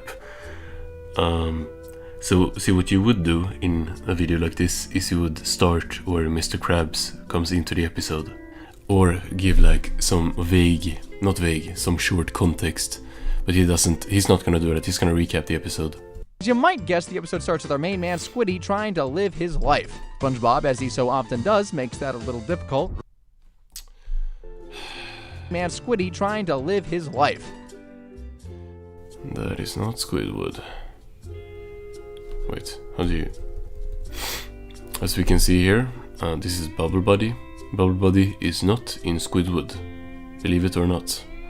We're gonna put the next over wrong episode. I mean, he's literally just having the wrong footage on screen, so yeah.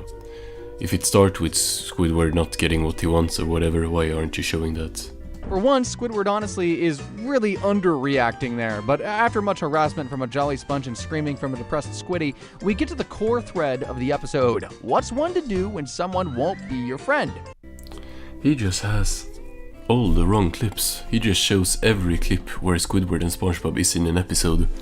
And he is also recapping something that's not even about the video. What's the greediest thing Mr. Krabs has done? Like the past... what is that? Yeah, the past 2 minutes he has not talked about... No, the past minute he has not talked about Mr. Krabs at all. I don't know if there's a normal way to react to going to a restaurant where there's a wooden copy of one of the employees being puppeted around, but I can at least say that people sure react oddly. Maybe the real Squidward is just really tough to love. Poor guy. Oh. Now we're up to 2 minutes of not even mentioning Mr. Krabs. Here was the last time we talked about Mr. Krabs, and then it's just been recapping of an episode.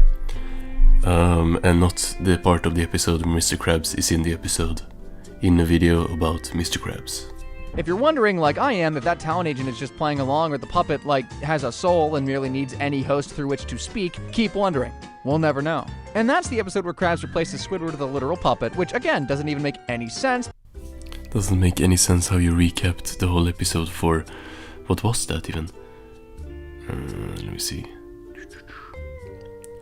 4 minutes of recapping this episode, and you talked about Mr. Krabs for like an eighth of that, and the rest of it was just 3.5 minutes of recapping stuff that has nothing to do with the title of the video. Clickbait, it's literally clickbait. What? Because you click on the video expecting to see the greediest things Mr. Krabs has done, and you're just getting entire episodes recapped, and most of it has nothing to do with Mr. Yeah, I think that's clickbait. Next, we're going to learn how bad the training of the Krusty Krab is, all thanks to the episode Big Pink Loser. Big Pink Loser is an episode all about that loaf and oaf of the starfish, Patrick, and we start on a misdelivery that's going to cause some major awkwardness. See, Patrick gets a AI sentence structure. I don't think no human talks like this. To the episode Big Pink Loser. Big Pink Loser is an episode all about that loaf and oaf of the starfish, Patrick, and we Loaf and oaf of a starfish, Patrick, and start on a misdelivery that's going to cause some major awkwardness. Like, you're not human. I just can't believe that's not accusing anyone, of course, but I have a really hard time believing that there is like not a majority non-human behind this channel. SpongeBob sure takes the idea that working the job he does for a living being the smallest thing Patrick can think of pretty well, honestly. I guess maybe it's healthy to be okay with being unimportant. Otherwise, you might start making videos about cartoons to feed an unending hunger for adoration from strangers that only grows and grows and grows by the day. But anyway... I have never, like, heard an unfunnier person than this guy. Like, even if it is a real person and not an AI voice at least, like, I still not saying anything. I'm not accusing anyone, or I am accusing, but I'm not like saying that this is AI. But I think I think that this is AI assisted at least. But even in the other case, the jokes, if they are not AI, are the worst jokes I've ever heard. It's like, it's just embarrassing to listen to. I guess maybe it's healthy to be okay with being unimportant. Otherwise, you might start making videos about cartoons to feed an unending hunger for adoration from strangers that only grows and grows, but I literally can't even tell what he's saying right now. Like, I know it's unfunny, but I can't even like make out all of the words. Krabs, you sure are making me think a lot about seizing the means of production right now. That's right, Mr. K is charging Patrick $50 an hour for training, and apparently once charged SpongeBob twice that. We'll probably notice Bikini Bottom ain't the US, but I'm pretty sure that's super illegal here, FYI, in most other places, I assume, especially for a job like working fast food. But to give Krabs... Yeah, no shit. That's the joke. We're gonna take that as mad at character. Because the mad at character box is kind of like, I was gonna have overreacting at first, but they both go in the same thing. It's like when they get upset with something that's clearly just a joke, like they're taking everything so seriously. Is this the Krusty Krab? No, this is Patrick. I can relate a little with Patrick because nobody's really walking him through what he's got to do very well, but he does everything like he's been living under a rock all his life. What? They are. The thing is, he is really stupid, so he can't do really simple things. What? Let's hear it again. It's Patrick! I can relate a little with Patrick because nobody's really walking him through what he's got to do very well, but... Yes, they are. What? I don't even know if that's a lie. That's just him being stupid, I think. SpongeBob is doing a good job of like telling Patrick what to do. It's not his fault that Patrick can't understand the most simple things. That's like the joke, that Patrick is so stupid he can't even do like... Even though SpongeBob tells him like, do this. We're not gonna put an X over anything yet, but I feel like that's not true. Now, this episode is pretty famous for a reason unrelated to Mr. K, so you might not remember why I'm even bringing it up in this video. We all know why you're bringing it up in this video. It's to fill out runtime so you can recap an episode for 4 minutes, even though Mr. Krabs is only in it for like 10 seconds. It's so obvious. I'd rather that worm come in here right now and eat you all alive!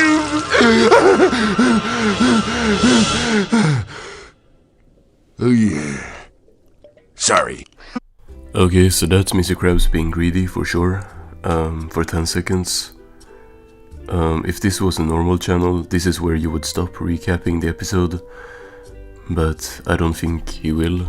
But she's a good squirrel, so she helps without any exchange of cheddar, clams, or dollaroos. And SpongeBob, well, he's a worrywart, so he goes along. Oh, it's the most AI script I've ever heard. It's like a buzzword, buzzword, buzzword. And I ain't coming out till I got me a big heaping plate of worm stew. That cave sure looks funny, huh? You can probably see where this is going. We're pretty distant from any Krabs greed at this point, but I gotta at least let you see the beastie before we move on, right? He's literally admitting that it's irrelevant, but he's still gonna recap. Run for your life! Gal ain't even getting paid to stop that thing. I wish I could show more of it, but we're here to talk about Mr. Krabs. This is my circus, dang it. Anyways, my final... Oh, the fake laugh. The fake laugh is so bad. I wish I could show more of it, but we're here to talk about Mr. Krabs. This is my circus, dang it. Anyways... Ew. My final assessment, we definitely see some insane greed from Krabs' rant, but it's hard to fully judge how committed he was to letting everyone die, so I ain't gonna call it the greediest thing the dude's ever gotten up. Okay, so it's not even that bad, is what you're saying, but you recapped an episode for 3 minutes to get to that. Great. A deeply unsettling rant. I think there's some irony right there. Let's put an X over ironic. To cut a long story short, the dude doesn't really fit into any of the restaurant jobs he manages to find. He's built to make Krabby Patties, even though SpongeBob gets, well, abducted, sponge-napped, if you will. Why are we talking about this? What does this have to do with Mr. Krabs being greedy? He has already done the greedy thing. Move on. My eagle-eyed viewers, if they managed to get some time off from hunting mice in a field, may have noticed that burger fella had familiar feet. That's right, for once Mr. K is forced to actually acknowledge his self-destructive greed, with some prodding from SpongeBob's favorite frenemy. Really gone downhill! How can you serve? That was like the worst way to explain that ever. Like this whole past, like, okay, listen to what he says here. This whole like couple of sentences. My eagle-eyed viewers, if they managed to get some time off from hunting mice in a field, may have noticed that burger fella had familiar feet. That's right, for once Mr. K is forced to actually acknowledge his self-destructive greed, with some prodding from SpongeBob's favorite frenemy. Really? Also, what do you mean familiar feet? Unless he's not showing it, right? These do not look like Squidward's feet. This is not some... If you see this, if you're one of No Villains Are Safe's eagle-eyed viewers, you're not watching this and going, oh wait, that's Squidward, look at the feet, look at the classic Squidward feet right there. This is a hallucination, I guess. This is just him making a connection where there is none. Like, the AI script, if it is AI, knows that this is Squidward under this, right? And then it's trying to make it like a thing where, oh yeah, you... of course it's Squidward, you could notice it if you like paid attention, like No Villains Are Safe here, and saw that this is clearly Squidward's feet, and it's just not... What? Yeah, X over hallucination. We have so many X's on the board right now. It's like half the board, but still no bingo. So let's keep going. SpongeBob? Squidward, you found him! Squidward? I'm afraid so. See, it was a costume. It wasn't. These aren't the same feats. What did I do? These are not the same feet. You would not see these feet and think Squidward. You are hallucinating, my AI friend. I think he and Squidward only did this because the firing thing clearly wasn't going to pan out. Anyway, do you happen to remember the time Squidward got actual brain damage for an episode? Yeah, later seasons of SpongeBob can be a freaking ride. Like the infliction he does with his voice is the worst thing ever. It's so much worse than Spongeroof's. Y'all are gonna have to hear it again. Damage for an episode? Yeah, later seasons of SpongeBob can be a freaking ride. Okie dokie, so Squid Baby starts off. Would you two for once act your age?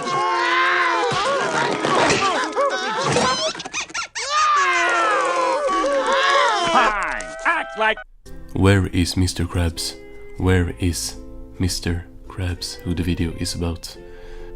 I mean, I'm not even sure you know who these three characters are, but none of them are Mr. Krabs. Infants your whole life, see if I can! Man, I try to be cool with people doing whatever, but this is fucking weird stuff, man. The real meat of this episode is going to start a little later, which will lead nicely into the part Krabs plays in this whole thing. See, Just give the context to what you need. Just give a quick context and then go to where Mr. Krabs comes in. Like, what is this? Like, literally, what is this?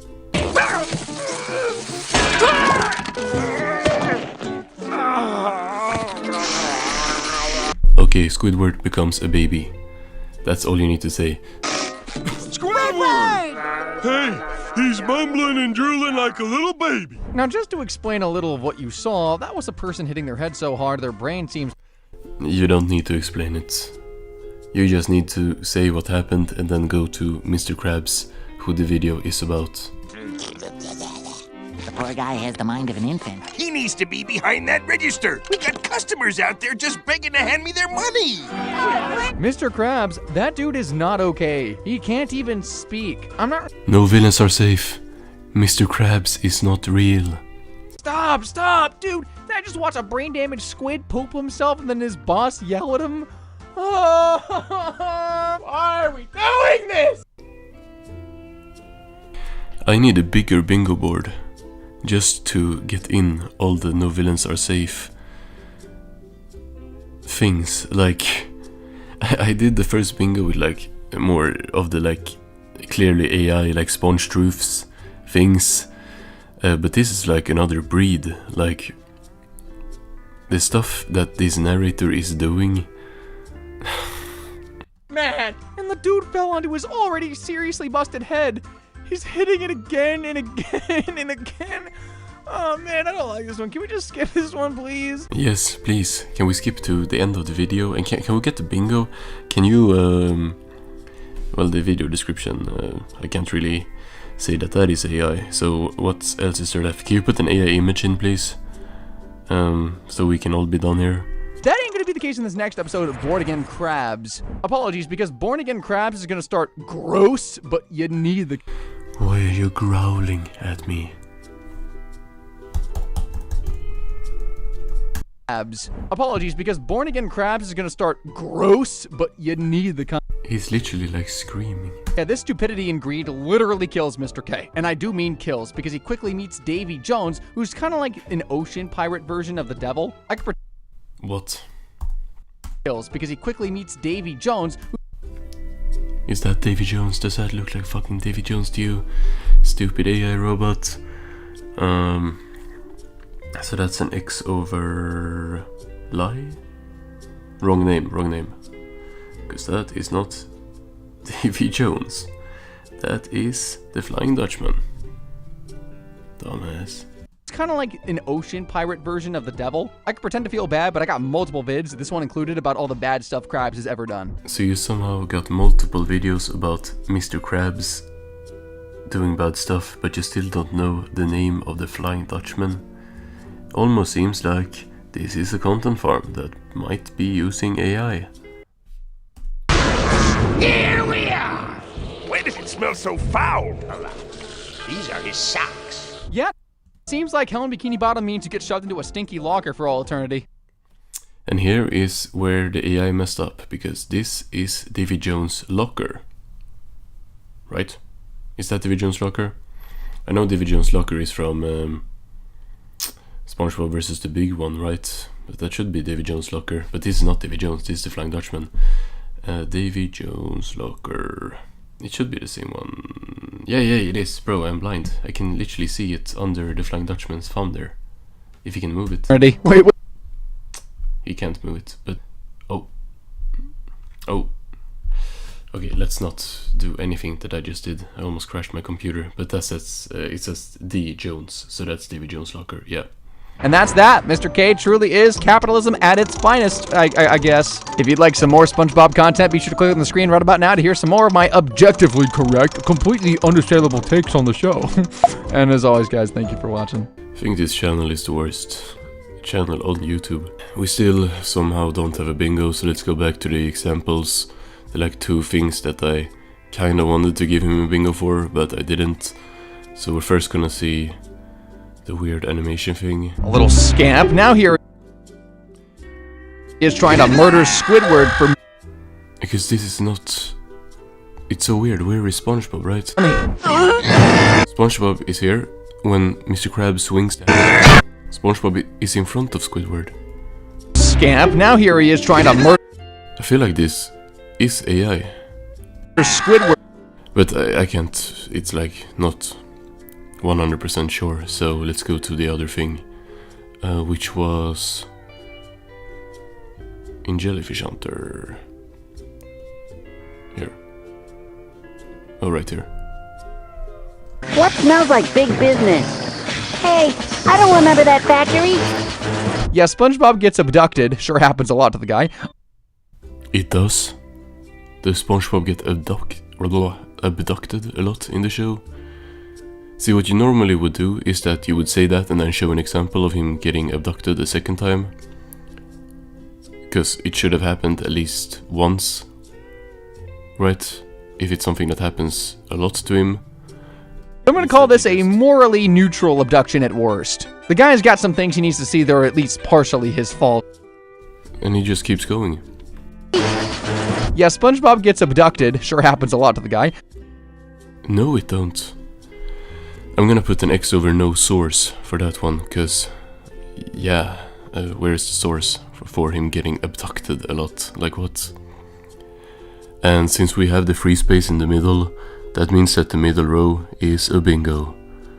No villains are safe, wins the bingo. AI SpongeTube bingo, win goes to no villains are safe. Congratulations. This video is so terrible, like, it's so terrible.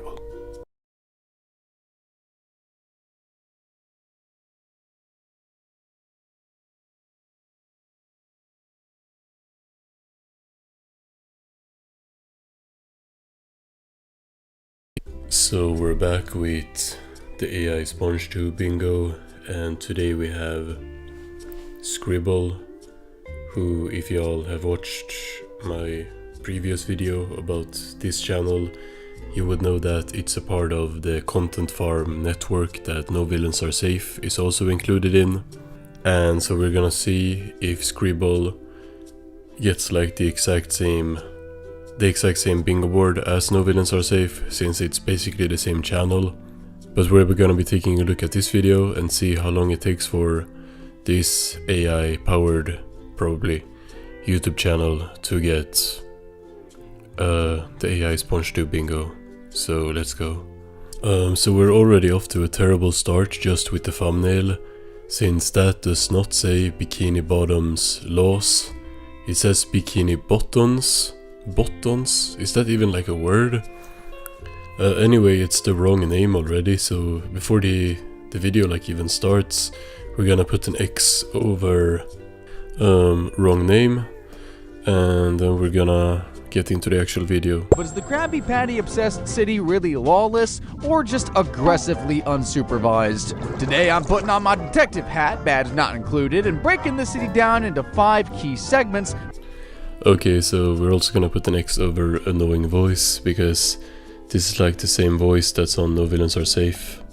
It looks really similar, if y'all wanna... Otherwise, you might start making videos about cartoons to feed an unending hunger for adoration from strangers that only grows and grows and grows by the day. But anyway, on my detective hat, badge not included, and breaking the city down into... I really hate this way of like...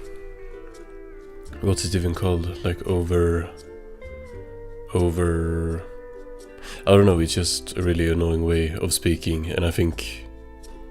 the voice actor is just doing too much, and that's often the case in these videos. The voice actor is just doing too much to try to keep the kids' attention, so he's like almost screaming at the end of every sentence and stuff. But this isn't one of those times where SpongeBob only wrecks just his school. SpongeBob is out on an actual road. Is that It's Not Exits Y? Let's listen to that again. But this isn't one of those times where SpongeBob only wrecks just his school. SpongeBob is out on an actual road. Yeah, it is. So that's It's Not Exits Y. And this video is pretty much identical to a video on No Villains Are Safe already, which is really making me scared, because that was one of the worst videos I've ever watched, and it was extremely annoying to watch. Like, it was actually insane.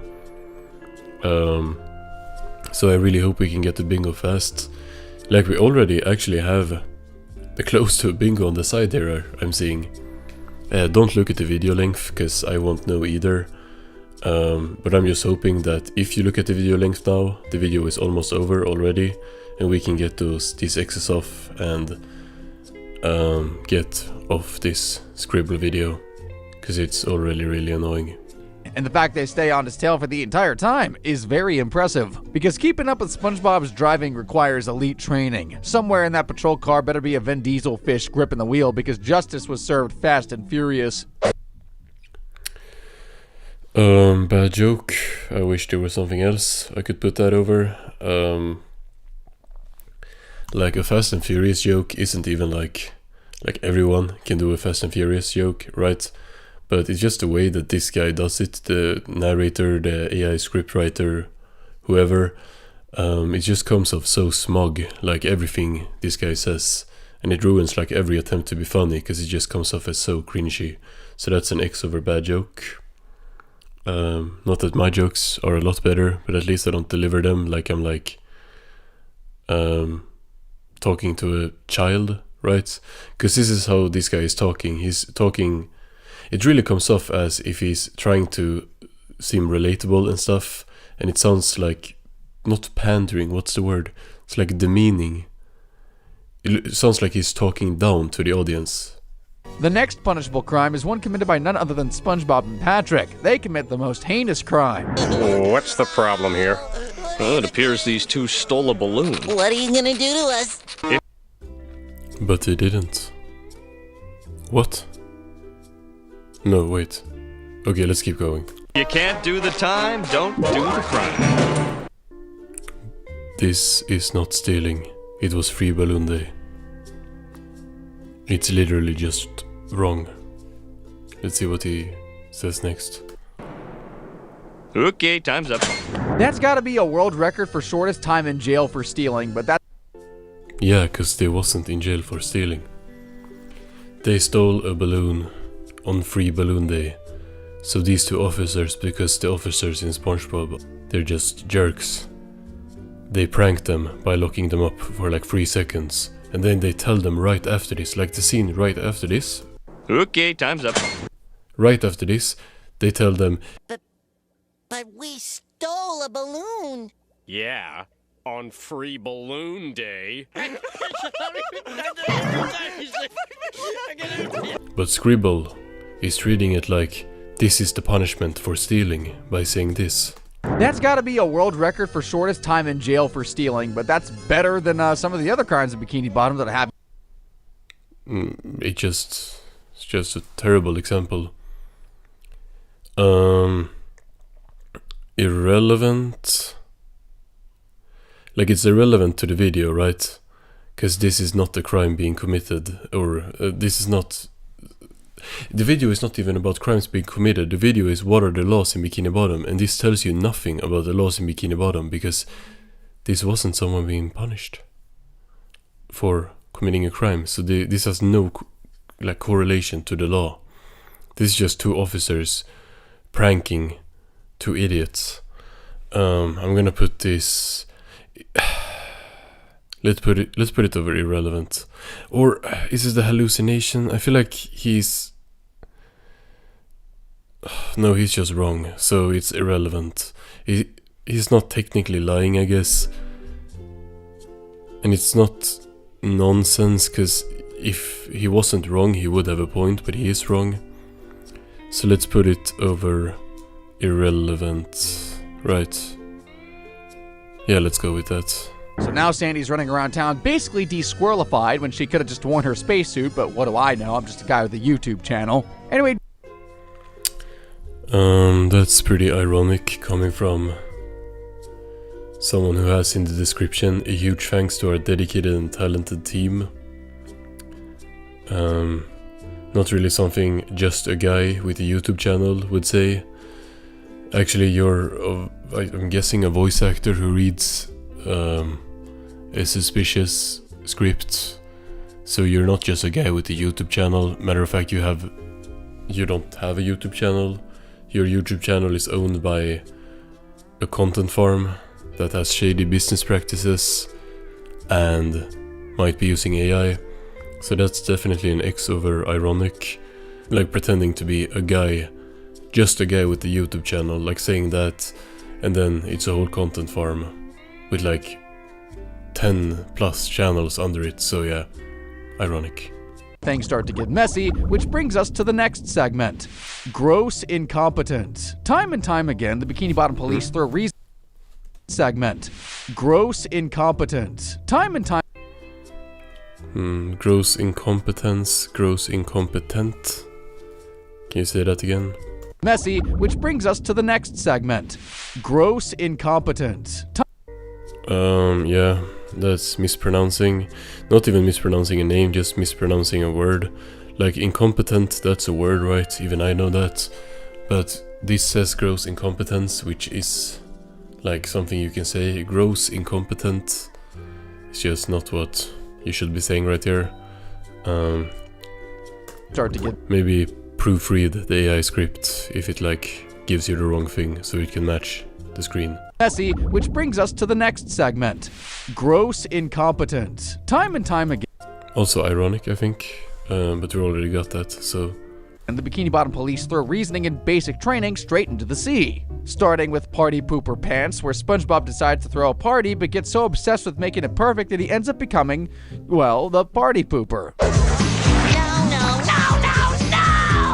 Didn't you read the schedule? 10 o'clock p.m. Stand your pants off. 10 o'clock p.m. Yowzers, but I get it. Planning an event and watching it fall apart in real time? Oh yeah, very painful. How is this relevant? Why are you... Is this episode summary? It's not really, because it's too... Oh, yeah, and he gets to... Okay. He is recapping stuff for no reason, but it's not, like, too long enough to be considered an episode summary. It's, like, more irrelevant, I think. While trying to keep everything right... We could have gotten a bingo if he kept recapping. Like, what? He hasn't really been recapping that much unnecessary stuff. Like, the No Villains Are Safe video was full of that shit, but I guess because in this one he can just throw in everything with cops, like every scene with cops in the show. But yeah, close to a bingo, but not yet. Ugh. Being arrested in a pillory is one thing, but being arrested because you didn't invite the cops to your party, that's not law enforcement, that's a power trip. And it's not X, it's Y. We already got that though. Mind you, Spongebob spends the entire night behind bars. Oh, and take note of those officers, John and Nancy, because they might just be the poster children for arbitrary arrests and straight up John and Nancy, because they... I guess those are their names. Like, yeah, she has been called she is called Nancy in this episode. She's called something completely different in this episode though. She's called like Officer Mallory or something. Why are they doing, O'Malley? I don't know. And this guy being named John, that's also like a one episode thing. It's always interesting when these channels know like the name of like these type of like secondary characters, incidental characters that only have a name like once, and then they go and like don't know the name of the Flying Dutchman and calls him Davy Jones. Do mean kills because he quickly meets Davy Jones, who's kind of like an ocean pirate version of the devil.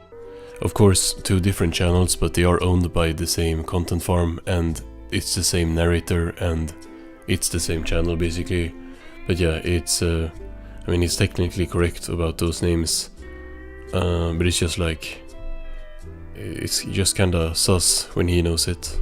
Even in Little Yellow Book, after Squidward shatters SpongeBob's squishy little heart by reading his diary. Wait a second. You're that diary. Just no human talks like this. Squidward shatters SpongeBob's squish. Perfect duo for unlawful arrests. Even in Little Yellow Book, after Squidward shatters SpongeBob's squishy little heart by reading his diary. Shatters SpongeBob's squishy little heart.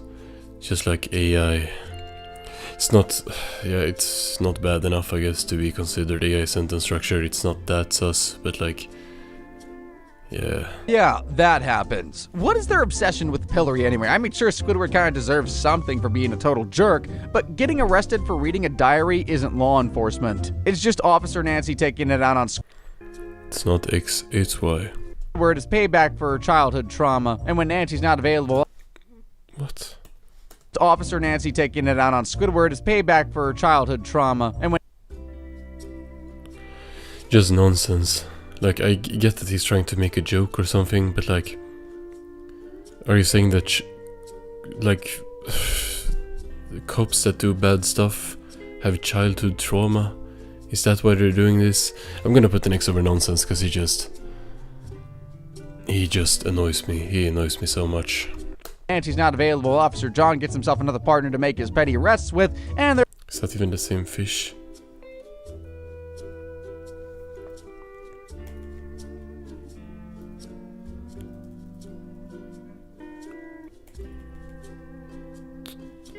I mean, the fins are different, but sure.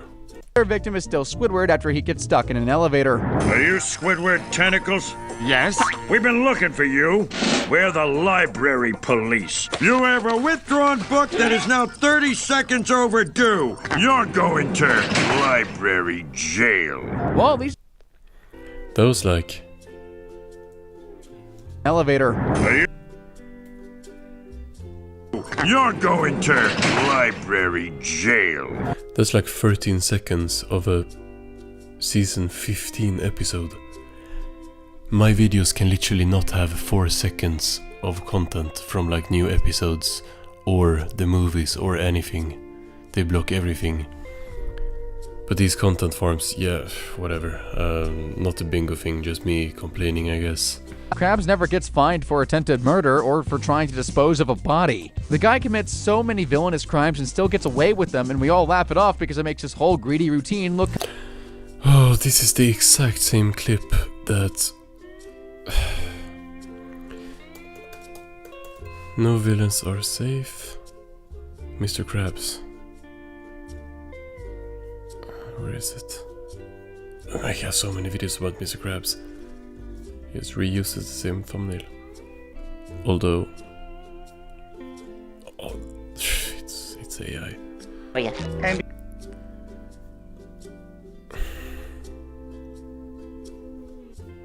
here's what Krabs can say.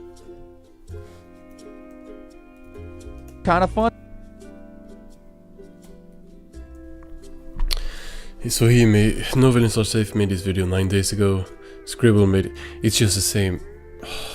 It's so annoying. I got it! Dude stole Neptune's crown and took over the entire city of Bikini Bottom, and he didn't even spend a single day in jail. At this point... That's...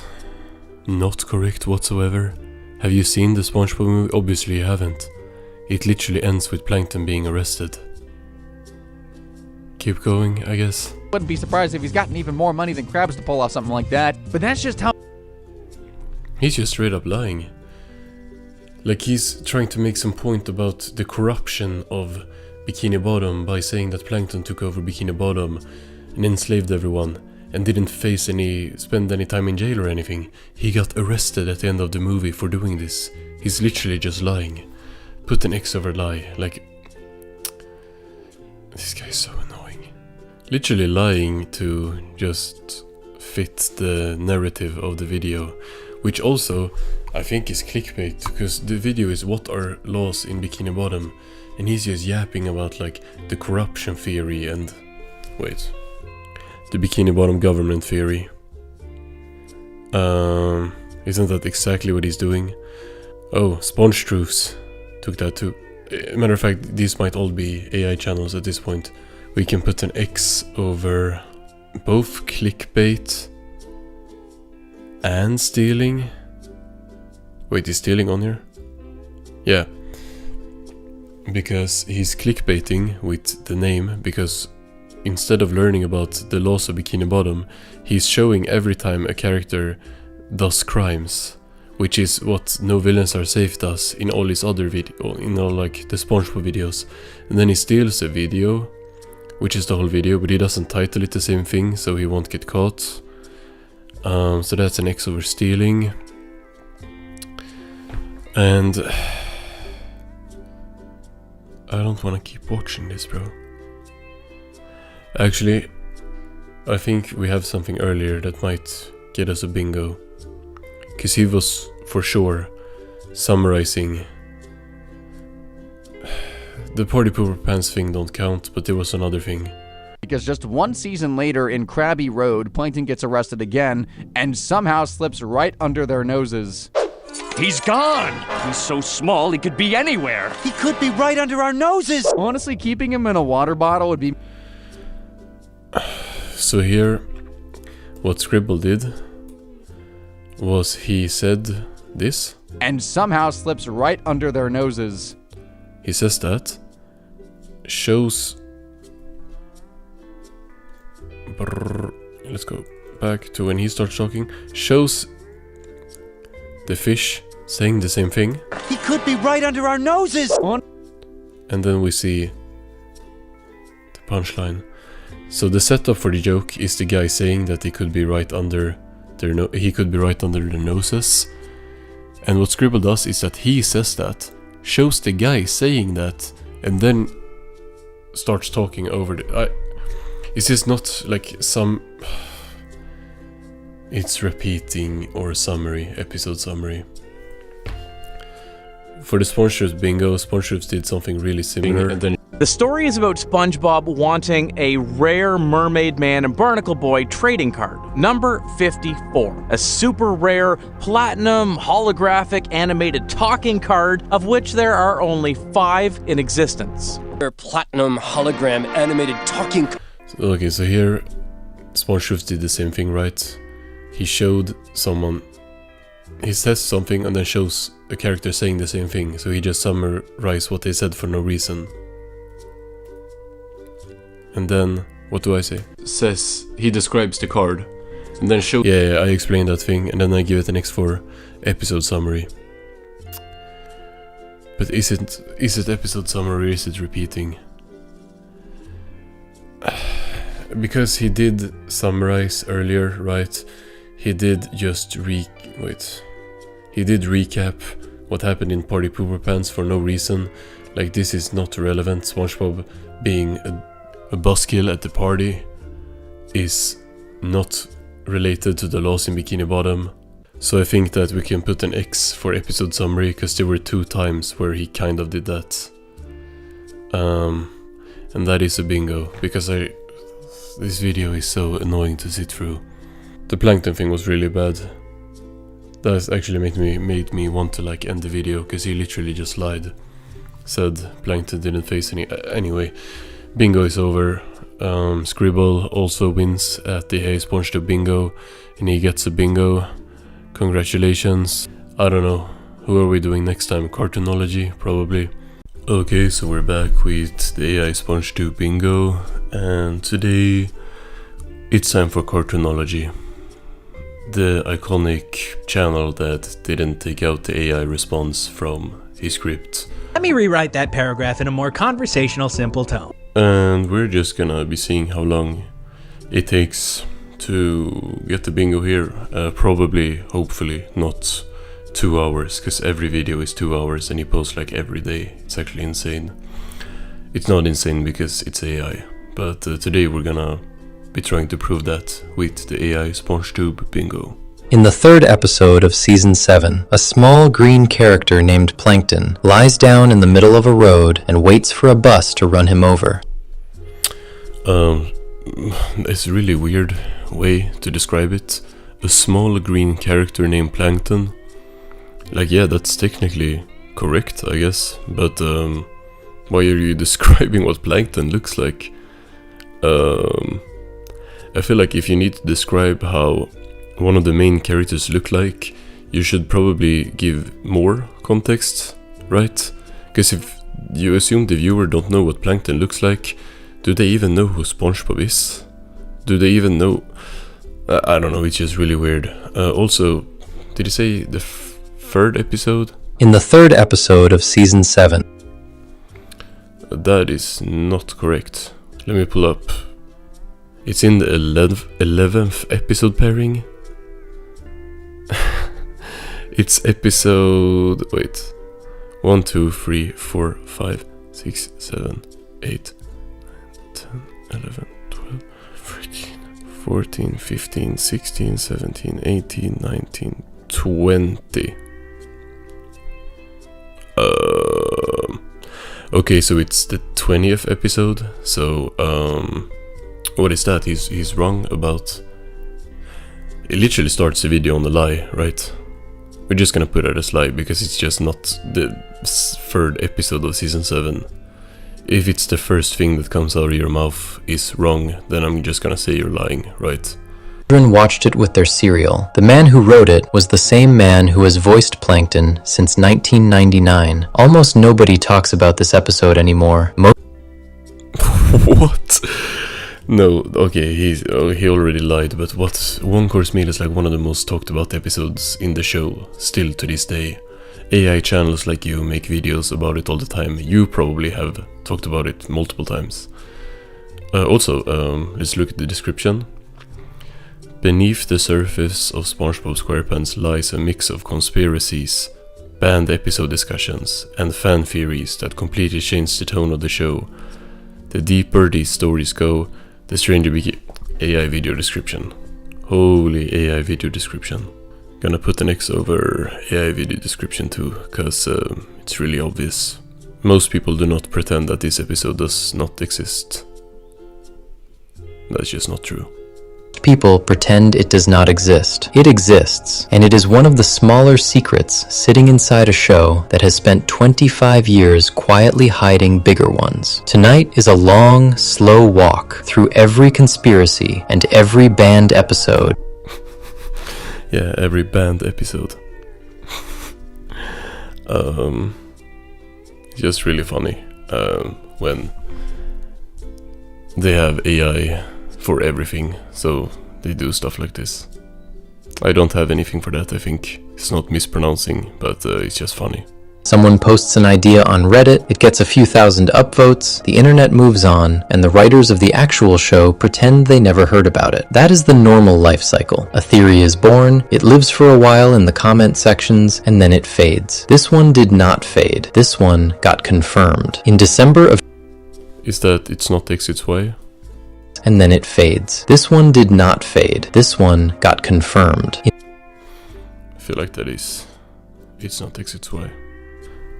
Maybe this will be the fastest bingo. I really hope so, because Cartoonology is just yapping all the time. December of 2024, the cast of SpongeBob SquarePants sat down for a reunion interview with Esquire.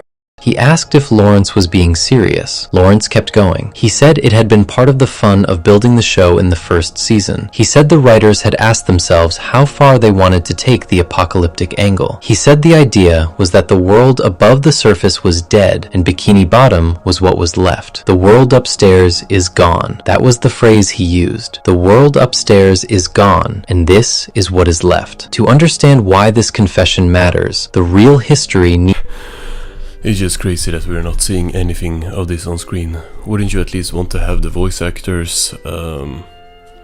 If you talk about the video of the voice actors reuniting, that's a video that exists on YouTube. Why would you not have it here on screen? Why are we still seeing one course meal? We're definitely gonna be able to put the next over like wrong image and stuff later, because he's just showing the same episode over and over again. The most powerful one, called Castle Bravo, went off on the morning of March 1st, 1954. The blast was 1,000 times stronger than the bomb that... This is gonna take so long to get a bingo, because he's just yapping about real historical events, and he's gonna spend like so long doing it, I know it too. At least y'all are not gonna have to sit through all of this, but I have to. Amazing. When something blows up in Bikini Bottom, the cloud that rises afterward is not a normal cartoon explosion. It has a very specific shape, a wide, flat base, a thick stem rising up the middle. Around It would be amazing to see that. We're just seeing scenes from Chum Caverns, Mr. Krabs. On top, spreading... Still Chum Caverns. So he's talking about how the explosions in Spongebob looks, but we're just seeing not that.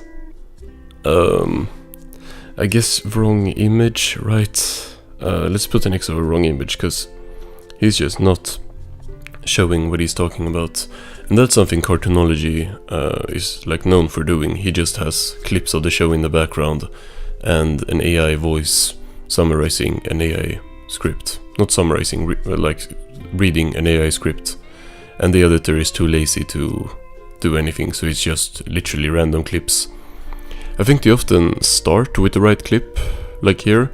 He talked about one course meal and we saw one course meal, and then the editor just gives up and throws in random clips for the rest of the video. So wrong image, yeah. Look at where the characters live. SpongeBob lives inside a pineapple, which is at least a fruit. Patrick lives under a rock. Squidward lives in a stone. With this zoom in on Squidward killing the SpongeBob, fake SpongeBobs. How do people watch this? Like, I guess, yeah, people just watch it in the background and don't pay attention to the screen. That makes sense. Look at the opening credits. The shot at the very beginning shows a small island sticking out of the ocean. A pirate is reading a map. The island is empty. There are no buildings on it, no people, no animals walking around. Actually crazy, like I have to actually sit here and pay attention to what's going on, and he's just not showing anything that he's talking about.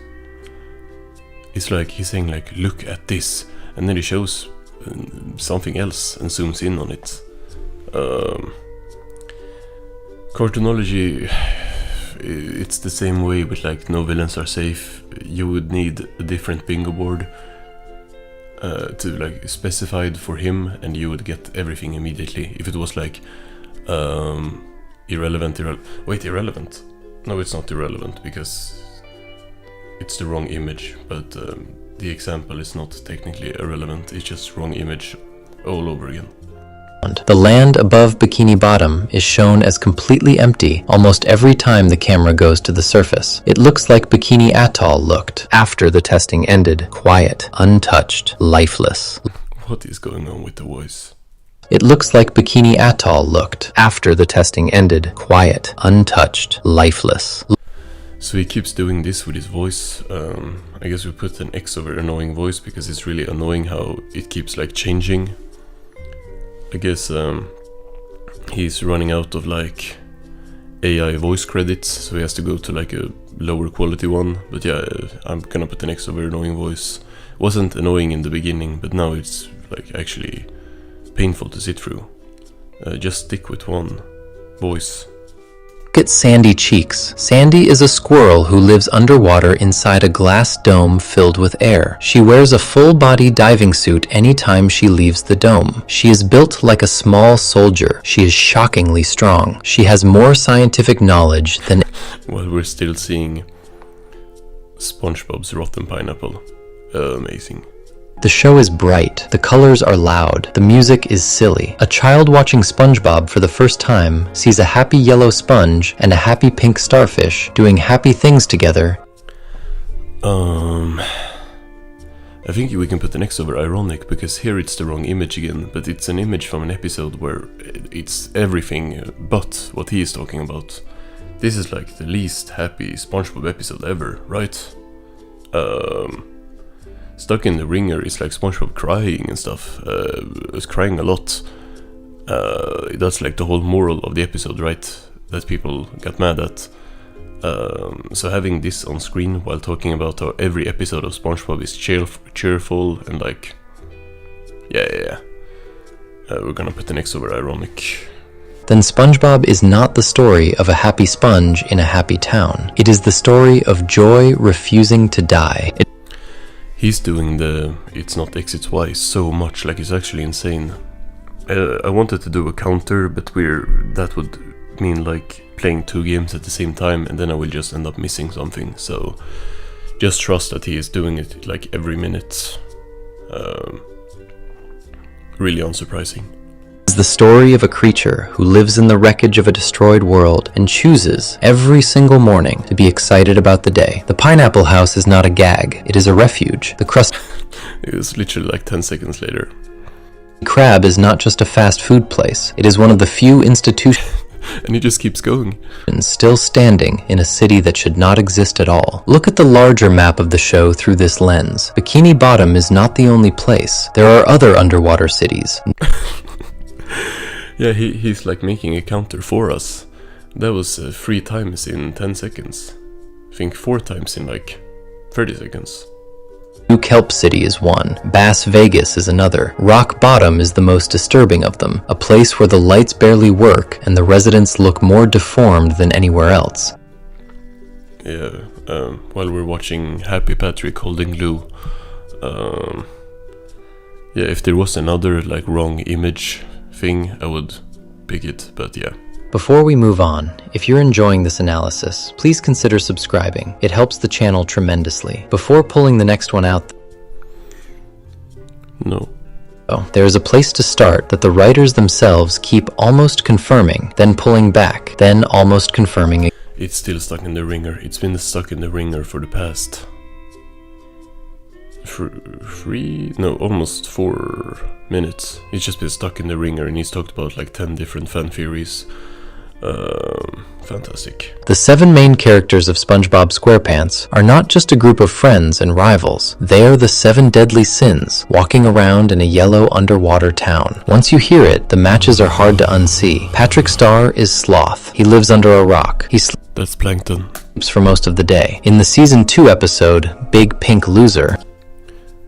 That's not Big Pink Loser, wrong episode. Like, bro, I'm actually losing it. Because the thing is, all he does is just have an AI summarize, or not even summarize, have an AI describe theories, SpongeBob conspiracy theories, and then have unrelated footage on screen. It's just the same thing over and over and over again. It's actually pissing me off. Like, oh, I really hate this channel, man. Wins a literal trophy for doing absolutely nothing for the longest time. His own father gives the award to him. Patrick stares at the trophy and cries with happiness. His own father gives the award to him. What? Huh? Okay, let's hear that again. In the Season 2 episode, Big Pink Loser, he wins a literal trophy for doing absolutely nothing for the longest time. His own father gives the award to him. No, he don't. What? Patrick's father is not in this episode.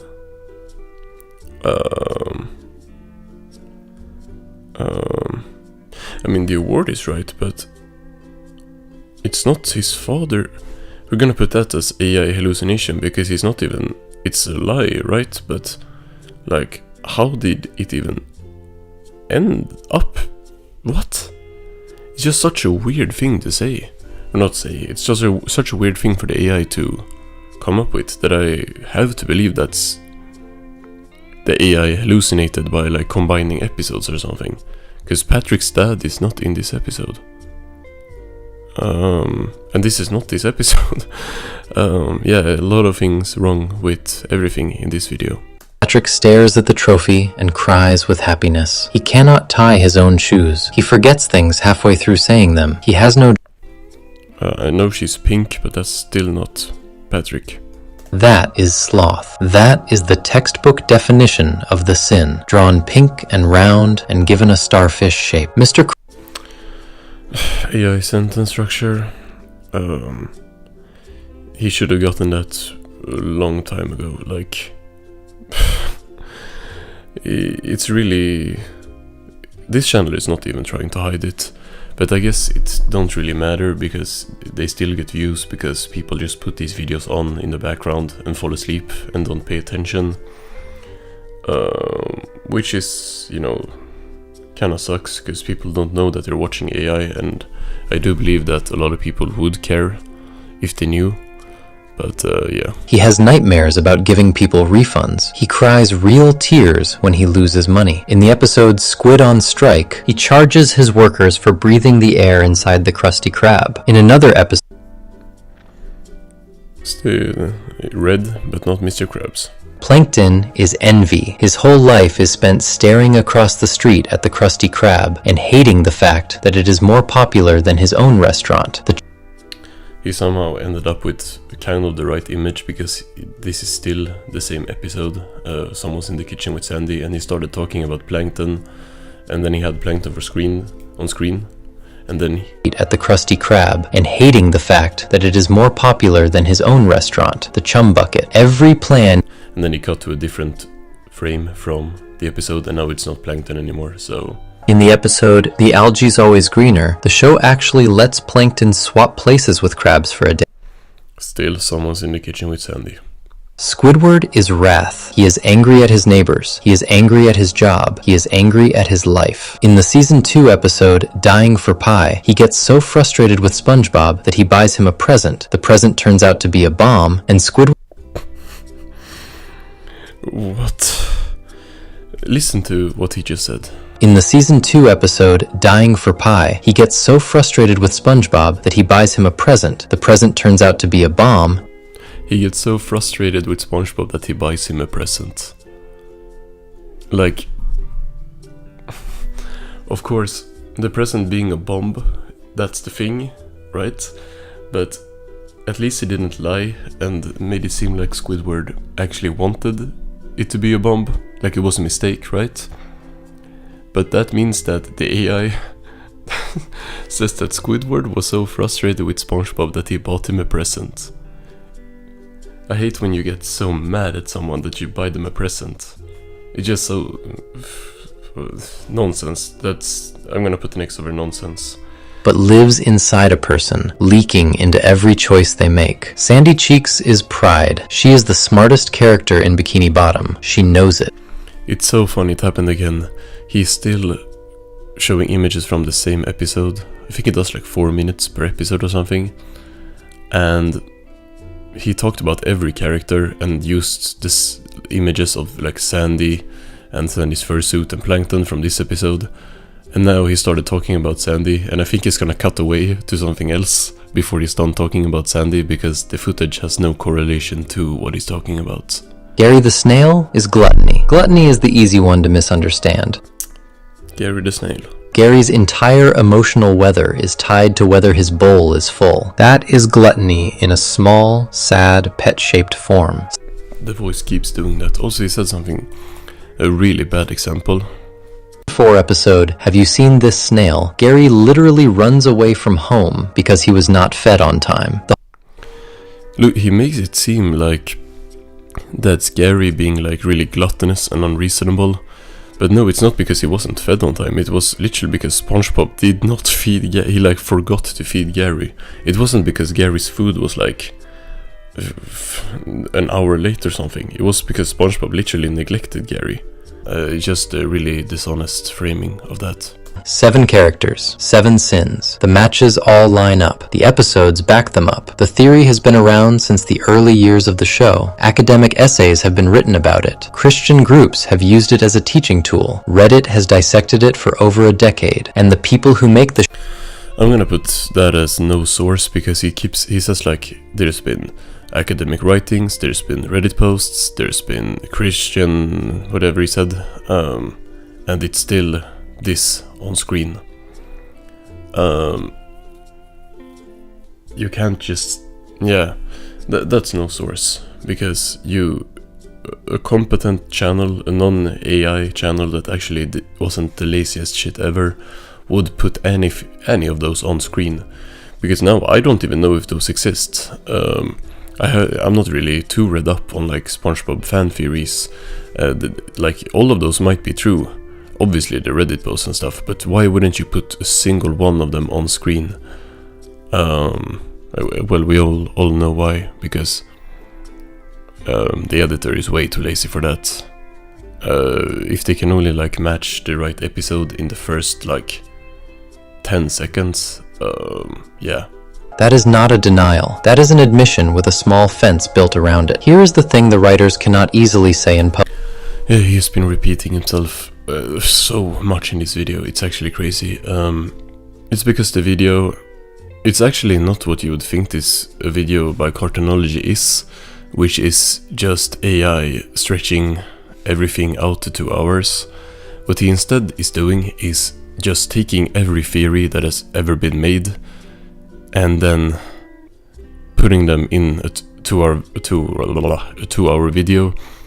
But because AI can't write, he just ends up making the same points for like every theory and saying it's not this, it's not, it's this for every single one of them. This is unwatchable. Like, I guess if you listen to it and you're like falling asleep, this wouldn't bother you as much, but this is unwatchable. He did not say, yes, the 7 deadly sins are the bones of the show. He said something close to that, and then he stopped. What can be said with full confidence is this: the theory is not a wild stretch. It is supported by a clear I can't watch this, sorry. I'm 21 minutes into this and we have a bunch of X's, but we don't have a bingo, and unless he puts an AI image in, which he clearly won't because he's just using clips from the show, and unless it somehow ends up being clickbait, but the title is just every SpongeBob conspiracy. That's actually interesting. Actually, let's think about this. Every SpongeBob conspiracy plus banned episodes to fall asleep to. Every SpongeBob theory.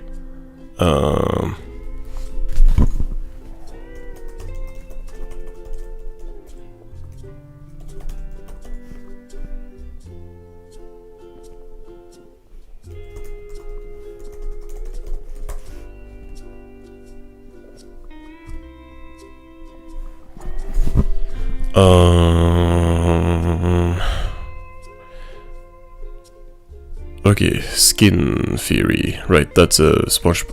We're just gonna be really... The theory is...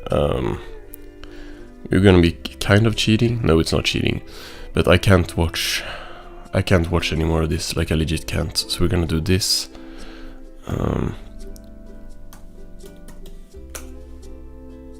Skin.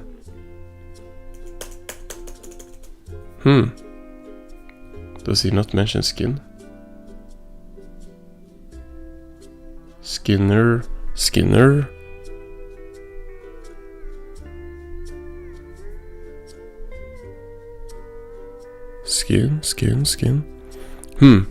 The SpongeBob skin theory, which is like what Wikipedia puts as like, these are not a lot of conspiracy theories.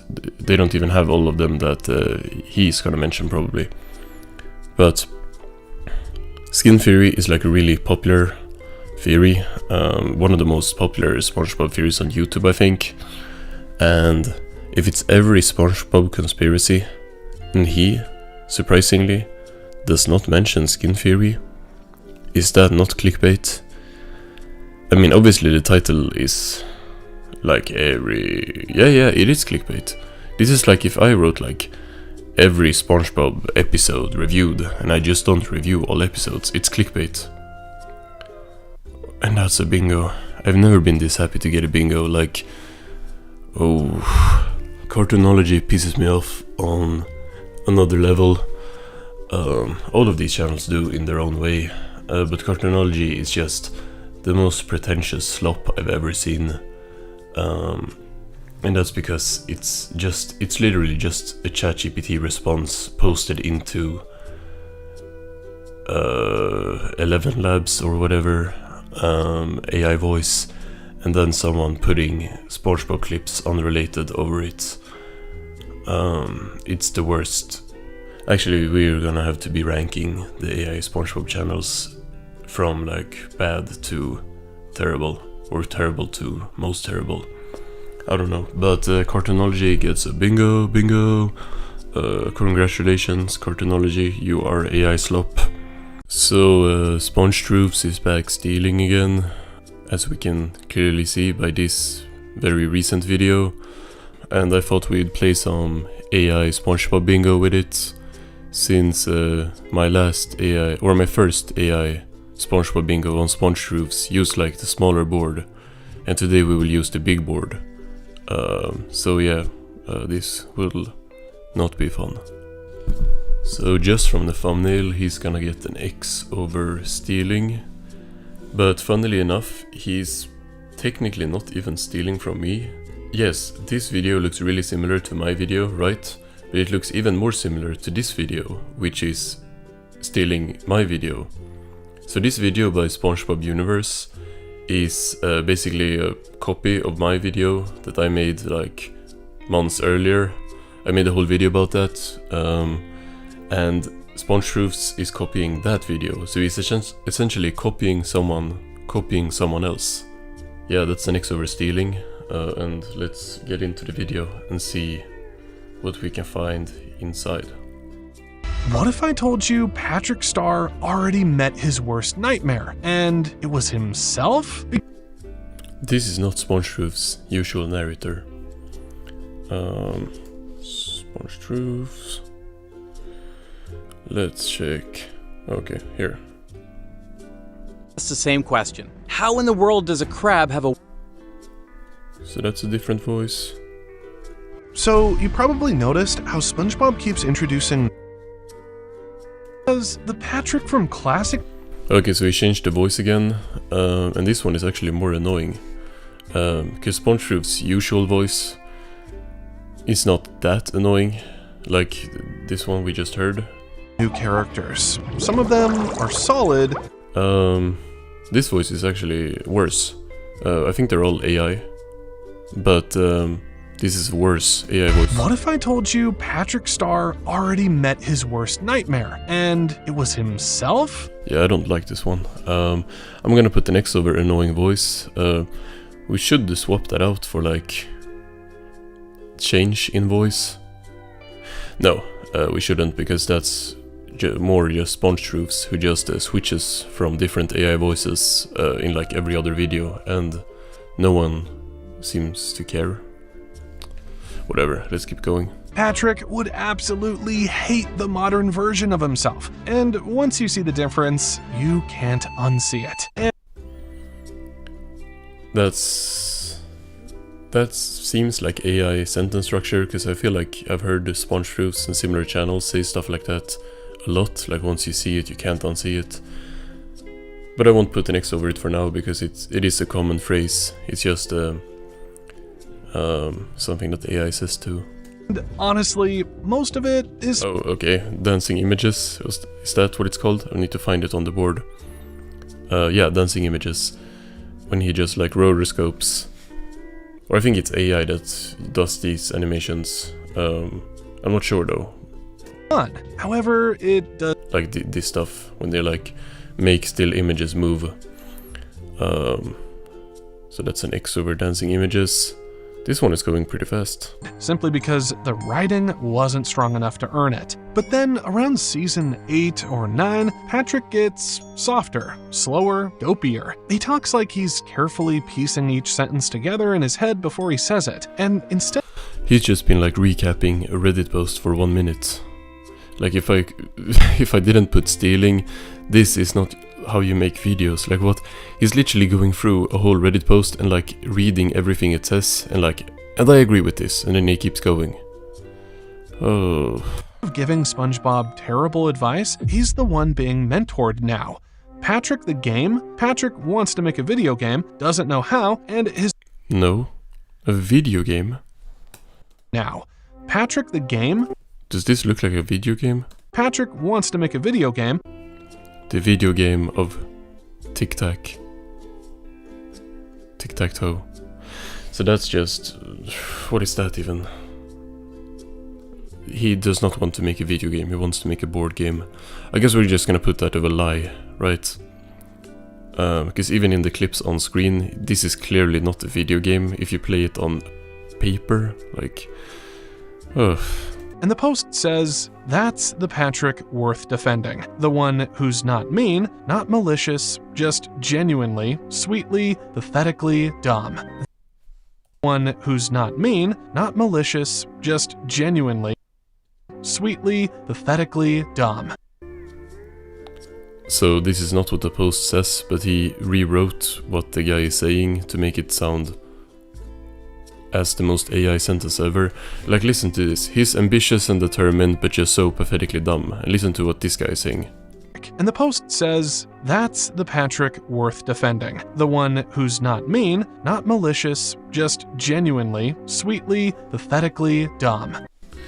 So, yeah, he just rewrote it into the most AI sentence ever. So we're gonna put that over AI sentence structure. People agree that classic Patrick was sometimes a jerk. Meanwhile, this modern Patrick has golden retriever energy. That his friends indulging in his bad ideas to build his confidence is weirdly... Yeah, I don't like the dancing images stuff, but we already got an X over that, so... I just realized I missed something. I'm gonna go back. I was like looking at the bingo board and I realized he did kind of this exact thing. I'm gonna see... here.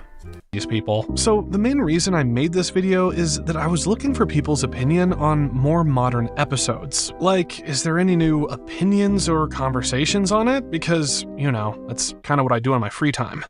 So I think this goes over spent all week watching, because the spent all week watching thing is like, it's when they say like, so I spent all week watching Modern SpongeBob to figure this out. And I think this comment by him, opinions or conversations on it, because, you know, that's kind of what I do in my free time. It's like trying to seem human by like saying like he studies SpongeBob in his free time or something. And I think that counts for spent all week watching, because it's not that it needs to be literally spent all week watching, but it needs to be like something like that. Let me know if you understand what I mean. It's like the same kind of thing that he's saying. The whole bit with Rocky is that if you treated some random rock under the sea well and weren't a jerk with it, unlike one of the other contestants, that pet could do anything. Meanwhile, Patrick in Pet the Rinse, that pet could do... I have not been listening or like putting X's over. He's doing like the bass drop thing, right? Like all the time. Listen to... wait. How do you do this again? Like the sound effect stuff, like this one. That pet could... yeah, that's a bass drop. He does it a lot. I just forgot that I had it on the board, so I haven't like been putting stuff over it. Also, he does recap stuff kind of unnecessarily. Like, what did he do right here? Having with his pet and decides he wants one too. They head to the pet store. Patrick walks up to an aquarium. He stares at the fish inside, and then he points. Not at the... like, it's just mega recapping. But I guess here it works, I guess. I don't know. Classic Patrick didn't get away with stuff like this either. When he went on a rampage on Valentine's Day, the whole city turned on him. When he and SpongeBob lied to sell chocolate, a guy chased them down for it. There were consequences. What? Lied to sell chocolate, a guy chased them down for it. There's a few things wrong here. On him. When he and SpongeBob lied to sell chocolate, a guy chased them down for it. Okay, let me just collect my thoughts right now, because there's a few things wrong with what he just said. First of all, in Chocolate with Nuts, SpongeBob and Patrick lying to sell chocolate. On him. When he and SpongeBob lied to sell chocolate, has no correlation the guy chased with this guy chasing them down. He is not chasing them down because they lied to sell the chocolate bars. He's literally chasing them down to buy all the chocolate bars and make them rich. So this is actually the worst example ever, because it's like, yeah, classic Patrick got karma or whatever, and then it's like, yeah, when he lied, this guy chased them down because he lied. So he lied, then this guy chased them down and gave them lots of money. So it's actually the opposite of what he's trying to prove. What do I do for that one? I think I do hallucination.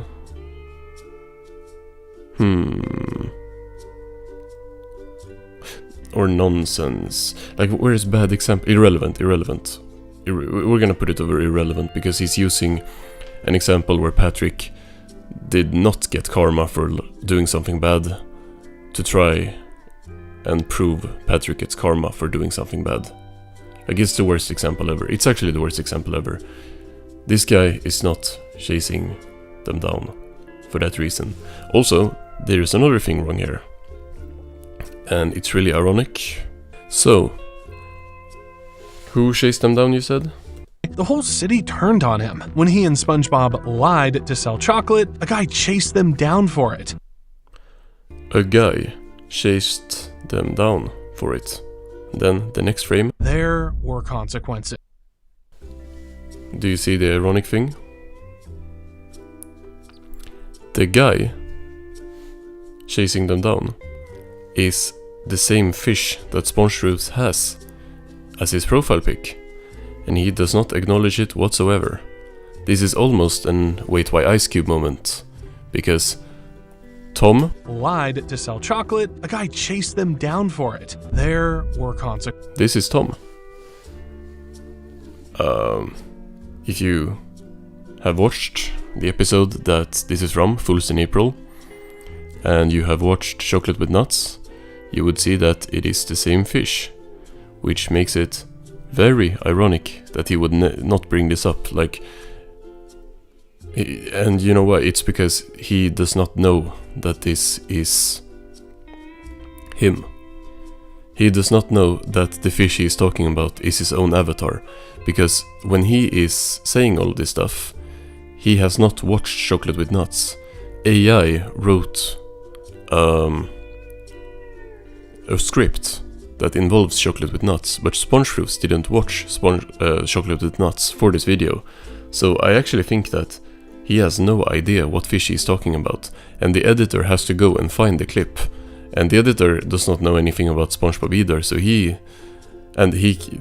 narration is already done, so he can't like make a joke about like it being him chasing them down. Like, for example, my avatar is not a fish from SpongeBob, it's just like a avatar of me that looks like he's from SpongeBob. But you don't think that if they made a fish that looked the exact same, I would like mention it if I'm talking about it and having it on screen? And having my own avatar right up. Yeah, that's gotta be ironic. Like, there is, wait, why ice cubes? Right. There were consequences. Real consequences. Real consequences, like a guy giving them all his money so they become rich. Classic Patrick would not find that sweet or funny in the slightest. If you sat Classic Patrick down and told him, hey, you understand that's a rock? Modern Patrick wouldn't even be insulted. He'd just look at you, smile. Modern. If you sat Classic Patrick down and told him, hey, you understand that's a rock? Modern Patrick wouldn't even be insulted. He'd just look at you, smile, and go back. What the fuck is he talking about? He's like, if you sit classic Patrick down and tell him this, modern Patrick will say this. But you sat classic Patrick down. Sat classic Patrick down and told him, hey, you understand that's a rock? Okay. If you sat classic Patrick down and told him, hey, you understand that's a rock? If you sat classic Patrick down, so classic Patrick, you tell classic Patrick, hey, that's a rock. You know that, right? So you tell that to classic Patrick. Modern Patrick wouldn't even be insulted. He told them, hey, you understand that's a rock? Modern Patrick would. Where did modern Patrick come from? You sat classic Patrick down and tell him something. Why is modern Patrick like reacting to that? Even be insulted. He'd just look at you, smile, and go back to walking Rolly. That's the part that okay, so actually that's nonsense. Like, what does this sentence even mean? If you sat classic Patrick down, modern Patrick would do this. If you tell classic Patrick this, modern Patrick would reply this. But you told it to classic Patrick. Yeah, it's definitely nonsense. It's just like AI writing itself into a corner or something. I don't know. The bar for what classic Patrick was capable of wasn't high, but it was a bar. He could do things. Sometimes he was even good at them. Believe it or not. So these are like he's talking about classic Patrick. Then he has an image from season 6, which I don't think you would consider classic Patrick. Matter of fact, earlier in the video, wait, let me actually see all the examples he had there. Not classic Patrick. For what classic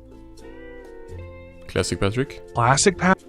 Not classic Patrick. Patrick was capable of wasn't high, but it was a bar.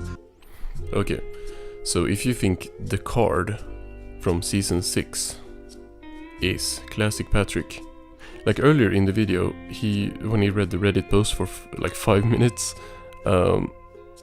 they actually split up Patrick into 3 eras. Classic Patrick, seasons 1 through 3, is fine. Classic Patrick, seasons 1 to 3. But now Classic Patrick is... Where did I lost where I was in the video. But now Classic Patrick is... I don't even remember which episode this is from, but it's definitely not from an early episode. This is like a way later episode. What classic? This is not Classic Patrick. If Classic Patrick is seasons 1 to 3, then you have the wrong image on screen, so we're gonna put an X over wrong image, because he's just putting pictures of Patrick on screen when talking about what Classic Patrick did. So, yeah, based on everything I just talked about, Classic Patrick would hate Modern Patrick, but... Again, this is from Season 2. This is from Season 2, yeah.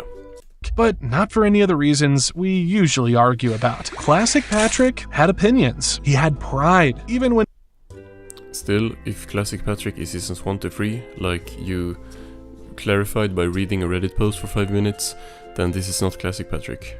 So, if Classic Patrick walked up to Modern Patrick right now and laid all of this out, and laid out the things that Classic Patrick didn't do. I think it's worth remembering that sometimes the character we're mourning isn't the one on screen. It's the one we used to know. It's not X, it's Y. Sometimes the character we're mourning isn't the one on screen. It's the one we used to know. Yeah. We are probably not even getting a bingo. That's the messed up part. Like, look at these X's, but if there's no bingo, like... Because it's not... Wait, do we get the bingo if he puts... Let's see. He has not a lot of time left. He has like 20 seconds left. He didn't put an AI image in this one, which I would say obviously it's good, but we can't get a bingo since he's not putting one. It's not clickbait. It's a stupid video, but it's not clickbait. And he hasn't done the no source thing, so we might be cooked. And speaking of which, I've also made a video about some SpongeBob character fans openly think shouldn't exist. And watching it back after writing this one, I realized Patrick and that character might actually have more in common than they should, just from completely opposite directions. If you haven't seen that one yet, it's right here. Go watch it next. SpongeBob somehow didn't get a bingo. He has a lot of X's on screen. He did not get a bingo. The video still sucks.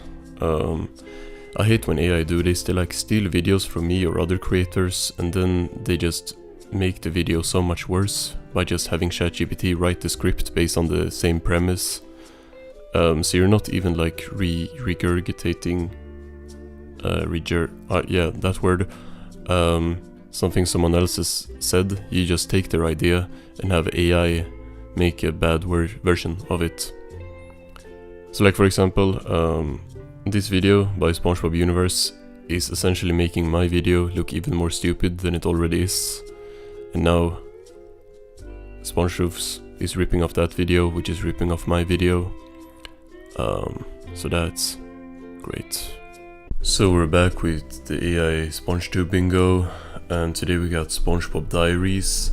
This is the channel that made a video warning about AI while being AI themselves. Like even the thumbnail of that video is AI. This channel is just a mess. Like the videos are so weird, so I thought we would take a look at one today. And by the way, we shuffled around the bingo board because people told me to do that, so that we don't get like the same X's each time, or if that makes sense. I don't know, there was an argument for it. Anyway, let's get into it.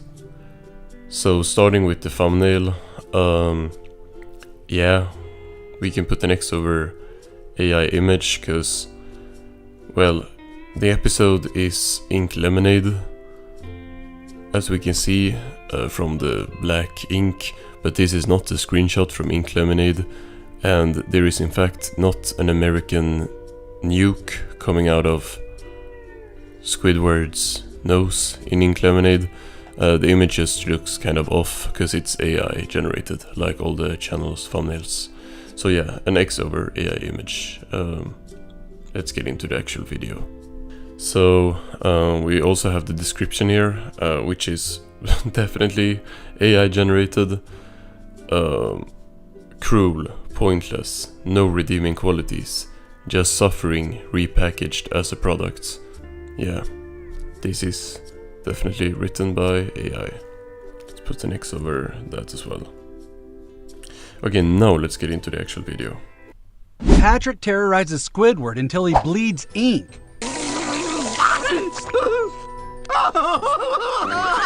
Sells the ink as lemonade. Customers drink it, get sick, come back for more. Nobody asks what's in it.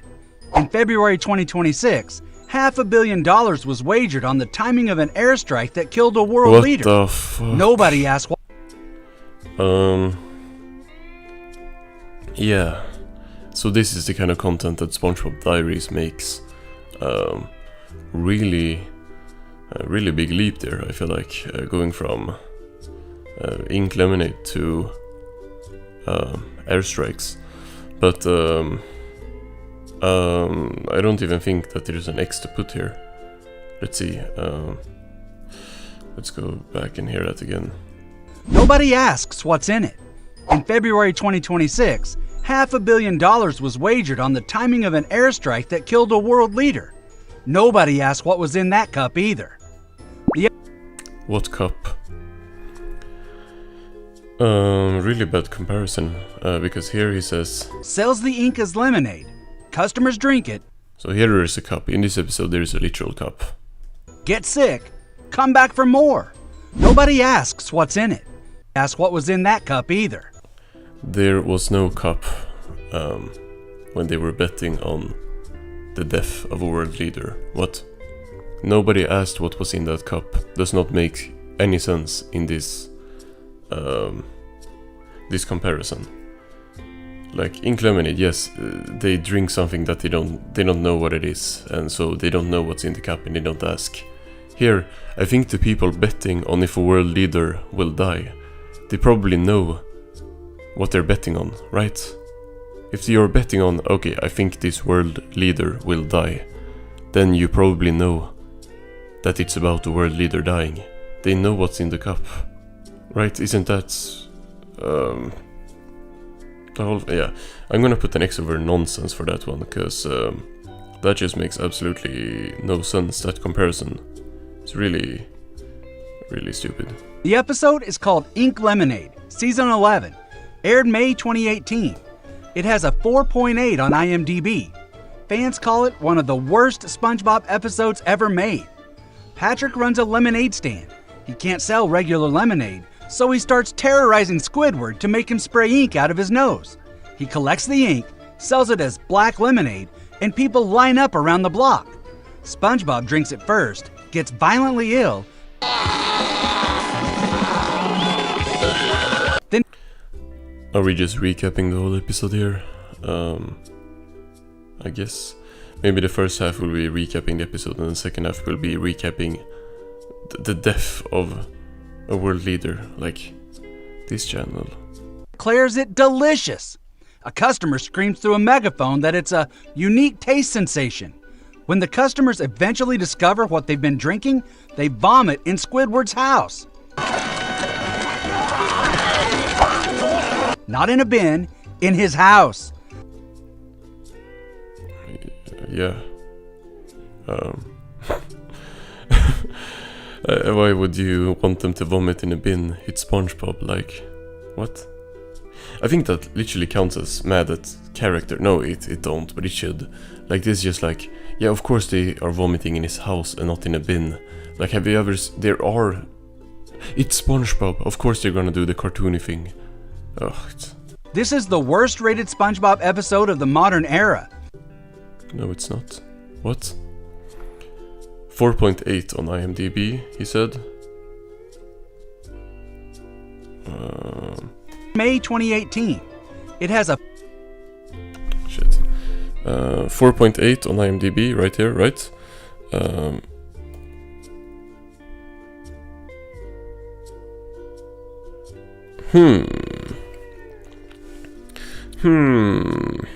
This is not correct. There is something wrong here. Let me pull up my IMDb. So this video came out 12 days ago. I think this chart is really old. Because why does it stop at season 12? When season 12 came out in 2019 and the last episode aired in 2021. So season 13 started airing in 2020. But he does not have season 13 on his graph here. This is pretty bad because there is in fact an episode, like a few episodes later, I'm not kidding, in season 12, at the start of season 12, there is an episode with a 4.3, which is of course lower than 4.8. And if he didn't use a like 6-year-old graph, he would know this. So this is really interesting because he legit didn't use IMDb as the source here. He used an image he found on Google that is really old. So yeah, this is not the worst rated episode. This is also, you can't really use this as a reference because every episode on here except for specials are like 2 episodes paired together, so they're rating both episodes. But I guess anyway, he's wrong. I think putting that over lie because it's not the worst rated episode. And if you didn't use a really old source, you would know that. Let's keep going. Where was I? Right, let's see. No, I'm not rewatching this. Okay.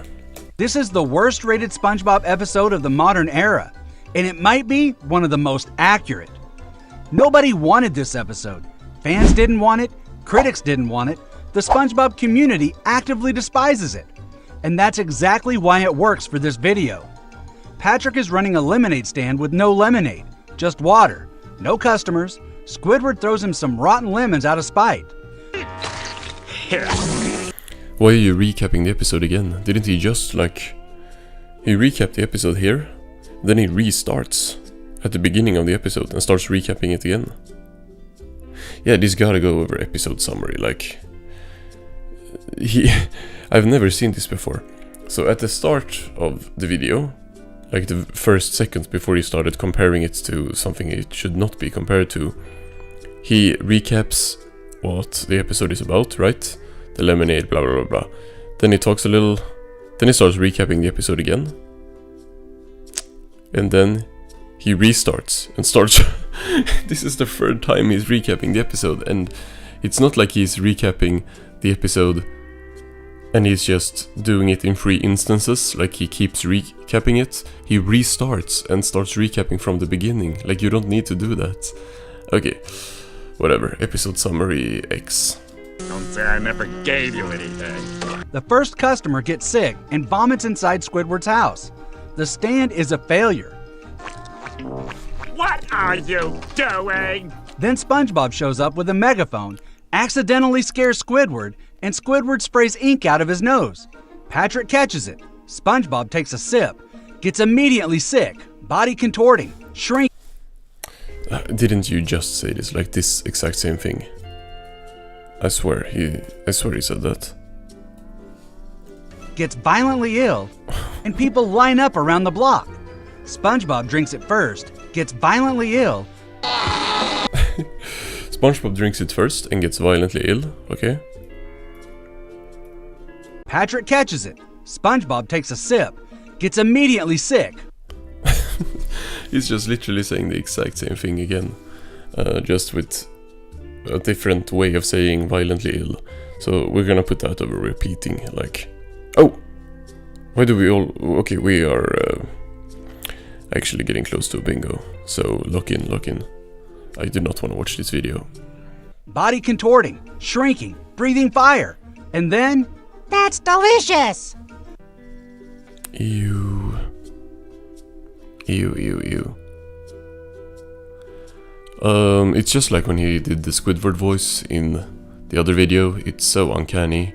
The first reaction to consuming it is a violent physical response, and the customer's conclusion isn't, this is poison, it's, give me more. The product doesn't need to be good. Really ironic. Really ironic how you say the product doesn't need to be good while putting an AI image of a lemonade stand into your Spongebob video.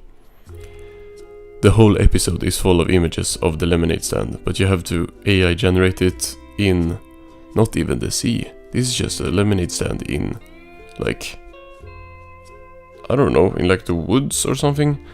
I feel like that is really ironic if you complain about the characters not caring about quality while you are making AI slop. Just so stupid. It needs to be novel. It needs to be intense. And once you've swallowed the initial shock, you're hooked. A customer literally screams through a megaphone, "A unique taste sensation!" She's not describing a flavor. She's describing the rush of consuming something she doesn't understand. It's not X, it's Y. Describing a screams through a megaphone, "A unique taste sensation!" She's not describing a flavor. She's describing the rush of consuming something she doesn't understand. Yeah, that's definitely it's not X, it's Y. Let's put an let's put an X over it's not X. Feel like we could definitely get a bingo here. Cause I'm scared of what he's about to say. That's the business model. Sell the intensity, hide the source. So Patrick needs more ink. He goes to Squidward's house and starts deliberately terrorizing him. He peels off his own skin to reveal his organs. He sends a sea spider named Mildred into Squidward's home.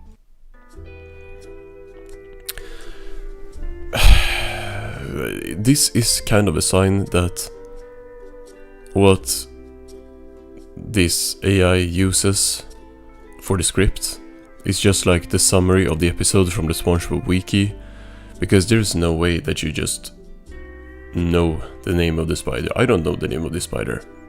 And if I did a video, I would not say the spider named Mildred. That is just something Patrick says, like, yeah, come here, Mildred. It's not an X or anything, it's just so funny when channels that will like mispronounce the names of the main characters will know the name of a really insignificant character. And the customers keep lining up. Nobody asks what's in the drink. Nobody asks where it came from. Nobody connects the screaming coming from inside the house to the dark liquid in their cup. They just want the experience. Like, look at this. It's so... I already put the next over ironic, but it's so ironic when channels say anything like this and this is your content. Like, it's like he's asking this to his own audience. Like, what is this image? It's terrible. It's disgusting. Why is Squidward's house over here? Why is Squidward's house on the left when the lemonade... Yeah. AI slope. Taste sensation. The rush. The line gets longer. Patrick's stand thrives. And every glass he sells requires one more scare, one more violation, one more moment of Squidward's suffering extracted and repackaged as entertainment. I should have put this long ago, but I'm just gonna put the AI sentence structure, because yeah, he talks like a robot. It's so obvious. The stand is a machine. Yeah, but this is not the stand. This is not the stand. This is a stand. This is an AI-generated lemonade stand. This is not the Patrick lemonade stand, though. Input is pain. The output is profit. And the customer's only job is to not look behind the counter. When Squidward finally discovers what's happening, he tries to do it himself. He opens his own black lemonade stand, but he can't self-generate the ink. He needs to be scared. So he pays a customer, Don the Whale, to scare him. Don does. Squidward sprays ink everywhere. Of course, Don the Whale. I mean, that is definitely Don the Whale. But I don't think they name drop him in the episode. I think it's just that you read on the wiki that it's Don the Whale doing it. The moment the customers saw the suffering with their own eyes, instead of tasting it through a screen, the whole thing fell apart. They vomited. They left. The stand collapsed. The suffering was only profitable when it was hidden, when it was abstract, when it was someone else's problem, filtered through a cup and served with a smile. Let's talk about nukes. Now, let me tell you what happened. Yeah, I'm kind of proud of myself for predicting exactly when he was gonna say it, but yeah, let's hear this. Filtered through a cup and served with a smile. Now, let me tell you what happened on February 28th, 2026. Please don't. The United States and Israel launched joint airstrikes on Iran. Iran's supreme leader, Ayatollah Ali Khamenei, was killed in the first wave. No. I'm just we're putting an X over irrelevant because this is Spongebob. Like, this is legit Spongebob. And this reads like a shit post, right? This reads like a parody of a like Spongebob theory or something. But no, this is not comparable on any level. It was the single most significant military operation of 2026. And on Polymarket, a prediction market platform where users bet real money on real-world events, $529 million was traded on... Yeah, this has no correlation. I do not want to watch this. It just feels really weird.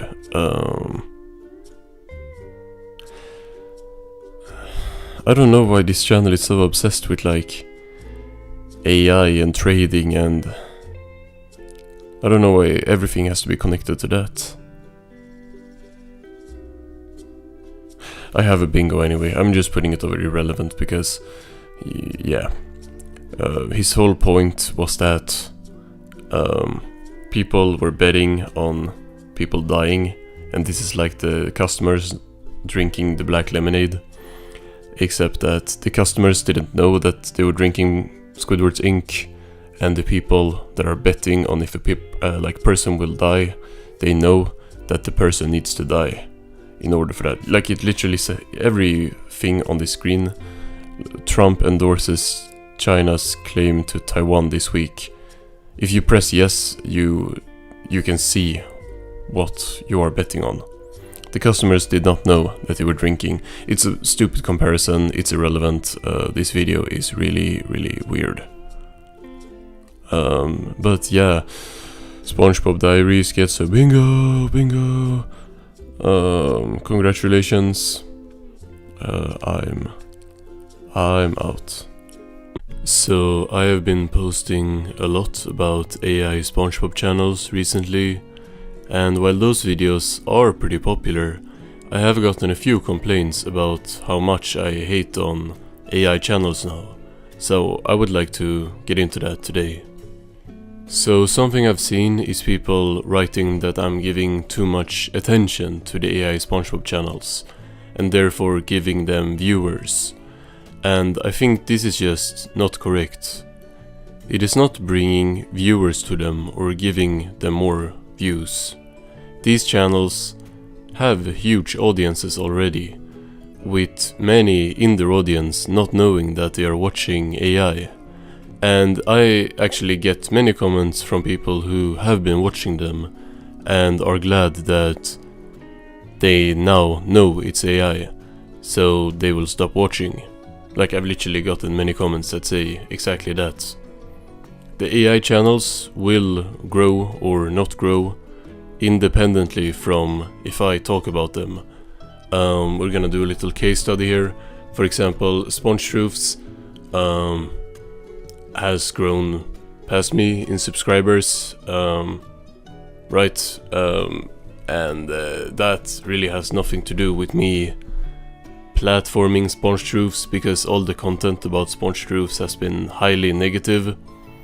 But the channel like SpongeBob Diaries, which I have covered twice, still get no viewers.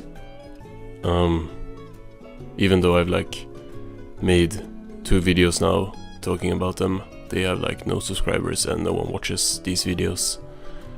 If I talk about them or not talk about them, it's not gonna really affect that much, but I can at least try to get some people aware of what they are watching.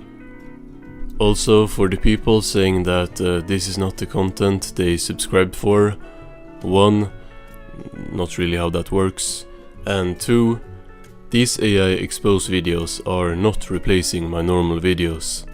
Lately I've been doing double posting, so uploading like an AI video on a weekday and the usual normal SpongeBob video on the weekend as usual, or the other way around. For the most part it's legit just an extra upload that I wouldn't do otherwise, so it's not taking away a video spot, it's adding an extra video spot, because for the longest I was just doing 1 video a week, but now that I've talked more about AI, I've added that as an extra video instead. Just say you like AI slop at this point. I feel like since it's kinda shunned upon to say out loud, people try to make other excuses. Like, if you get mad at someone shitting on AI, I think that's kinda saying something. AI is a plague on YouTube, and SpongeTube specifically.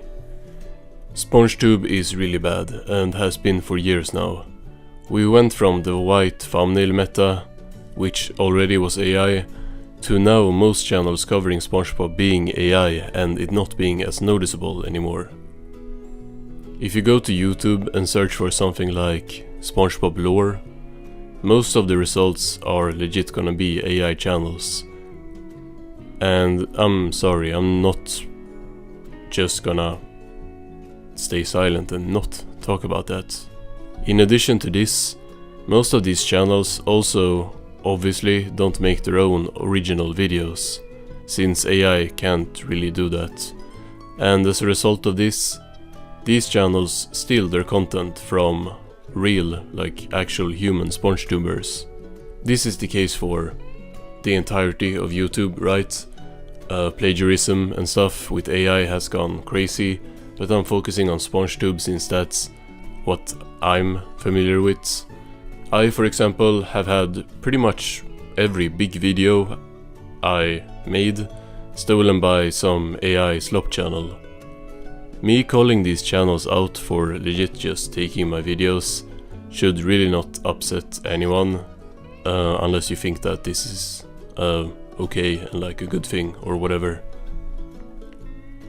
Like, if extra videos about AI SpongeBob channels in addition to my normal content still coming out each week as normal makes you mad, I don't really know what to say.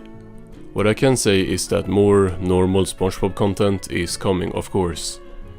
I will still talk about AI sometimes, but that will be bonus extra videos, and this Saturday, like this Saturday coming up, because I think this is going up on a Tuesday, pretty sure. Yeah, this Saturday we get a normal SpongeBob video as usual.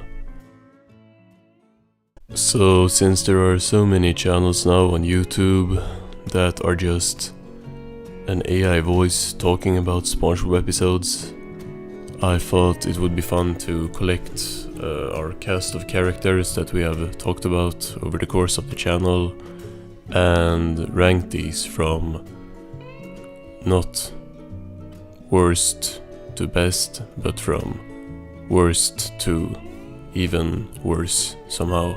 We have this tier list here.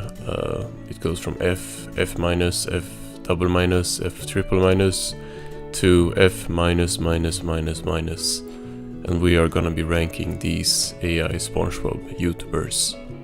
So first we have SpongeBob Universe. Who cares about SpongeBob Universe? Like, apart from when they copy my videos, I don't even remember that this channel exists. But they do in fact steal pretty much all of their videos and are a part of a bigger content farm network that steals even more videos, which is just the bottom of content creation. Like, SpongeBob Universe redos videos from their other channel, Gumball Universe, and Gumball Universe is already stealing videos in the first place. In addition to all the stealing, SpongeBob Universe has an obnoxious narrator, like just annoying. SpongeBob is probably the most friendly character on TV, and it seems like he has absolutely no enemies, well, except for himself.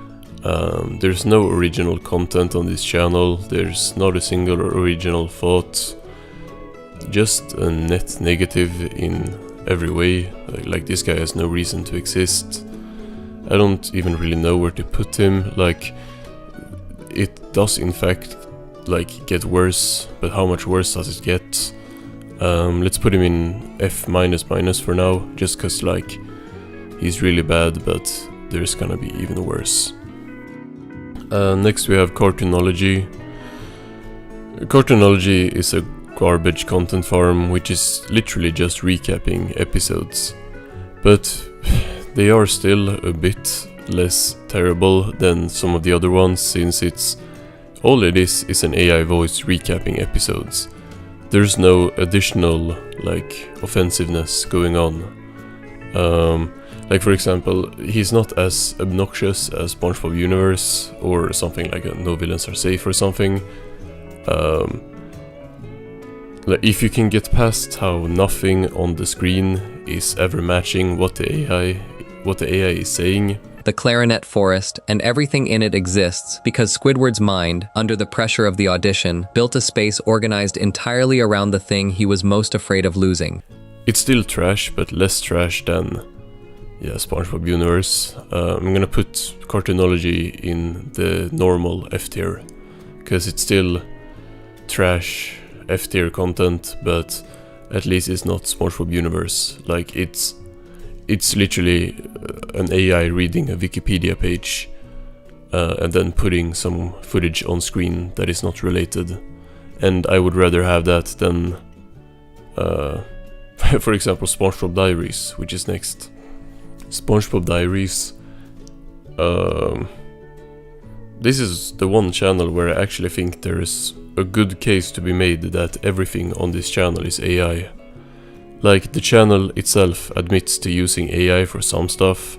Actually, they removed it from their channel description. Like, I had to I'm editing right now and I had to go find from my old video on this channel.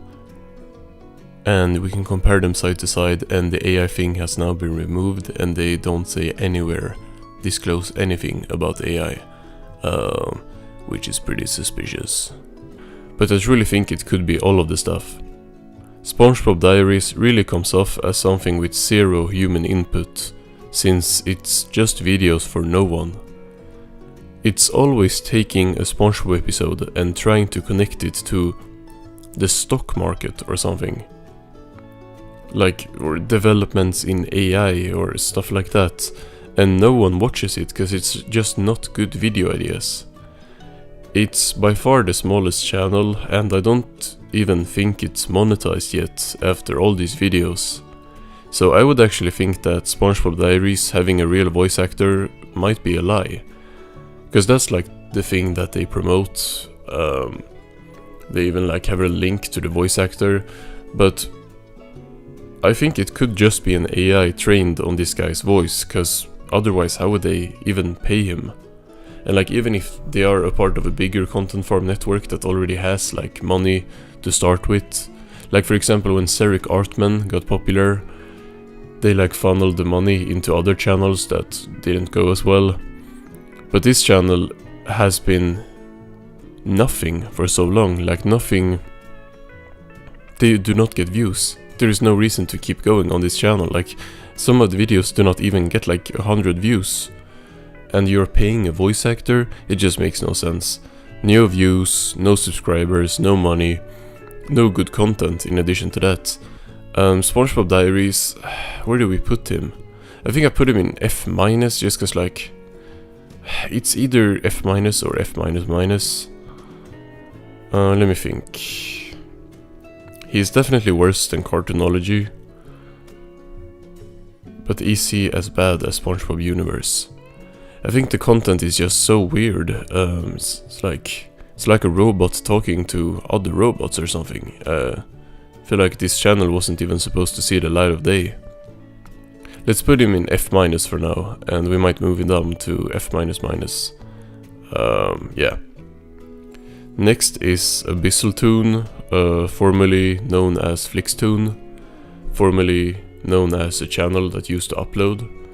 Thankfully this channel hasn't uploaded in a while now, like it's been probably over half a year, but they are proudly running multiple AI slop channels, so I guess this one is just on hold for now.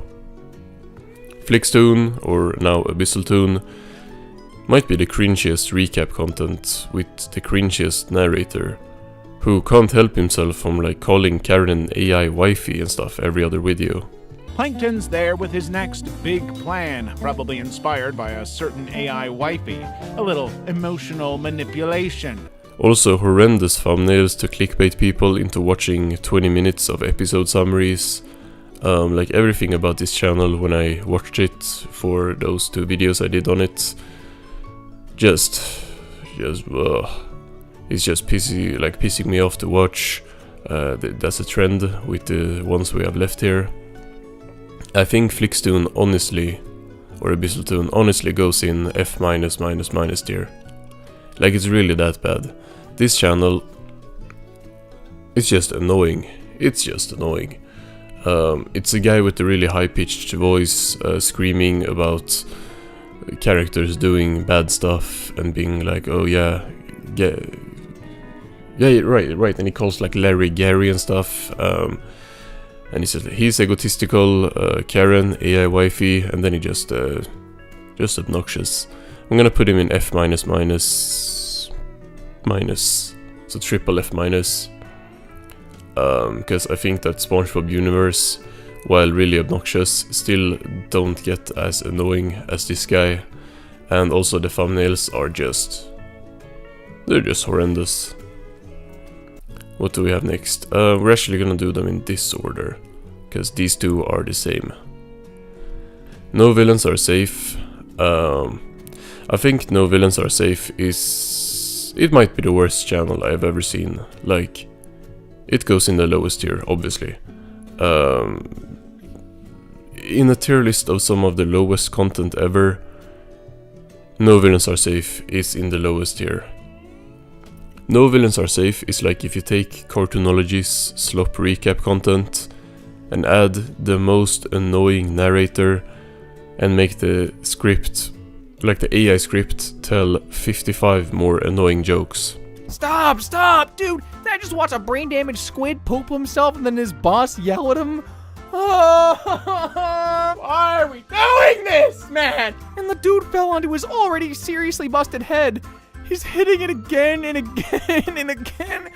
Oh man, I don't like this one. Can we just skip this one, please? SpongeBob ain't happy either. He's not a good caretaker, but he does try. Somebody else should probably take custody of the dude, though, because, I mean, just fracking watch. There is something legit uncanny about No Villains Are Safe.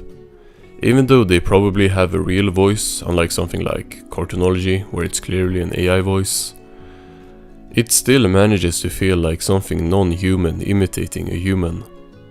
And I don't care if that's mean towards the potential actual voice actor, because that guy still does a terrible job working for a terrible content farm with terrible business practices. The whole thing really comes off as something made by AI trying to seem like it's not AI, which is obviously the case for a lot of these, but No Villains Are Safe just scary. Like, if y'all have seen that video of the AI that's just like he's trying to pronounce WWE or something and it just goes haywire. The show will happen. The stadium will likely fill up one way or another. What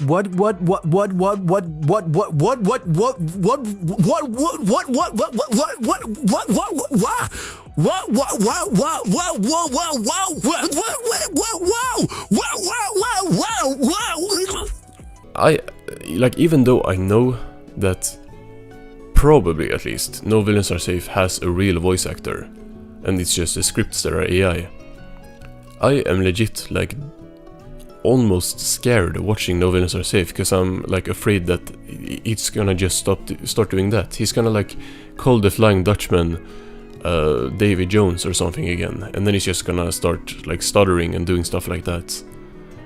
This channel is yeah, F minus tier. Just a gross channel. Like, I really it comes off as icky to me. Everything about No Villains Are Safe. Scribble is No Villains Are Safe. It's legit the same channel as No Villains Are Safe, owned by the same content farm and making the same videos. I'm gonna put him in like front of No Villains Are Safe though, which means that it's slightly less bad, because while it is also terrible, the channel is a bit smaller and slightly less annoying because of its slightly smaller, like slightly lesser presence. That's making me hate it slightly less. I don't know, No Villains Are Safe, like, it's legitimately the fish. Like, the fish gives me depression. With Scribble, it's just like, oh, it's No Villains Are Safe's other channel, right? Like, I guess they go together. I guess they're as bad. But there's really no, like, distinguishing them in the content itself. It's, yeah. It's the same kind of garbage that they've been putting out for, should be like a couple of years now. Yeah, and that just leaves us with one channel. It is Spongebob. My son Spongebob has really not come a long way from copying my videos and like my old channel. I'm putting him... I think I'm gonna put him over here with SpongeBob Diaries. I'm putting him above all of these ones because it's just Spongebob. If No Villains Are Safe and Scribble are the content farms paying people in like poor countries to edit their slop, Spongebob is the editor in the poor country, making his own slop on the side.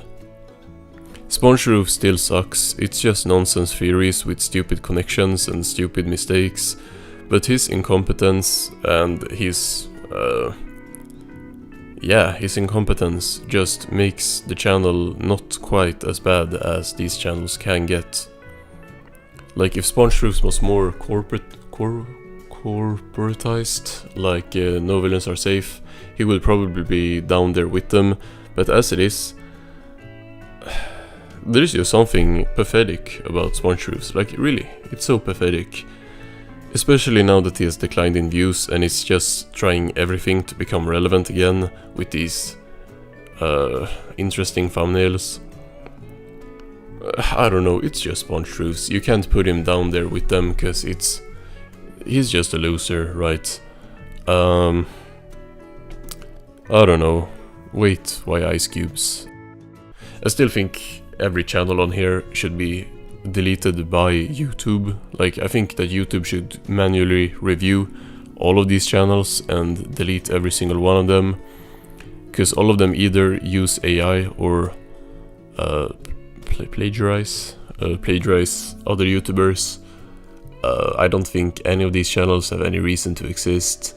It's literally none of this content is original or can give you anything really that the things they are stealing from couldn't.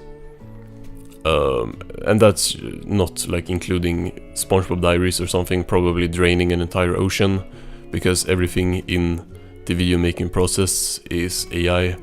So yeah, this really is the lowest of the low.